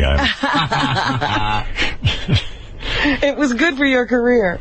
I was, honestly, I'll tell you this, in all seriousness, I was just happy to come through for Joan. You were so great at my birthday show. I don't like being roasted. I don't have a sense of humor about it, but it was so much fun when you were doing it. And really, I think it was the last time Joan Rivers performed. That birthday show went down about a month before she died. And you guys co-presented, and you came out and roasted me together. Yeah. And highlight of my career. Right. Did you love Joan Rivers? I remember Gary called me, and he said, we were going to do this thing. Jimmy tipped me off that he was hosting it. Right. And then a couple of weeks later, Gary called and said, we have this idea. You can do it yourself, or you could do it with Joan Rivers. Yeah. I was like, what? And there's a temptation to want to do it yourself because I know that I can kill. But then I go, it's Howard. Let's mix it up. They're suggesting Joan. I think it could be cool. I've never done a dueling roast. I was so honored. And thank you. And I started talking to Joan about it. And we agreed that we would go. Now, when you say you talked with her, do you pick up a phone, you call her, and you say, Joan, let's do something together? Yeah, Gary gave me the number of the assistant, and we met up. We had a phone meeting, just Joan and I on the phone with her writer. I didn't know that. And we went. We had 2 phone calls, I believe, and then we met and rehearsed. Wow. We met early in the green room. Was it Hammerstein? Yeah. Yeah. And we go over the material. And here's what's so fucking amazing about Joan Rivers. A legend who has everything. We got to the point where we both had jokes about Robin that had to do with that movie. 12 Years a Slave. 12 Years a Slave. Yeah. I remember. And she reads hers, and then I read mine, and Joan goes, yours is better. Wow. And she gave me that joke, and it wound up being one of my best jokes. And I thought, that's a real pro. She's not threatened. She needs us both to score. Right. In order for it to, because all anyone remembers is you guys came out and were great. Yeah. And to me, that showed real professionalism. She treated me like an equal. And for someone like that, who's been just somebody that is in the world of insult comedy, and it reminded me of her roast on Comedy Central. No. We roasted her hard. When you get another comedian, and somebody like Joan Rivers who's been shitting on people since the turn of the century. And there's so much to roast with her surgery and everything. That she goes on at the end. And she's the funniest person in her own she roast. She schooled everybody. She killed That's that night. so great. And then just your roast, I remember she was just so sweet. And we sat down afterwards and we walked out together and she gave me a big hug. And then as we're leaving, because I had to run off to another gig, boom, boom, boom. We just hear this noise coming up the stairs, and it's Chris Christie climbing the stairs of that fucking Hammerstein Ballroom. Yeah. And the bridge thing was happening. And she just starts boom, boom, boom, boom, roasting him right in front of his security team. Finally, he goes, mercy, mercy, mercy. Did she really? She just like went at it. Yeah, it was so great. And that wasn't even in front of an audience. Your mother would be pleased with how you look today. Oh, well, thank you. You know, in a way, I was thinking about you, Melissa. Like, in a way, as sad as all the events are, you finally now are, in a sense, the true grown-up.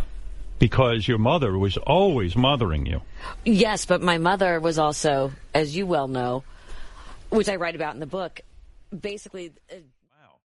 There's no food here. Joan would have a party, and it was like a tea party. Howard, I served great food that party. You didn't go in the dining room. I was starving. We went into the dining room. We would, believe me, if there was food, we would have found it. The guy walks around, he hands you a cream cheese sandwich. No, that was what was in the dining room. He had little shrimp. You know, like, little. I couldn't see them. They were like baby shrimp. He had a toothpick. Very rare. I mean, I never saw a party like that. And no then food. It's 6:30 at night, and there's no food. Sandwiches in the dining room. She's a Jewish comedian, but she lived like a wasp. And the party's going on. It's about 6:30, and you figure, well, I figured it was going to be dinner. We had buffet. You know, you threw me out and had buffet. I had great buffet. She goes, well, a couple of people are staying for dinner, but unfortunately, everyone else has to leave. She didn't tell us that. We found that out later. Great party. Right. You people just don't understand. Every appearance of hers was special and funny and raw. What do you think you spend a year? A lot. A couple $1 million, huh? Yeah, a lot. I have a lot of, I spend a lot. But you want to know something? I believe, I swear to God, have a good time. Everybody's taken care of. Right. Everybody's fine. And I'm having a good time, too. Buy that jacket. Plant that tree. The jacket you're wearing today looks very expensive. This was given to me by a friend named Margie Stern. A woman gave it, a Jewish woman gave it to me. Relatives ask you for money all the time? All the time. All the time? All the time. What do you say to them? Fuck off. You do. Fuck off. One of the best talk show guests. I miss her.